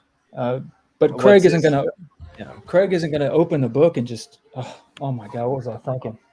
I want to give up all these arguments. He just Fodor makes the argument go forward. He progresses the conversation. It's just a really intelligent response to Craig's case. I was reading a book while I was on a plane, and I was like getting through like the B theory stuff, the like responses to the B theory stuff, and like I just it was really annoying because I just like kept falling asleep like while I was just trying to get through the B theory stuff. I mean, A theory, like theories of time, are sort of interesting in the abstract, which is the sort of technical response to Craig's arguments, which Craig's arguments about theories of time just seemed incredibly lackluster. I just kept falling asleep, but I did eventually. How dare you? But the past is tearing away, and Craig's books on time were. I sleepily read through them, I guess is what I could say. God, I thought they were awesome. But Wait, sorry, I don't interpret them as the last word. You, I mean, you it's been 20 years since they sleeplessly were published. are timelessly reading through them. What was that? You sleeplessly are and was and were and will be timelessly. It's the absence of having any sleep properties. Mm-hmm. Unfortunately, I it will was the be. B theory of Yes. time joke. No, I mean I lean towards the B theory of time. I'm a relationalist when it comes to sleep. I'm just kidding. I think Time and Eternity is a good book. Time and Eternity? It's a distillation. Yeah, that one's not bad. It's the problem is it just doesn't have, in my view, like I disagree with the content, right? And I think anyone can write a good book where they present a position I disagree with as if it's kind of like strong, right? But I do think it's a good book still. I think that very few people can write a book presenting a position that I disagree with as strong, because I would also say just the really quickly positions that I I think disagree with have On just Guard such a is a high good intellectual introductory price tag.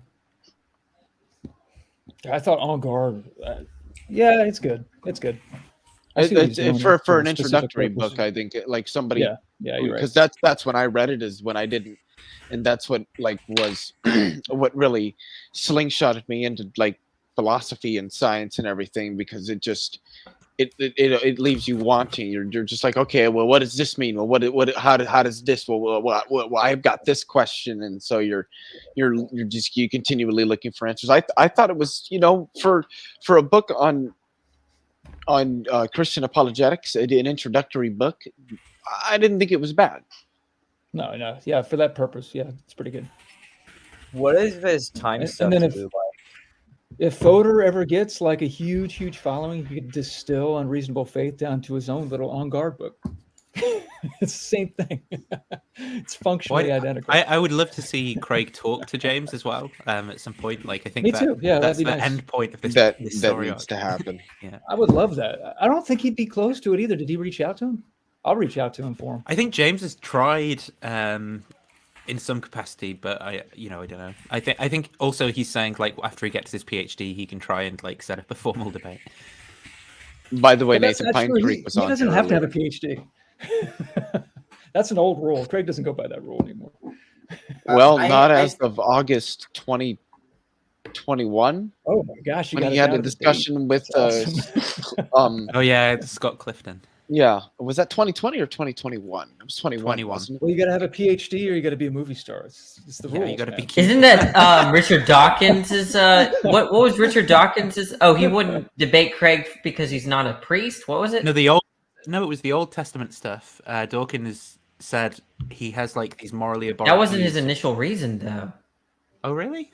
It was something bizarre. Let's be honest. It's because Richard Dawkins didn't know how to fucking stand in a debate with somebody like that. No, but you're right, Nathan. You're right. He cited that at some point because of Craig's view. Well, he of said a Guardian article a Craig's week resume, afterwards. then Craig would look on his. So he could have made it up after the fact still, but it was a Guardian article a week afterwards, he said.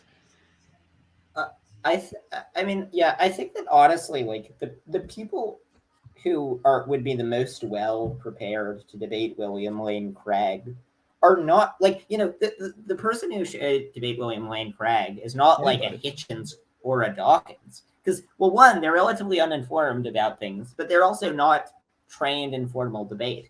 But for example, like I think Jeffrey J. Lauder, who Craig has been like for 2 decades, they haven't debated. They've been like trying to organize it at some point since like 2000, since before I was born, and yet it still hasn't happened.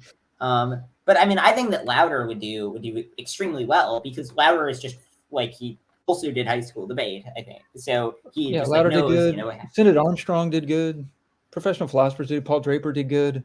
I wish Michael Martin Draper did good. Sean Carroll did good. Ended up dying.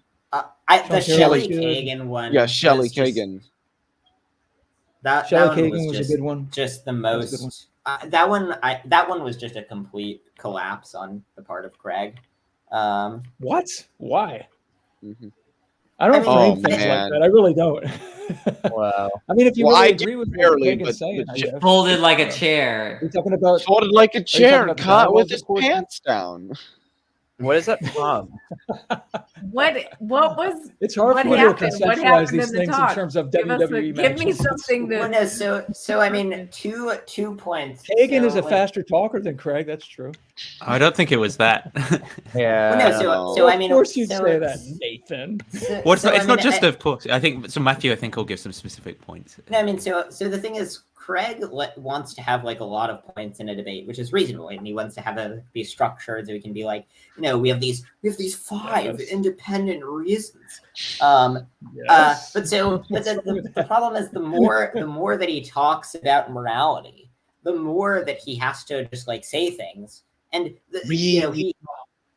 he just started to say things that were just complete nonsense, and that was what Kagan spent all his cross-examination time pressing on him on. So the two pertinent examples were one, Craig made the argument that that because the universe will end at some point, that means there isn't significance. Which what's the infinite structure from the universe will end and the universe is? This is ubiquitous in philosophy, though. It's ubiquitous in philosophy for somebody to say something that another side will find absolutely absurd or silly. I think those are to do with? But I mean, it seemed like Craig even like Craig seemed to be less enthusiastic about that point by the end of it than he was at the beginning. I mean, what is the relationship? What is the relationship between the universe is a big place with many things and it'll be cold at a future juncture to thus it doesn't matter that the Holocaust happened? Like what Kagan says. How do you get like from what A to B? Kagan says like what Kagan says, when you phrase it like that, it sounds kind of deflationary to phrase it like that. But I'm sure if you were a little more poetic about it, if you talked like Bertrand Russell did in A Free Man's Worship, you could probably put a little more meat on that. I mean, look, you can talk in any way that makes things sound poetic. You can say, if we're merely three-dimensional objects, an infinitely small, infinitesimal speck of dust from the standpoint of a four-dimensional world, much like a two-dimensional world would be an infinitely small thing from our world, then it starts to seem insignificant. But presumably, the fact that we're three-dimensional beings does not in any way undercut does not in any way undercut our significance. So, I mean, the fact that you can come up with poetic language for things, describe things about the universe, and then say, then it seems like, and then say, there must be meaninglessness, to the extent This is that one you of the need main methods language. of philosophy, though. This is one of the main methods of philosophy, to describe a particular phenomena and then have your intuitions interact with the description. This is one of the methods. If you need poetic language, but to turn the sort of stream of vague sentiments into having any semblance of persuasiveness, then I don't think it's persuasive. I mean, really, how do you get from the universe is big and cold to things don't matter? Like, so you're basically doing to me right now what Craig does to all his opponents. You're gish galloping me. So let me respond. So you'd make Craig gish gallops. You flesh. I mean, I don't think he does. I think he just I don't think he does either. cumulative This was case, Matthew's but- allegation. No, I didn't say that. I said Matthew. No, I don't think he gish gallops. Yeah, I was gonna say I didn't hear him say that he thinks. Then what was the point Craig of bringing up the gallops. fact that he says 5 or 6 arguments in a row? I thought that was what you were hinting at. No. The point was that I think that there are a wealth of arguments for God that are worth talking about, but there are not a wealth of sub arguments under the category moral arguments. Wait. I wanted to address what you said though. So okay, good.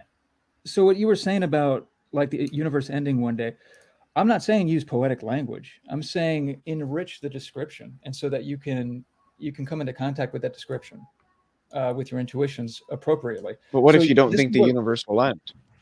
Well, maybe the issue here that Matthew's raising is actually that I think the issue that Matthew's raising is that rather than there being good reasons in favor of that conclusion, connecting what Craig's saying to the conclusion, instead it's just kind of flowery emotive language, and so someone might be persuaded for the wrong reasons, right? Well, see, I would come to that conclusion later.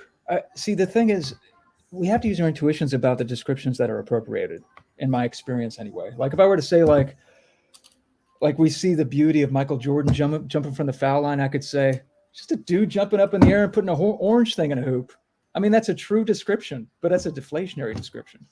So if I listen to the way Craig describes it, and I listen to the way Matthew describes it, and then I have to go and I have to sift through exactly how those descriptions are affecting me, the way Craig describes it strikes me as more accurate than the way Matthew describes it. Now, the next step, that doesn't prove anything. I'm not saying that demonstrates anything, is to draw out what those then why entailment are you? relations Yeah. are. Yeah, you have to draw out what those entailment relations are and how my intuitions are interacting with those entailment relations. And But then shouldn't we just to discount all the follow first out- part of what you said, though? If it's really I the don't think so. entailment relations that are doing the work.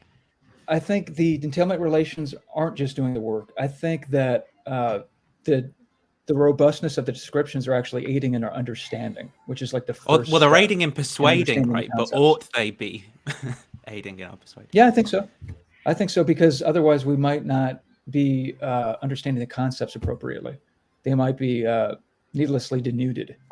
So this is kind of where phenomenology came in with Husserl. You got to provide a proper description. But what was the difference between Craig's description and my description, other than Craig spent more time on it and lamented how like sad it would be and how cold the universe was? So he was like, if the universe is destined for heat death and something about the corpses of cold and dying stars, then it just starts to seem insignificant. Well, what's so that's the thing. So he's doing intuition talk. Wait, you just said the word "seem." How do you get from the corpses of dead stars will occur in future and to insert more flowery language to capture the intuition? See, that's how do you get what we're from that? disagreeing How do you get from that to choices don't have significance? Well, see, this is the thing. It depends on what Craig means by significance. I'm not sure how he's linking that in. I have to go back and listen to the debate.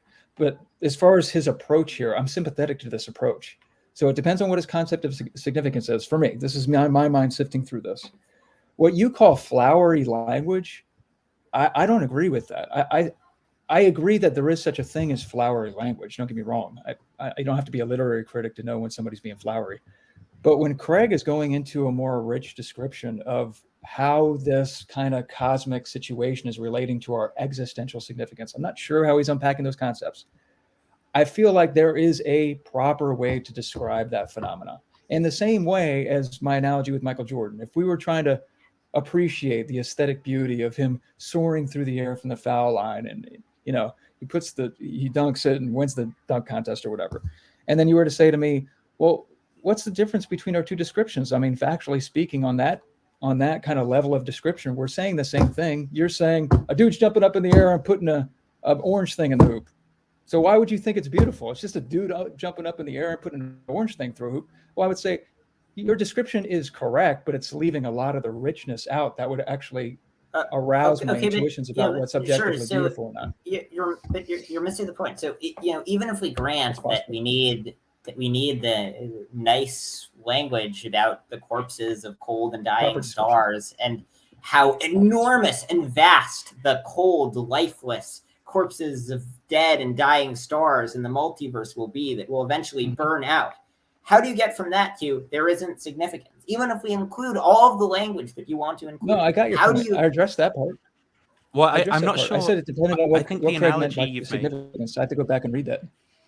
I think the analogy you've made there doesn't sort of line up to what Matthew is sort of objecting to. So I think maybe what the analogy would be like, it would be like someone saying, like if Michael Jordan didn't, I don't know basketball, so I don't know what the term is. If he didn't, get the ball in the hoop or whatever, then then there's really, really bad things. It would be the worst thing for American history.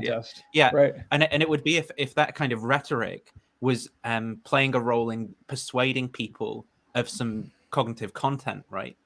And I think the claim that Matthew's making is that the rhetoric shouldn't actually play a role in favor of or against us accepting the truth of the claim. And if it shouldn't, sorry. No, sorry. But I would disagree that it's pure rhetoric. Wait, sorry. But just to be clear, that's not what I'm saying at all. I'm saying, okay, even if we grant that the rhetoric is rhetoric is a negative term for it, even if we grant that the poetic descriptions that are necessary to capture the vividness of it are necessary to really capture the intuition. I think that after hearing when you hear a speaker talking, you can sort of be almost led to think that what they're saying seems to make some sense, almost hypnotically. But when you really think through what the sentence said, hearing Craig's sentences about no cosmic significance after his flower. I don't mean flowery in a derogatory Kagan agreed with that part. He just doesn't think you need cosmic significance to have significance. So he was agreeing with Craig on that part. Well, no. So If I remember Kagan's. correctly. No, you're remembering correctly. He did So agree. He's I like, yeah. think that He was a said, part of sure, the we back don't and have forth this dialogue. cosmic. He's like, I don't need this cosmic significance. Yeah, that's it. Yeah, that's what he said. Well, yeah. So by cosmic significance, he meant significance in a way that will last for all of eternity. So just the atheist is trivially committed to that view. Well, you keep asking me about. I keep telling you though, I got to go back and see what Craig, because he has distinct concepts for significance, meaning, and there's a third word. It's meaning, significance, and something else. He has specific meanings that he attributes to these concepts. So I have to go back and read that. I'm not sure. But I mean, it sounded like Craig and Kagan were on the same page as far as that entailment relation. I mean, the claim, like it really just seemed like Craig sort of complaining about how the universe was big and cold and would go away at some See, there's point. another description. I disagree with that description. I don't see it as Well, look, complaining. I see it as debating. Well, no. So what about Craig's description provided any information that was relevant to providing a useful inference from, the universe is will be cold and dark and have corpses of dead and dying stars. I have to go back. I have to go back What and part of the thing? yeah. What part of what he was saying, other than just lamenting how tragic that was? What part of that was at all relevant to the broader intuition? Other than just the part where he lamented the tragedy of it and used language to invoke images of sadness. From what I've read, this is a method that philosophers use, a particular strand of methods, or maybe, I don't know, it's kind of overlapping. Some philosophers use it, some don't. When you're trying to get at the correct understanding of the content of a concept, even undertaking a particular conceptual analysis, you can put meat on that analysis with certain rich descriptions. Some philosophers will actually supplement the straight prose of trying to describe the content of a particular concept by supplementing it with poetic diction. And it's not mere rhetoric. It's actually unpacking meaning that's inherent in that concept that you couldn't otherwise grasp through straight prose. And Wittgenstein would actually be sympathetic to this. This is actually a particular kind of language game that you can get a particular kind of meaning out of a particular concept, depending on how it's used in that particular description. I know Craig doesn't adhere to Wittgensteinian metaphilosophy, but I mean, it's a method that I feel like we're getting sort of a bit off track when we're talking about Wittgensteinian metaphilosophy. So my point is just I don't think so. I think that's completely relevant. Well, okay. Did you understand what I was saying? Well, yes. Do you want me to read? Can you steel man me? Can you steel man me? Sure. So your claim was that in philosophical contexts, there is a relevance of employing language in order to fully explain the concept. And Wittgenstein talked about this as an example of a language game that was necessary in order to. Well, okay. Do you want me to just repeat all of the things that you said? Wait, okay. Oh, no, don't repeat it like a parrot. It's just, you can paraphrase. Well, okay. I mean, don't just employ language. So that, yes, that's true. You employ language, but I'm saying that when you engage in rich descriptions of a particular content. Okay, great. So, yeah. But my claim is just, so we can grant all of that. My claim is just that the only thing that Craig's descriptions added was that it made it seem sad that the universe would burn out at some point. Then it didn't get to you. Well, you presumably his intention was to give you more meaning. Okay, I don't care about Craig's intention, right? So, but I got more meaning out of it. I'm saying. Okay, so what thing? I got more meaning out of it. So what did Craig convey that would not other than that the universe would end and that this is sad? Yeah. So like, what else I'll do it by analogy. So Matthew Arnold has a poem called The Buried Life, and he talks about the futility of life and, something within him that he comes into contact with through contemplation. It's a very beautiful poem. But you know what he said? You know what you could say to sum up the poem? Life sucks sometimes. I feel like if I read the Matthew Arnold poem, I'm getting a lot more meaning out of what he's groping to say indirectly through poetic diction than you would if you just straight up said life sucks and we're grasping at something in life, I guess. Like some kind of, this is why if I read like War and Peace, I'll get something more meaning out of Blonsky's predicament when he's caught in adultery with his wife Kitty or Dolly, I forget which one it is, than if I were to read the Spark Notes. So there's a difference between rich description trying to capture accurate meaning and flowery language for the sake of floweriness, or Sure, rhetoric so for the sake of rhetoric. But what was Craig's meaning? What meaning was added by Craig's rhetoric, other than There's no easy answer to that. You have to meet it halfway. This is the whole purpose of poetic diction. You have to meet it halfway. So like Lewis has an essay called The Language of Religion, and he has this part in there where you can't get a poet, you can't hold a pistol to the head of the poet and ask him how the Deuce River can have hair. You have to actually contemplate it. It's diachronic. You have to take time and contemplate it. It's not like a speed chess match where you just put the pawn of the coldness of the universe description in the middle of the board and now he has to interact with it. These are really deep issues. I mean, I contemplate the descriptions Craig appropriates in that particular context every day. I mean, it's hard. It's more complicated than just life sucks. I think richness of description can give you more meaning over time than just a quick description of particular phenomena in terms of bumper sticker kind of, okay, just say life sucks. Say it real quick. Well, I mean, you can, and it'll be just as much factually true as the rich description, but you're going to get more meaning out of the rich description. What you're doing is you're just repeating that words can have sort of extra meaning that they add to things, which is not what I dispute. My claim is just that the word, so words can also obviously have meaning that they add to things in ways that are useless or misleading. So right. So my claim is that I don't think that if we think through what Craig said, really Craig was just using emotionally manipulative rhetoric. He was just that's a negative way of that's the cynical take, and you could be right. That's a cynical take to take on it. Then my job as a third party, my job would be to hear your side and make my own judgment about it. I mean, I'm just not sure what else Craig lamenting the corpses of dead and dying stars. What else that added other than making it seem rather depressing? Well, you have to contemplate it. So like when I think about a corpse, so a corpse is something that was once alive. You got to use your imagination. So life is, I mean, it's hard to do like on a dime and to turn it on like a faucet. But you think about life, I think about, I don't know, you ever see that movie, The Tree of Life, and all the stuff that happens since the beginning of time and the emergence of life and beauty and loss, that dude up on the stage in the movie adaptation, people find love, people lose it. I mean, the beauty of a song, and people, finding their first girlfriend, their first kiss, the soundtrack to A Beautiful Mind, all the richness of experience, blah, blah, blah, blah, blah. And then you have what was once a the zoom out scene in Contact at the beginning, where you have this thriving kind of civilization, it's zooming out, and then it's just like a galaxy and it's quiet. You can kind of poetically appropriate the richness of these descriptions, and it hits hard when you think about it. It's just like one day, all of this stuff, not just my life, but every life, won't ever be remembered again. It's insane to think about. Like I know I look at my hand right now. One day it'll be the hand of a skeleton, and one day the worms will be going through my eyes. And I hope you've got a skeleton. I know, me too.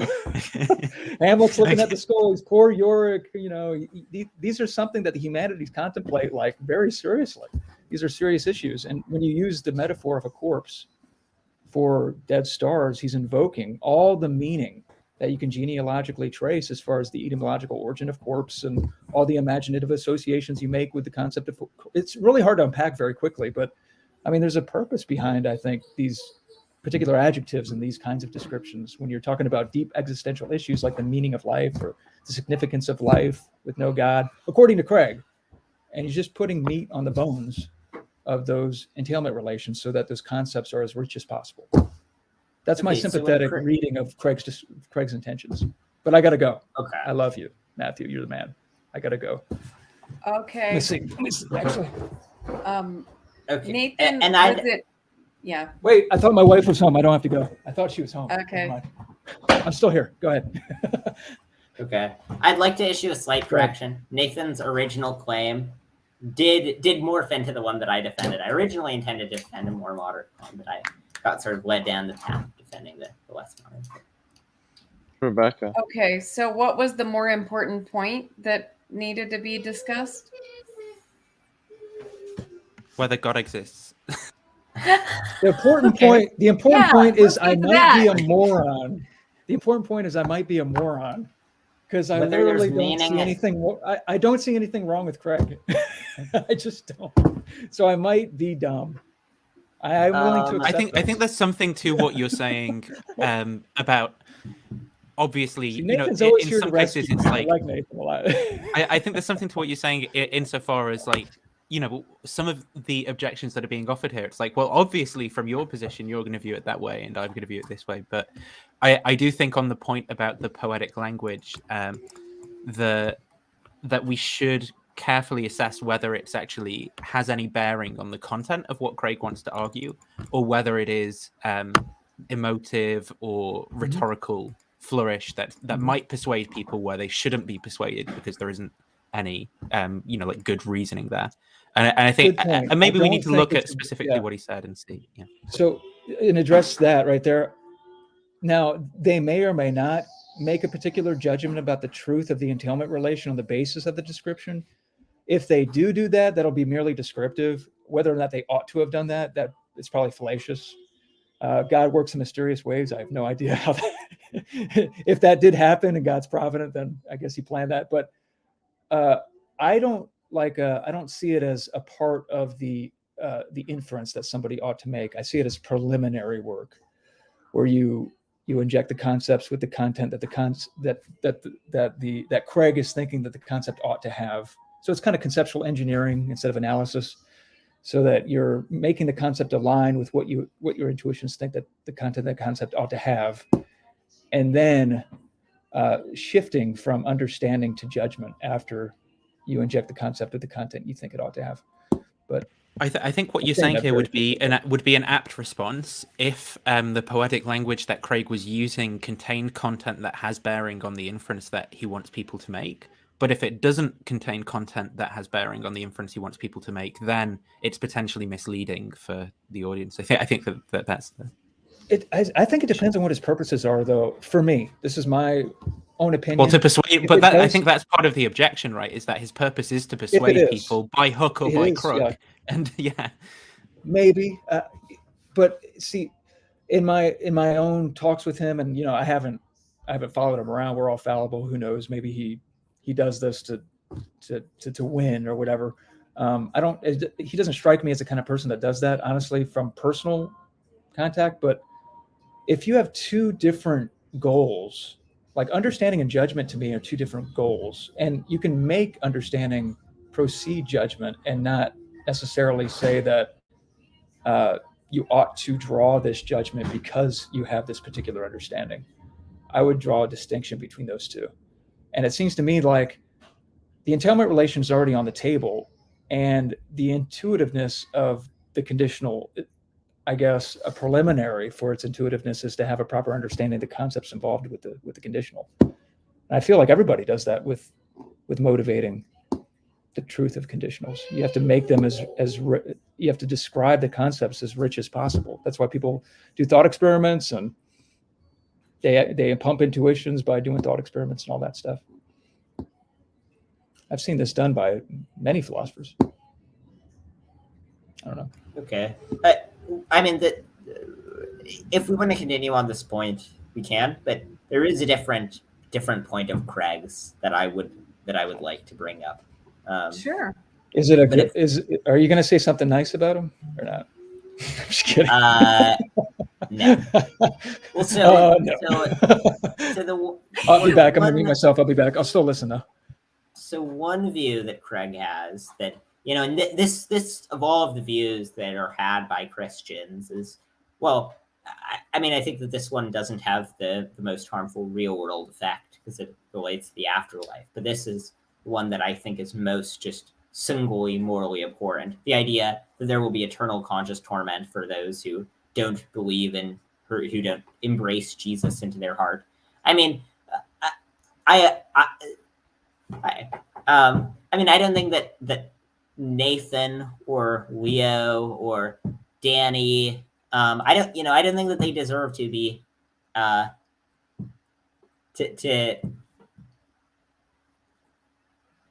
to be infinitely tortured.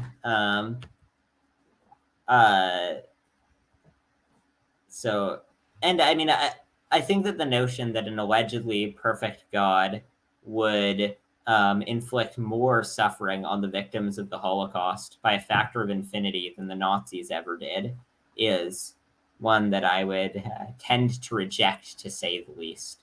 Now, Rebecca, one thing that I appreciate about your theology, and this is one reason that I actually might find your whole package of beliefs to be more palatable than Craig's, despite Craig believing in an old Earth, is because you don't think that the victims of the Holocaust, for example, will be tortured forever in a fiery hellscape. And I of all of the views that I hold, one of the ones I hold most strongly is that generally nice people should not be tortured for all of eternity. And people only reject that claim when they're afflicted by, in my view, insane theological delusions. But yeah, what do you think causes people to think that way? I mean, I think that a straightforward reading of the New Testament would indicate that. Like, I think that if I had no moral intuitions about how abhorrent that was, and I just read the New Testament, I think I would probably think that was the case.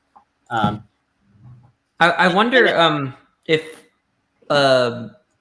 this is a parallel or not, but just in terms of people, what MJ is talking about in terms of the phrasing and the various descriptions that fill in our concepts.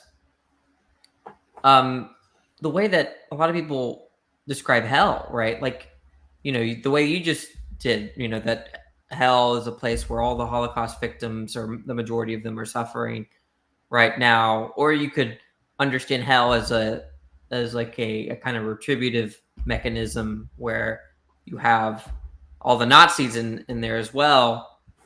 I think that perhaps I could be wrong, Matthew, but I want to see how you see it.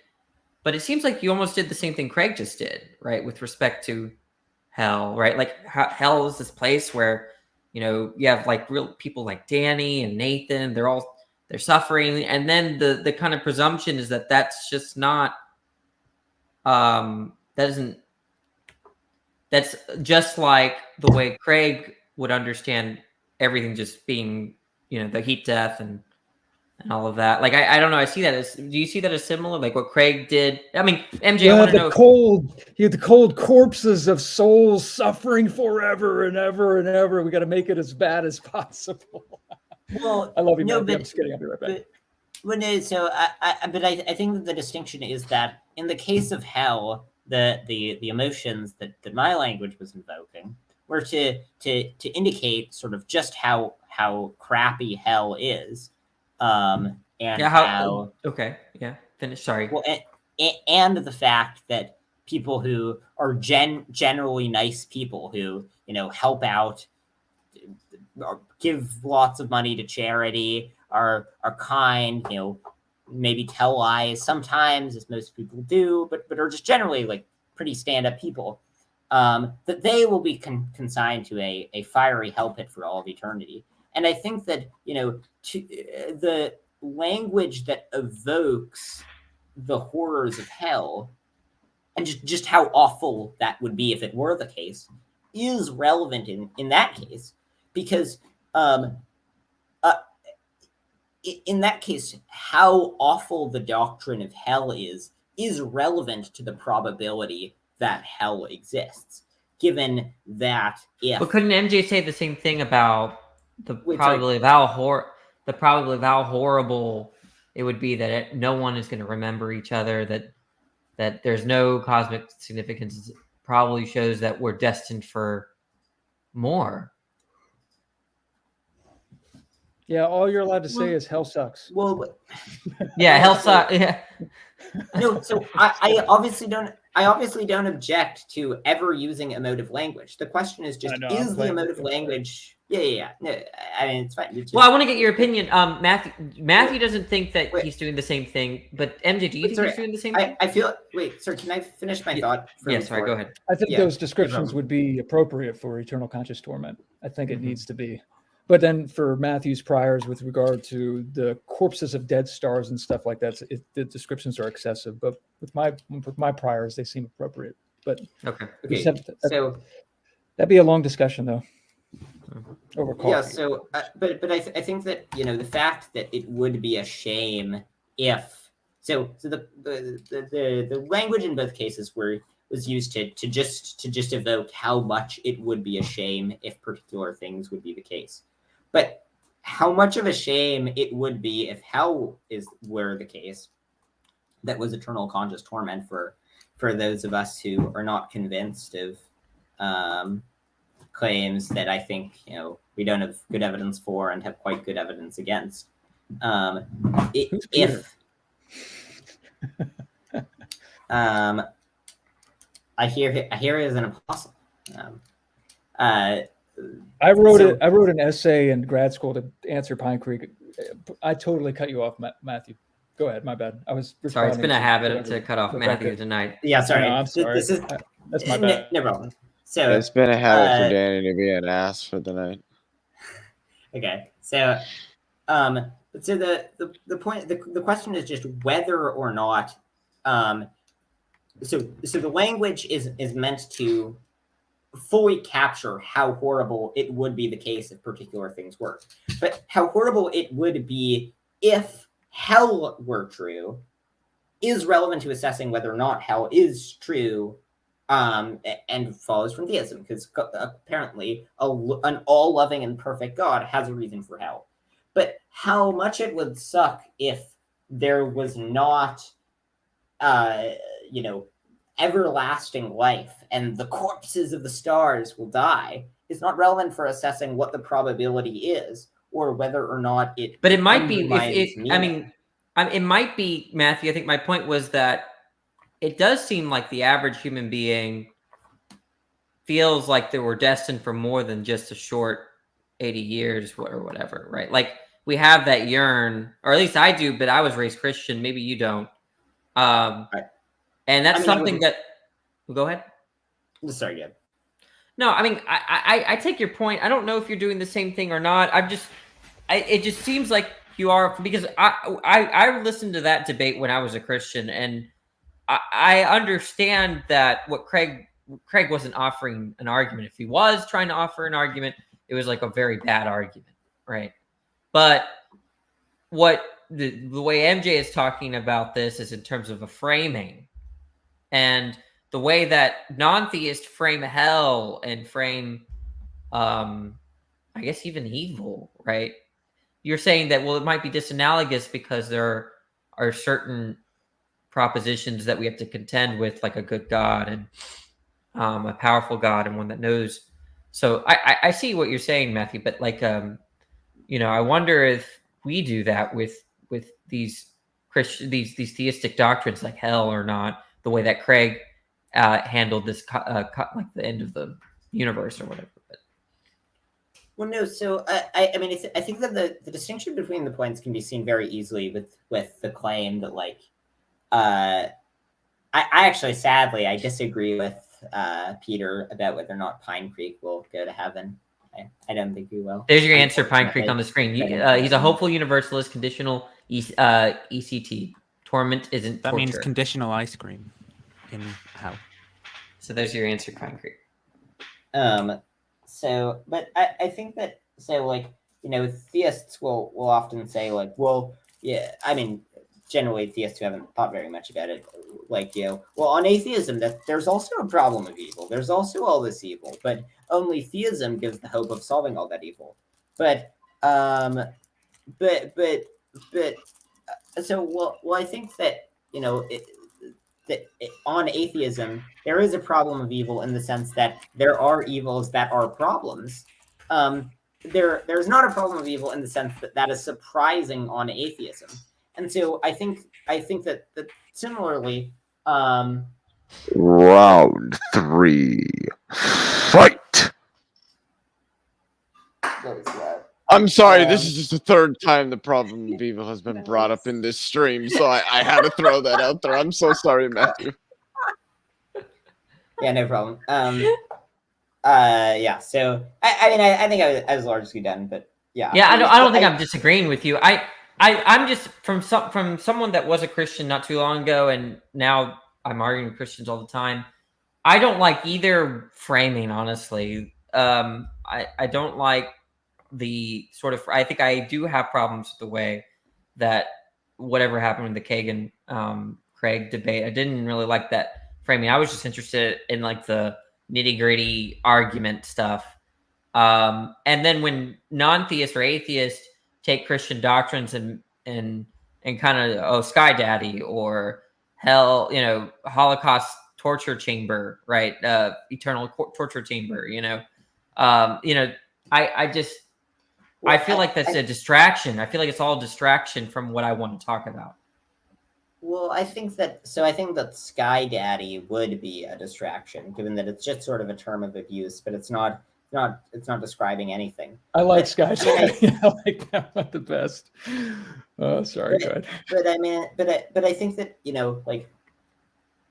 it's very easy to be sort of seduced by nice sounding language and syllogisms, and for some people just the word axiology just serves to do the trick. But I think that to the extent that one accepts eternal conscious torment, then it is really relevant to consider that the suffering that will occur to every Jew in the Holocaust who died not embracing Jesus individually will be far greater than the sum total of all suffering inflicted at the hands of the Nazis. And so, it's very easy to brush that aside with talk of, axiology and greater goods. But I think that, it is important to use language to just to sort of cut through the way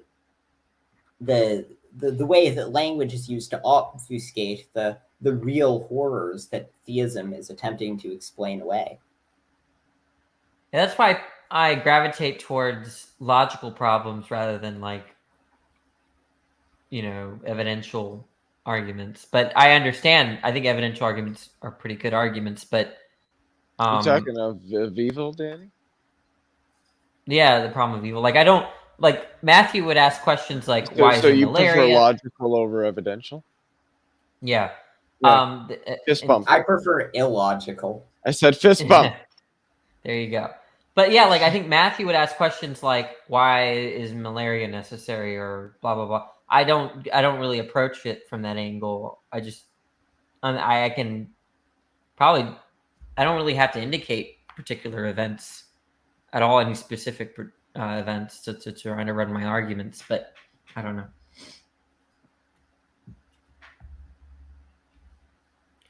I'm going to have a hard time at school today. Yeah, do we need to go to bed? Rebecca sounds like she's. I'm just going to give him a That didn't test. sound like that sounded rhetorical, that question, Rebecca. No. I'm actually, if we haven't exhausted what you guys want to talk about, I'm still up for staying up. Yeah, I have more that I always have more to say. Yep, as long if the sun comes up, that's fine. Go ahead. MJ, have you been keeping up with the Price drama? The Robert Price drama? Oh, not really. Someone thinks he's a racist or something. Probably everybody's a racist. Everybody's a racist. I don't know. Okay. I don't know. I like Pine Creek. I don't know the story at all. I don't know what's going on. All I wanted to say is I don't care what you guys say. I'm gonna be a pussy and I'm gonna tag out because Okay. Indica will fuck you up. So Wait. Huh? What? No, sorry. Okay, yeah, I'm out Should be 5,000. Good night, Leo. I like it. Take care. Our Peace solar out. system. All those planets are spheres. Oh my gosh, it's a part of the sphere. Nathan, you're a computer programmer, so can you describe in just as much, with as much emotive language, just the electrical process of the stream ending, ideally invoke like the corpses of dying something. I don't know if I could do it. Dying How dare around you? I'm That trying to think how it metaphor could be will done in like a live fun way. forever. Yeah, it'd be like yeah, if like it's too early for me to be doing like putting emotion into It's my too speech. late for us, If- though. So yeah. it's on you. We Like, should, if the you stream slept. if the stream ends, then when Rebecca clicks the button, it will trigger an event which will send a signal to the server on the StreamYard the StreamYard server stack, and a signal will travel. Entropy will increase inside of the server, slowly bringing the universe towards its eventual heat death, such that yeah, I don't know. Every time you the say such that, stream- you got to take a shot. The stream may matter to the people who are doing the stream and watching, but ultimately it doesn't really matter that the stream ever happened. Yeah, that's a good impression. That's really good, actually. Yeah. Your impression's so good, Matthew, that it's not worth me like trying, because it's just like you're like Craig mirrored. I have a friend who does like a much better Craig impression than I do. It's like it sounds like very similar to Craig. Why not Beethoven or Rudyard? Yeah. What makes nothing so discriminatory? That's great. I love that. Okay, my Matthew, favorite video what- of sorry, Go ahead. Just my favorite Craig video is that one that you know, is it called Phelanshad, the channel who takes short clips of philosophers, the one where Craig's talking about the Satan. I haven't seen that one. long. Yeah, with like rock music and stuff in the background. I'll send it to Rebecca and she can maybe play it. What do are you a doing Rebecca today, Nathan? impression, Matthew? Do a what? Do a Rebecca impression. No, I can't do. I can only do an impression of people with sort of eccentric voices. I think I can do. There you go. I think I can do a Swinburne impression. Do a Pine Creek impression. No, I can't do a Pine Creek impression. Well, I did a Pine Creek impression earlier in Let's the hear it. stream. Yeah. Wait, He said I did it perfectly, you should. I want to hear the Pine Creek impression. or almost perfectly. Oh Really? my gosh, Pine That's- Creek's correct. Oh my Pine gosh. Creek's This right. is Pine Creek. has a Pine weird- Creek does his little thing with his Craig hand. has a like, weird like, pronunciation of the word genre. Like he'll say Genre. genre. That's true. Here, I can try to do This is great. the Pine Creek impression. Really? That's your goal? No, I don't know. I can't. There's some impressions that I just really can't do, but Do I mean, Sean Connery. to do. No, I don't know what Sean Connery sounds like. Oh my god. Sometimes you generation have to gap. slap a woman. That's great. The Diane Sawyer interview. It's notorious. Oh, that's great. Okay, Should have should I mailed it to play the Marx this? Brothers. Yeah, this is the Craig talking about the Satan thing. I'll only play like a minute or something, but And yet, notice that in contending with Satan, judgment upon Satan, rebuke Satan. We'll look at the figure of Satan contending with Satan. Contend with Satan himself, warring against Satan, Satan's being cast out of heaven. Satan and his demons. Dealing with Satan and the demons. Satan, in Hebrew, Satan. Whoops. Santa. And in Greek, Satanas. Satanas. The word Satan also came among them. Satan. Satan, Satan, Satan, Satan, Satan, oh Satan. Satan, God, Satan. wait for the metal drop Satan. bit in a sec. Satan, they're worshiping Satan. Satan, Satan. In fact, Satan, the temptation of Satan. So Satan, for Satan, the dragon, the ancient serpent, Satan was the universe, or the world, maybe the earth.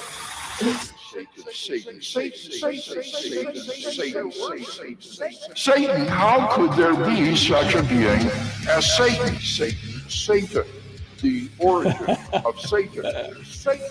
The origin of Satan, Satan's fall. Satan's origin, Satan.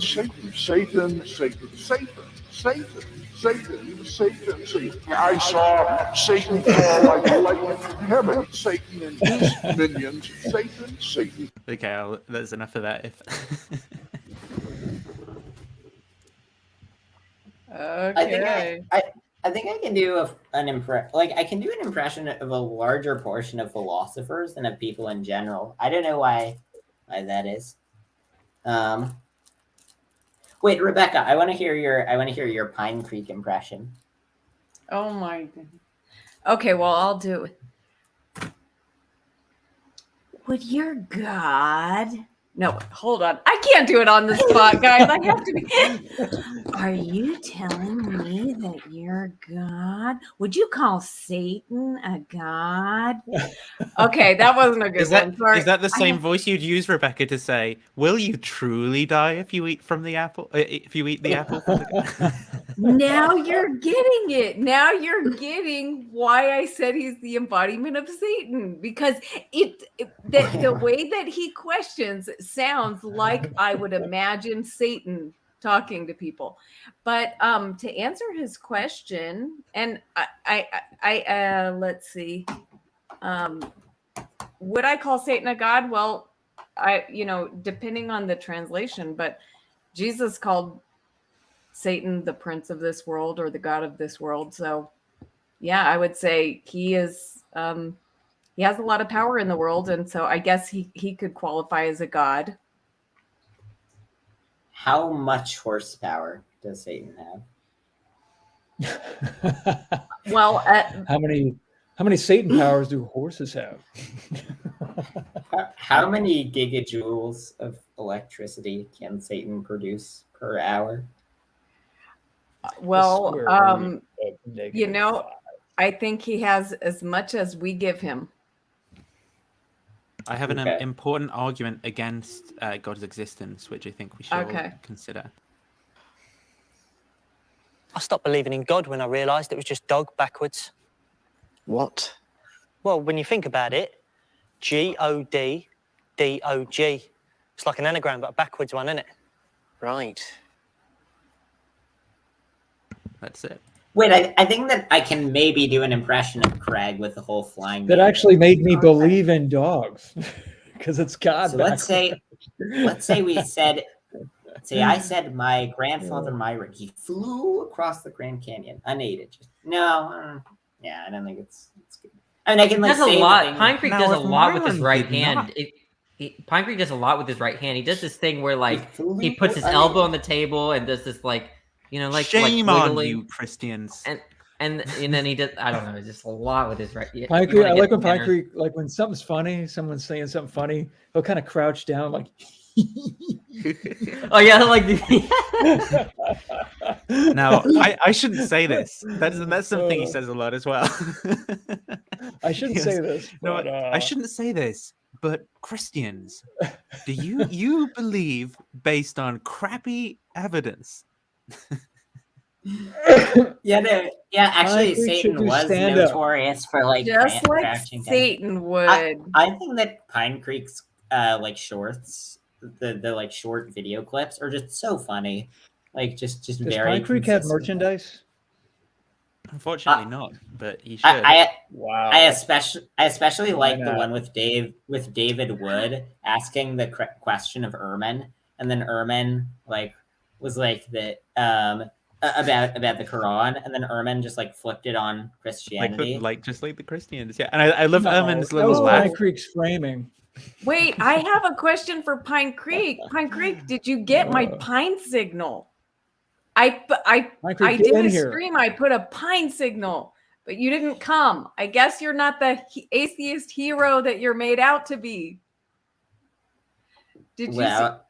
Actually, legend tells of a Pine Creek who would fly across the Grand Canyon whenever there was a pine symbol nearby.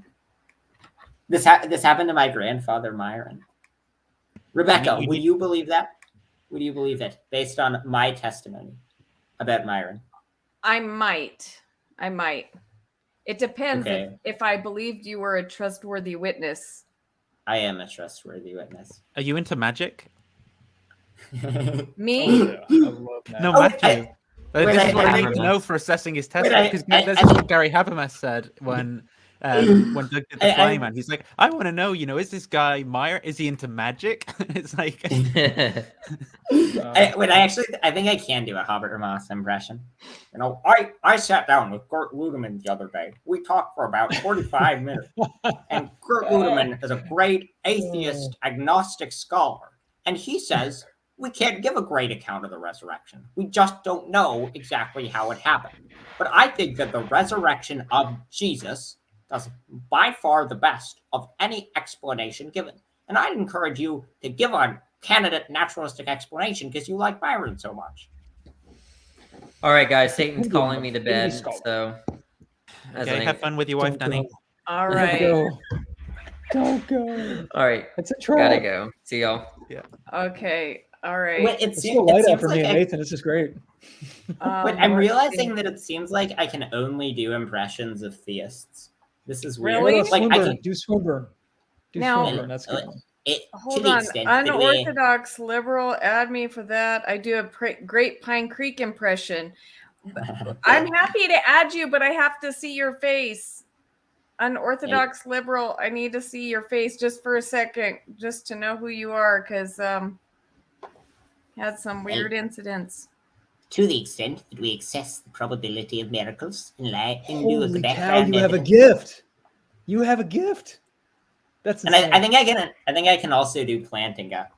Well, I was surprised to hear that Dan didn't have an adequate response to my evolutionary argument for naturalism. He just seemed to repeat it. Oh, okay. It's I'm inclined to believe the proposition. What about Van Inwagen? I'm inclined to. I don't know what Van Inwagen sounds like. I'm inclined to believe the proposition that God exists is properly, basically justified. Okay, hi everyone. Hello. I can do a good Pine Creek impression, perhaps. Oh my gosh! I'm so Okay, excited. great. Rebecca, do you believe that Jesus rose from the dead? That was just like standard, like Indian guy, man. What? I tried. That was great. By the way, I just wanted to say I love you, Matthew, and I love you, Rebecca, and I love you, Nathan, and I also love you, Peter. You have a YouTube channel, by the way. Wait, out of curiosity, was it in that order, or was the order given randomly? No, like, it's was that the random. order of how much? Okay. That sucked. I love everyone. Okay. Thank you. Thanks for coming on. So Matthew, you said you had some more stuff that you wanted to talk about. Yeah, so I was watching Nathan and James live stream where they gave 500 arguments against Christianity. There was one that I really wanted to get your take on, which was the modal argument from the opiate of the masses. So the modal argument from the opiate of the masses. I'm already convinced. I just want to hear it first. So religion has frequently been used by religious leaders to control the people. It's possibly necessary that if God existed, religion would not be used often by religious leaders to control the people. Therefore, God does not exist. You can just ignore the possibly necessary part. It adds nothing. No, You it could does. probably It like makes it through modal. iteration, you could probably make Modal logic is a big potentially brain. infinite number of those Yeah, kinds no, of arguments against God's and, existence. and we're at least justified in believing that it's possible that it wouldn't be used as an opiate of the masses, and then in small font necessarily. Just gotta sneak that in. So would the argument be that God would prevent that from happening, or what? No, the argument. Well, which premise do you object to, Rebecca? Because Matthew has given you an pressure's argument on. where the conclusion follows logically and inescapably. Right, and up and until the point at which you respond to the premises. Up until the point at which you tear down all 500 arguments against Christianity and erect in their place your own arguments from theism. Until then, I think we're rationally justified in atheist belief. Now, is this a Craig impression? It's is a this Craigism, something that he said? Okay. Okay. This is Craig a little bit tipsy. Okay. Okay, so that was mostly a joke. Yeah, the point I was raising in responding that way, Rebecca, is like it in Craig's debates and things, if someone said something like that, he would just be like, now notice that my opponent here has not addressed any of the premises in my argument, because there's just like no room for charitable discourse, right? It's all Okay. That's not to say he would do that in an ordinary context, but yeah. Right. Except for Trump and Biden, they didn't say that.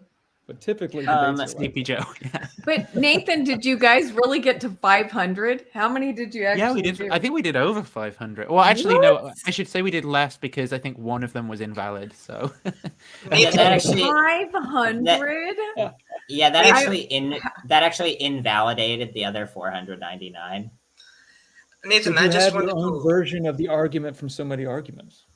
Yeah, we did. We did actually. We said, and we kept like feeding it back into itself as well. So we said now we have a framework for like a potential infinite of arguments because we just have one more argument each time we do this recursive. Nathan, I have a question. Gosh. Like, are you going to address some more work by the McGrews? I think, right? Like, yeah, maybe in time. I think I might. It just depends. I think I should probably do some more videos that are like not just me being bored in the evening, like hanging out, and maybe like specifically talking about topics. And I might do some stuff looking at how specifically Tim, the idiosyncratic way that he sort of understands probability and applies it to philosophy of religion as compared to other philosophers. And also, are you guys going to talk about perhaps eternal hell and how perhaps it affects the probability of theism and stuff like that? Because even these ECT believers generally, when you ask why would God torture someone forever for stealing a can of soda, they would say that it is for the greater good, right? But yeah, I mean, so I don't personally, when you say how it affects the probability of theism, right? I think we're just dealing with a subjective probability there, and it's going to be open to all the kinds of issues of, well, what are your background beliefs that you're addressing this thing from, right? So it's going to be difficult because it's very easy for me to erect and address a straw man there, whereas the actual theists can just watch that and say, well, yeah, I just don't have the kind of commitments that would create this problem for me, and so it's sort of pointless.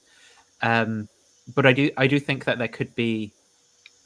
I think it could be more fruitful to address the sort of issues with the way that probability is used by people like Tim McGrew, and I think it could be useful to also put forward a video explaining like stronger versions of universalism and stuff like that, because and things like that, because it seems to often be misrepresented as a position by theists and non-theists alike who don't hold to universalism. They seem to generally just misunderstand it. Yeah, I mean, I think most universalists are correctional universalists, right? Like purgatorial. Exactly. Yeah. And not just that, also like the idea that it's just not in the Bible. Also like certain human hermeneutic principles about like things that Craig would talk about interestingly about like what is systematic theology, how does it sit with philosophy, model building based on but where you consider what the text has to say to be like a line of evidence as well as reason. Like I think all of these things are sort of interesting, and you can even as a non-Christian you can put together like a good case that would potentially convince some Christians. Yeah. So I have or wait, sorry. I wasn't sure if there was more on the point or. No, I've not got any more unless there's a question or something off the back of what I said. So I suppose I wanted to ask like Matthew, like I think you talked to someone a while ago. I did. A while ago about I think Kalam cosmological argument, right? Yes. Do you think that if their argument succeeds, suppose, that will get you some kind of like one of the things that perhaps bothers me is how even if you get to a loving God from KCA, Kalam cosmological, yeah, KCA, yeah, sorry, KCA, or perhaps contingency argument. Even if you get to a loving, kind, compassionate God, how do you get from that to eternal conscious torture? Like, do you think? Well, I think it's going to be cashed out in terms of a severe type kind of judgment, isn't it? Or they're just going to disagree with you about something. Yeah. Because the justification I have heard, I think I said the justification earlier too. Any crime against a person with infinite status, infinite dignity, deserves infinite suffering and stuff like that. So you can either pay it yourself, which will take infinite duration, or you can have an infinite person pay it for you. That's one response. Yeah, but I mean, but only potentially infinite. You can't have an actual infinite. Right. Cheating. Yeah. But the thing is, this kind of, I mean, I'm going to probably make how much punishment will there be versus how much punishment will there have been? I mean, I'm probably going to make a video with, I think, Ben Speed Watkins. I'm talking to him about this eternal hell stuff. Maybe I will make a video in the future. Hopefully, about. I just want to. Gotta run, guys. You guys are awesome. Okay. Love you guys. Have a great day and night. Yep. All right. Thank you for being here. Not all Christians believe in the eternal conscious torment. I don't, and I actually don't think it's what the Bible teaches. So I think it's just a great error that people believe this idea. And, unfortunately, it's a widespread error, and it's, causes a lot of harm. So, hi, Jimmy. I wanted to ask, do you believe in annihilationism, right? I think that's what your belief was. But I mean, even that's, I think it's still pretty bad, to be honest with you. Still. Wait, Rebecca, I thought before you had said you believed in that everyone will eventually get to the heavenly afterlife rather than be annihilated. Was that? No, that's basically universalism. I don't believe in that, but I believe that there's great hope for everyone, not just people who have confessed with their mouth and believed in their heart that Jesus is Lord, right? But that Jesus's salvation is powerful enough to save everyone who wants to enter God's kingdom and wants to be part of this place where God is king. So I think personally, both, of course, eternal conscious torture, I think, makes any form of theism. If you have eternal conscious torture in any form of theism that you believe in, you have to get rid of omnibenevolence of God. compassion, love, and stuff like that. And I think even with annihilationism, I think that is the case too. I think you have to Why do give you a, think that's the case with annihilation? because here's the thing, right? Uh, like, so first of all, do you believe that, the animals who are like eaten alive, like deers, and the way they are eaten alive is also pretty messed up. If if you look at some of the videos on YouTube. So do you believe in animal universalism, in the sense that like animals will be saved, will get some kind of compensation in heaven? Yes, I do. Okay, And you believe that's that, right? yeah, because and I think there's biblical support for that in several passages in the Bible. But one of them is that if God, Jesus said that not one bird, not one sparrow falls to the ground apart from the Father. So I think God is caring for all of the animals, and yeah, so I Yeah, believe in so life. this gets me to the problem with annihilationism. Well, one problem. So look, a bonobo, or a chimpanzee, or a cow, or all these animals Mm-hmm. will go to heaven, all of them who have suffered, or who have died from disease, or predation or something like that. All these animals will go to heaven, but some human beings will die, will be annihilated, right? Now I think that this means that animal species fare better than human species overall. I think any animal species you take, like you know uh, dogs, right? Dogs fare better overall than any human, than human species overall. I think that's one problem, and I think this you can perhaps enhance this problem by saying that, okay, look, why would he just let people die? Like, why would he just do that when he can save everybody, right? Through Well, his benevolence, love, and stuff like that. That's the thing, right? yeah. In my view, though, he is offering everyone salvation. He's just not Yeah. forcing you to take it. But So, that's the problem, right? Like yeah. whenever annihilationists, or eternal people who believe in eternal conscious torment, they say he's offering a free gift, right? I mean, but Yes. that sounds like a linguistic game. Like, who Okay. wants to be who wants to die, like, of course, if someone is depressed, in huge, in great suffering, then Yeah. they want to die. But that death is because they want to escape their suffering, right? They don't want to, like, I do not randomly feel like, while walking on the street, when I do not have any stress or anything, or like when I'm playing a video game or something, that, okay, I've played for 10 minutes and now I'm going to commit suicide or something, right? Like, you don't do that unless you are in great pain and suffering. So people choose to annihilate themselves when they are in great suffering.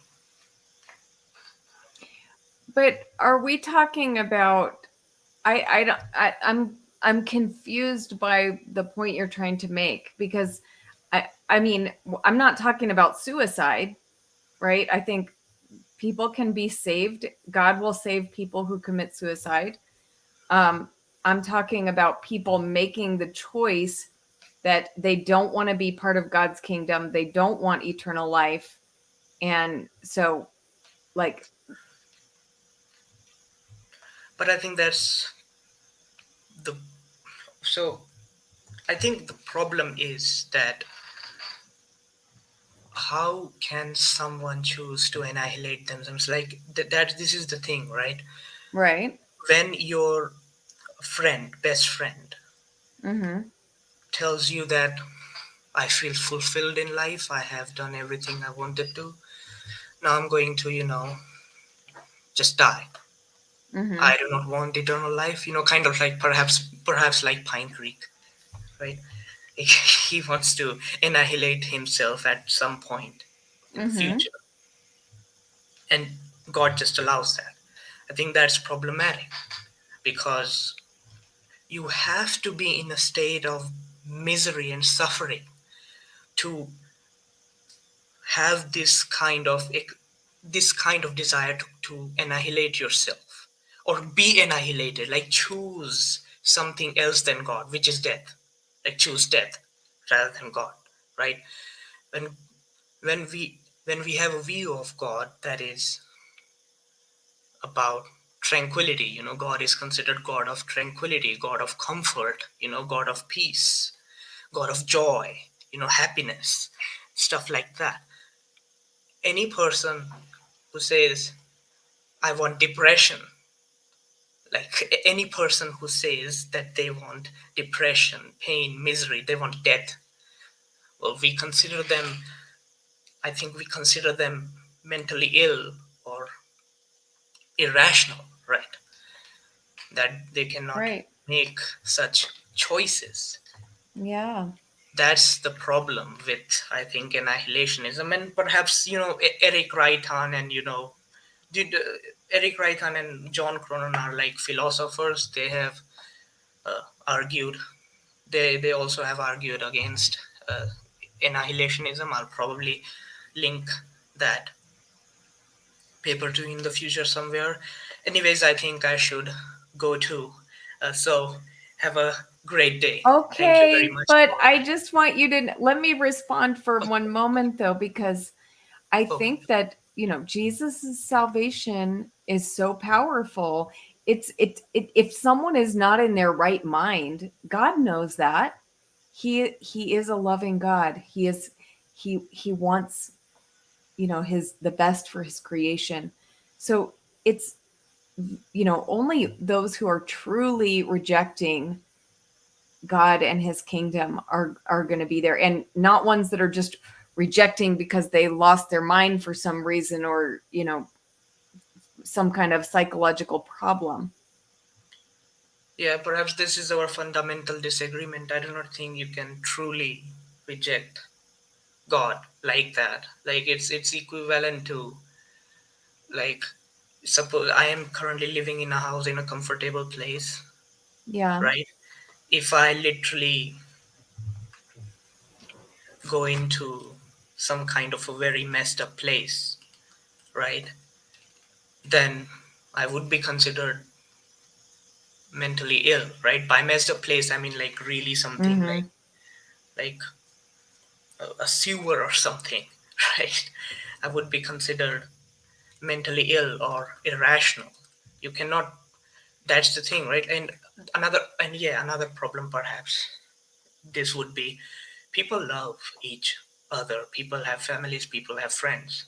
When someone is just annihilated or chooses to annihilate themselves, they're not just hurting themselves, but they're hurting their family and friends. And they are hurting God in some sense because God loves you deeply, right? And that's my point too. Like, you cannot, I don't think God would allow people to just die like that. I don't think God allows people to completely die, completely annihilate themselves when everything is running great. Well, then maybe you should consider universalism. I am a universalist. I mean, Okay. yeah, I mean, I'm not a Christian. I do not subscribe Okay. to any religion. I like to think of myself as a general optimistic theist, you know. So yeah. Okay. Well, thank you so much for sharing. Yeah. Have a great day, Rebecca. You too. Come back on anytime, okay?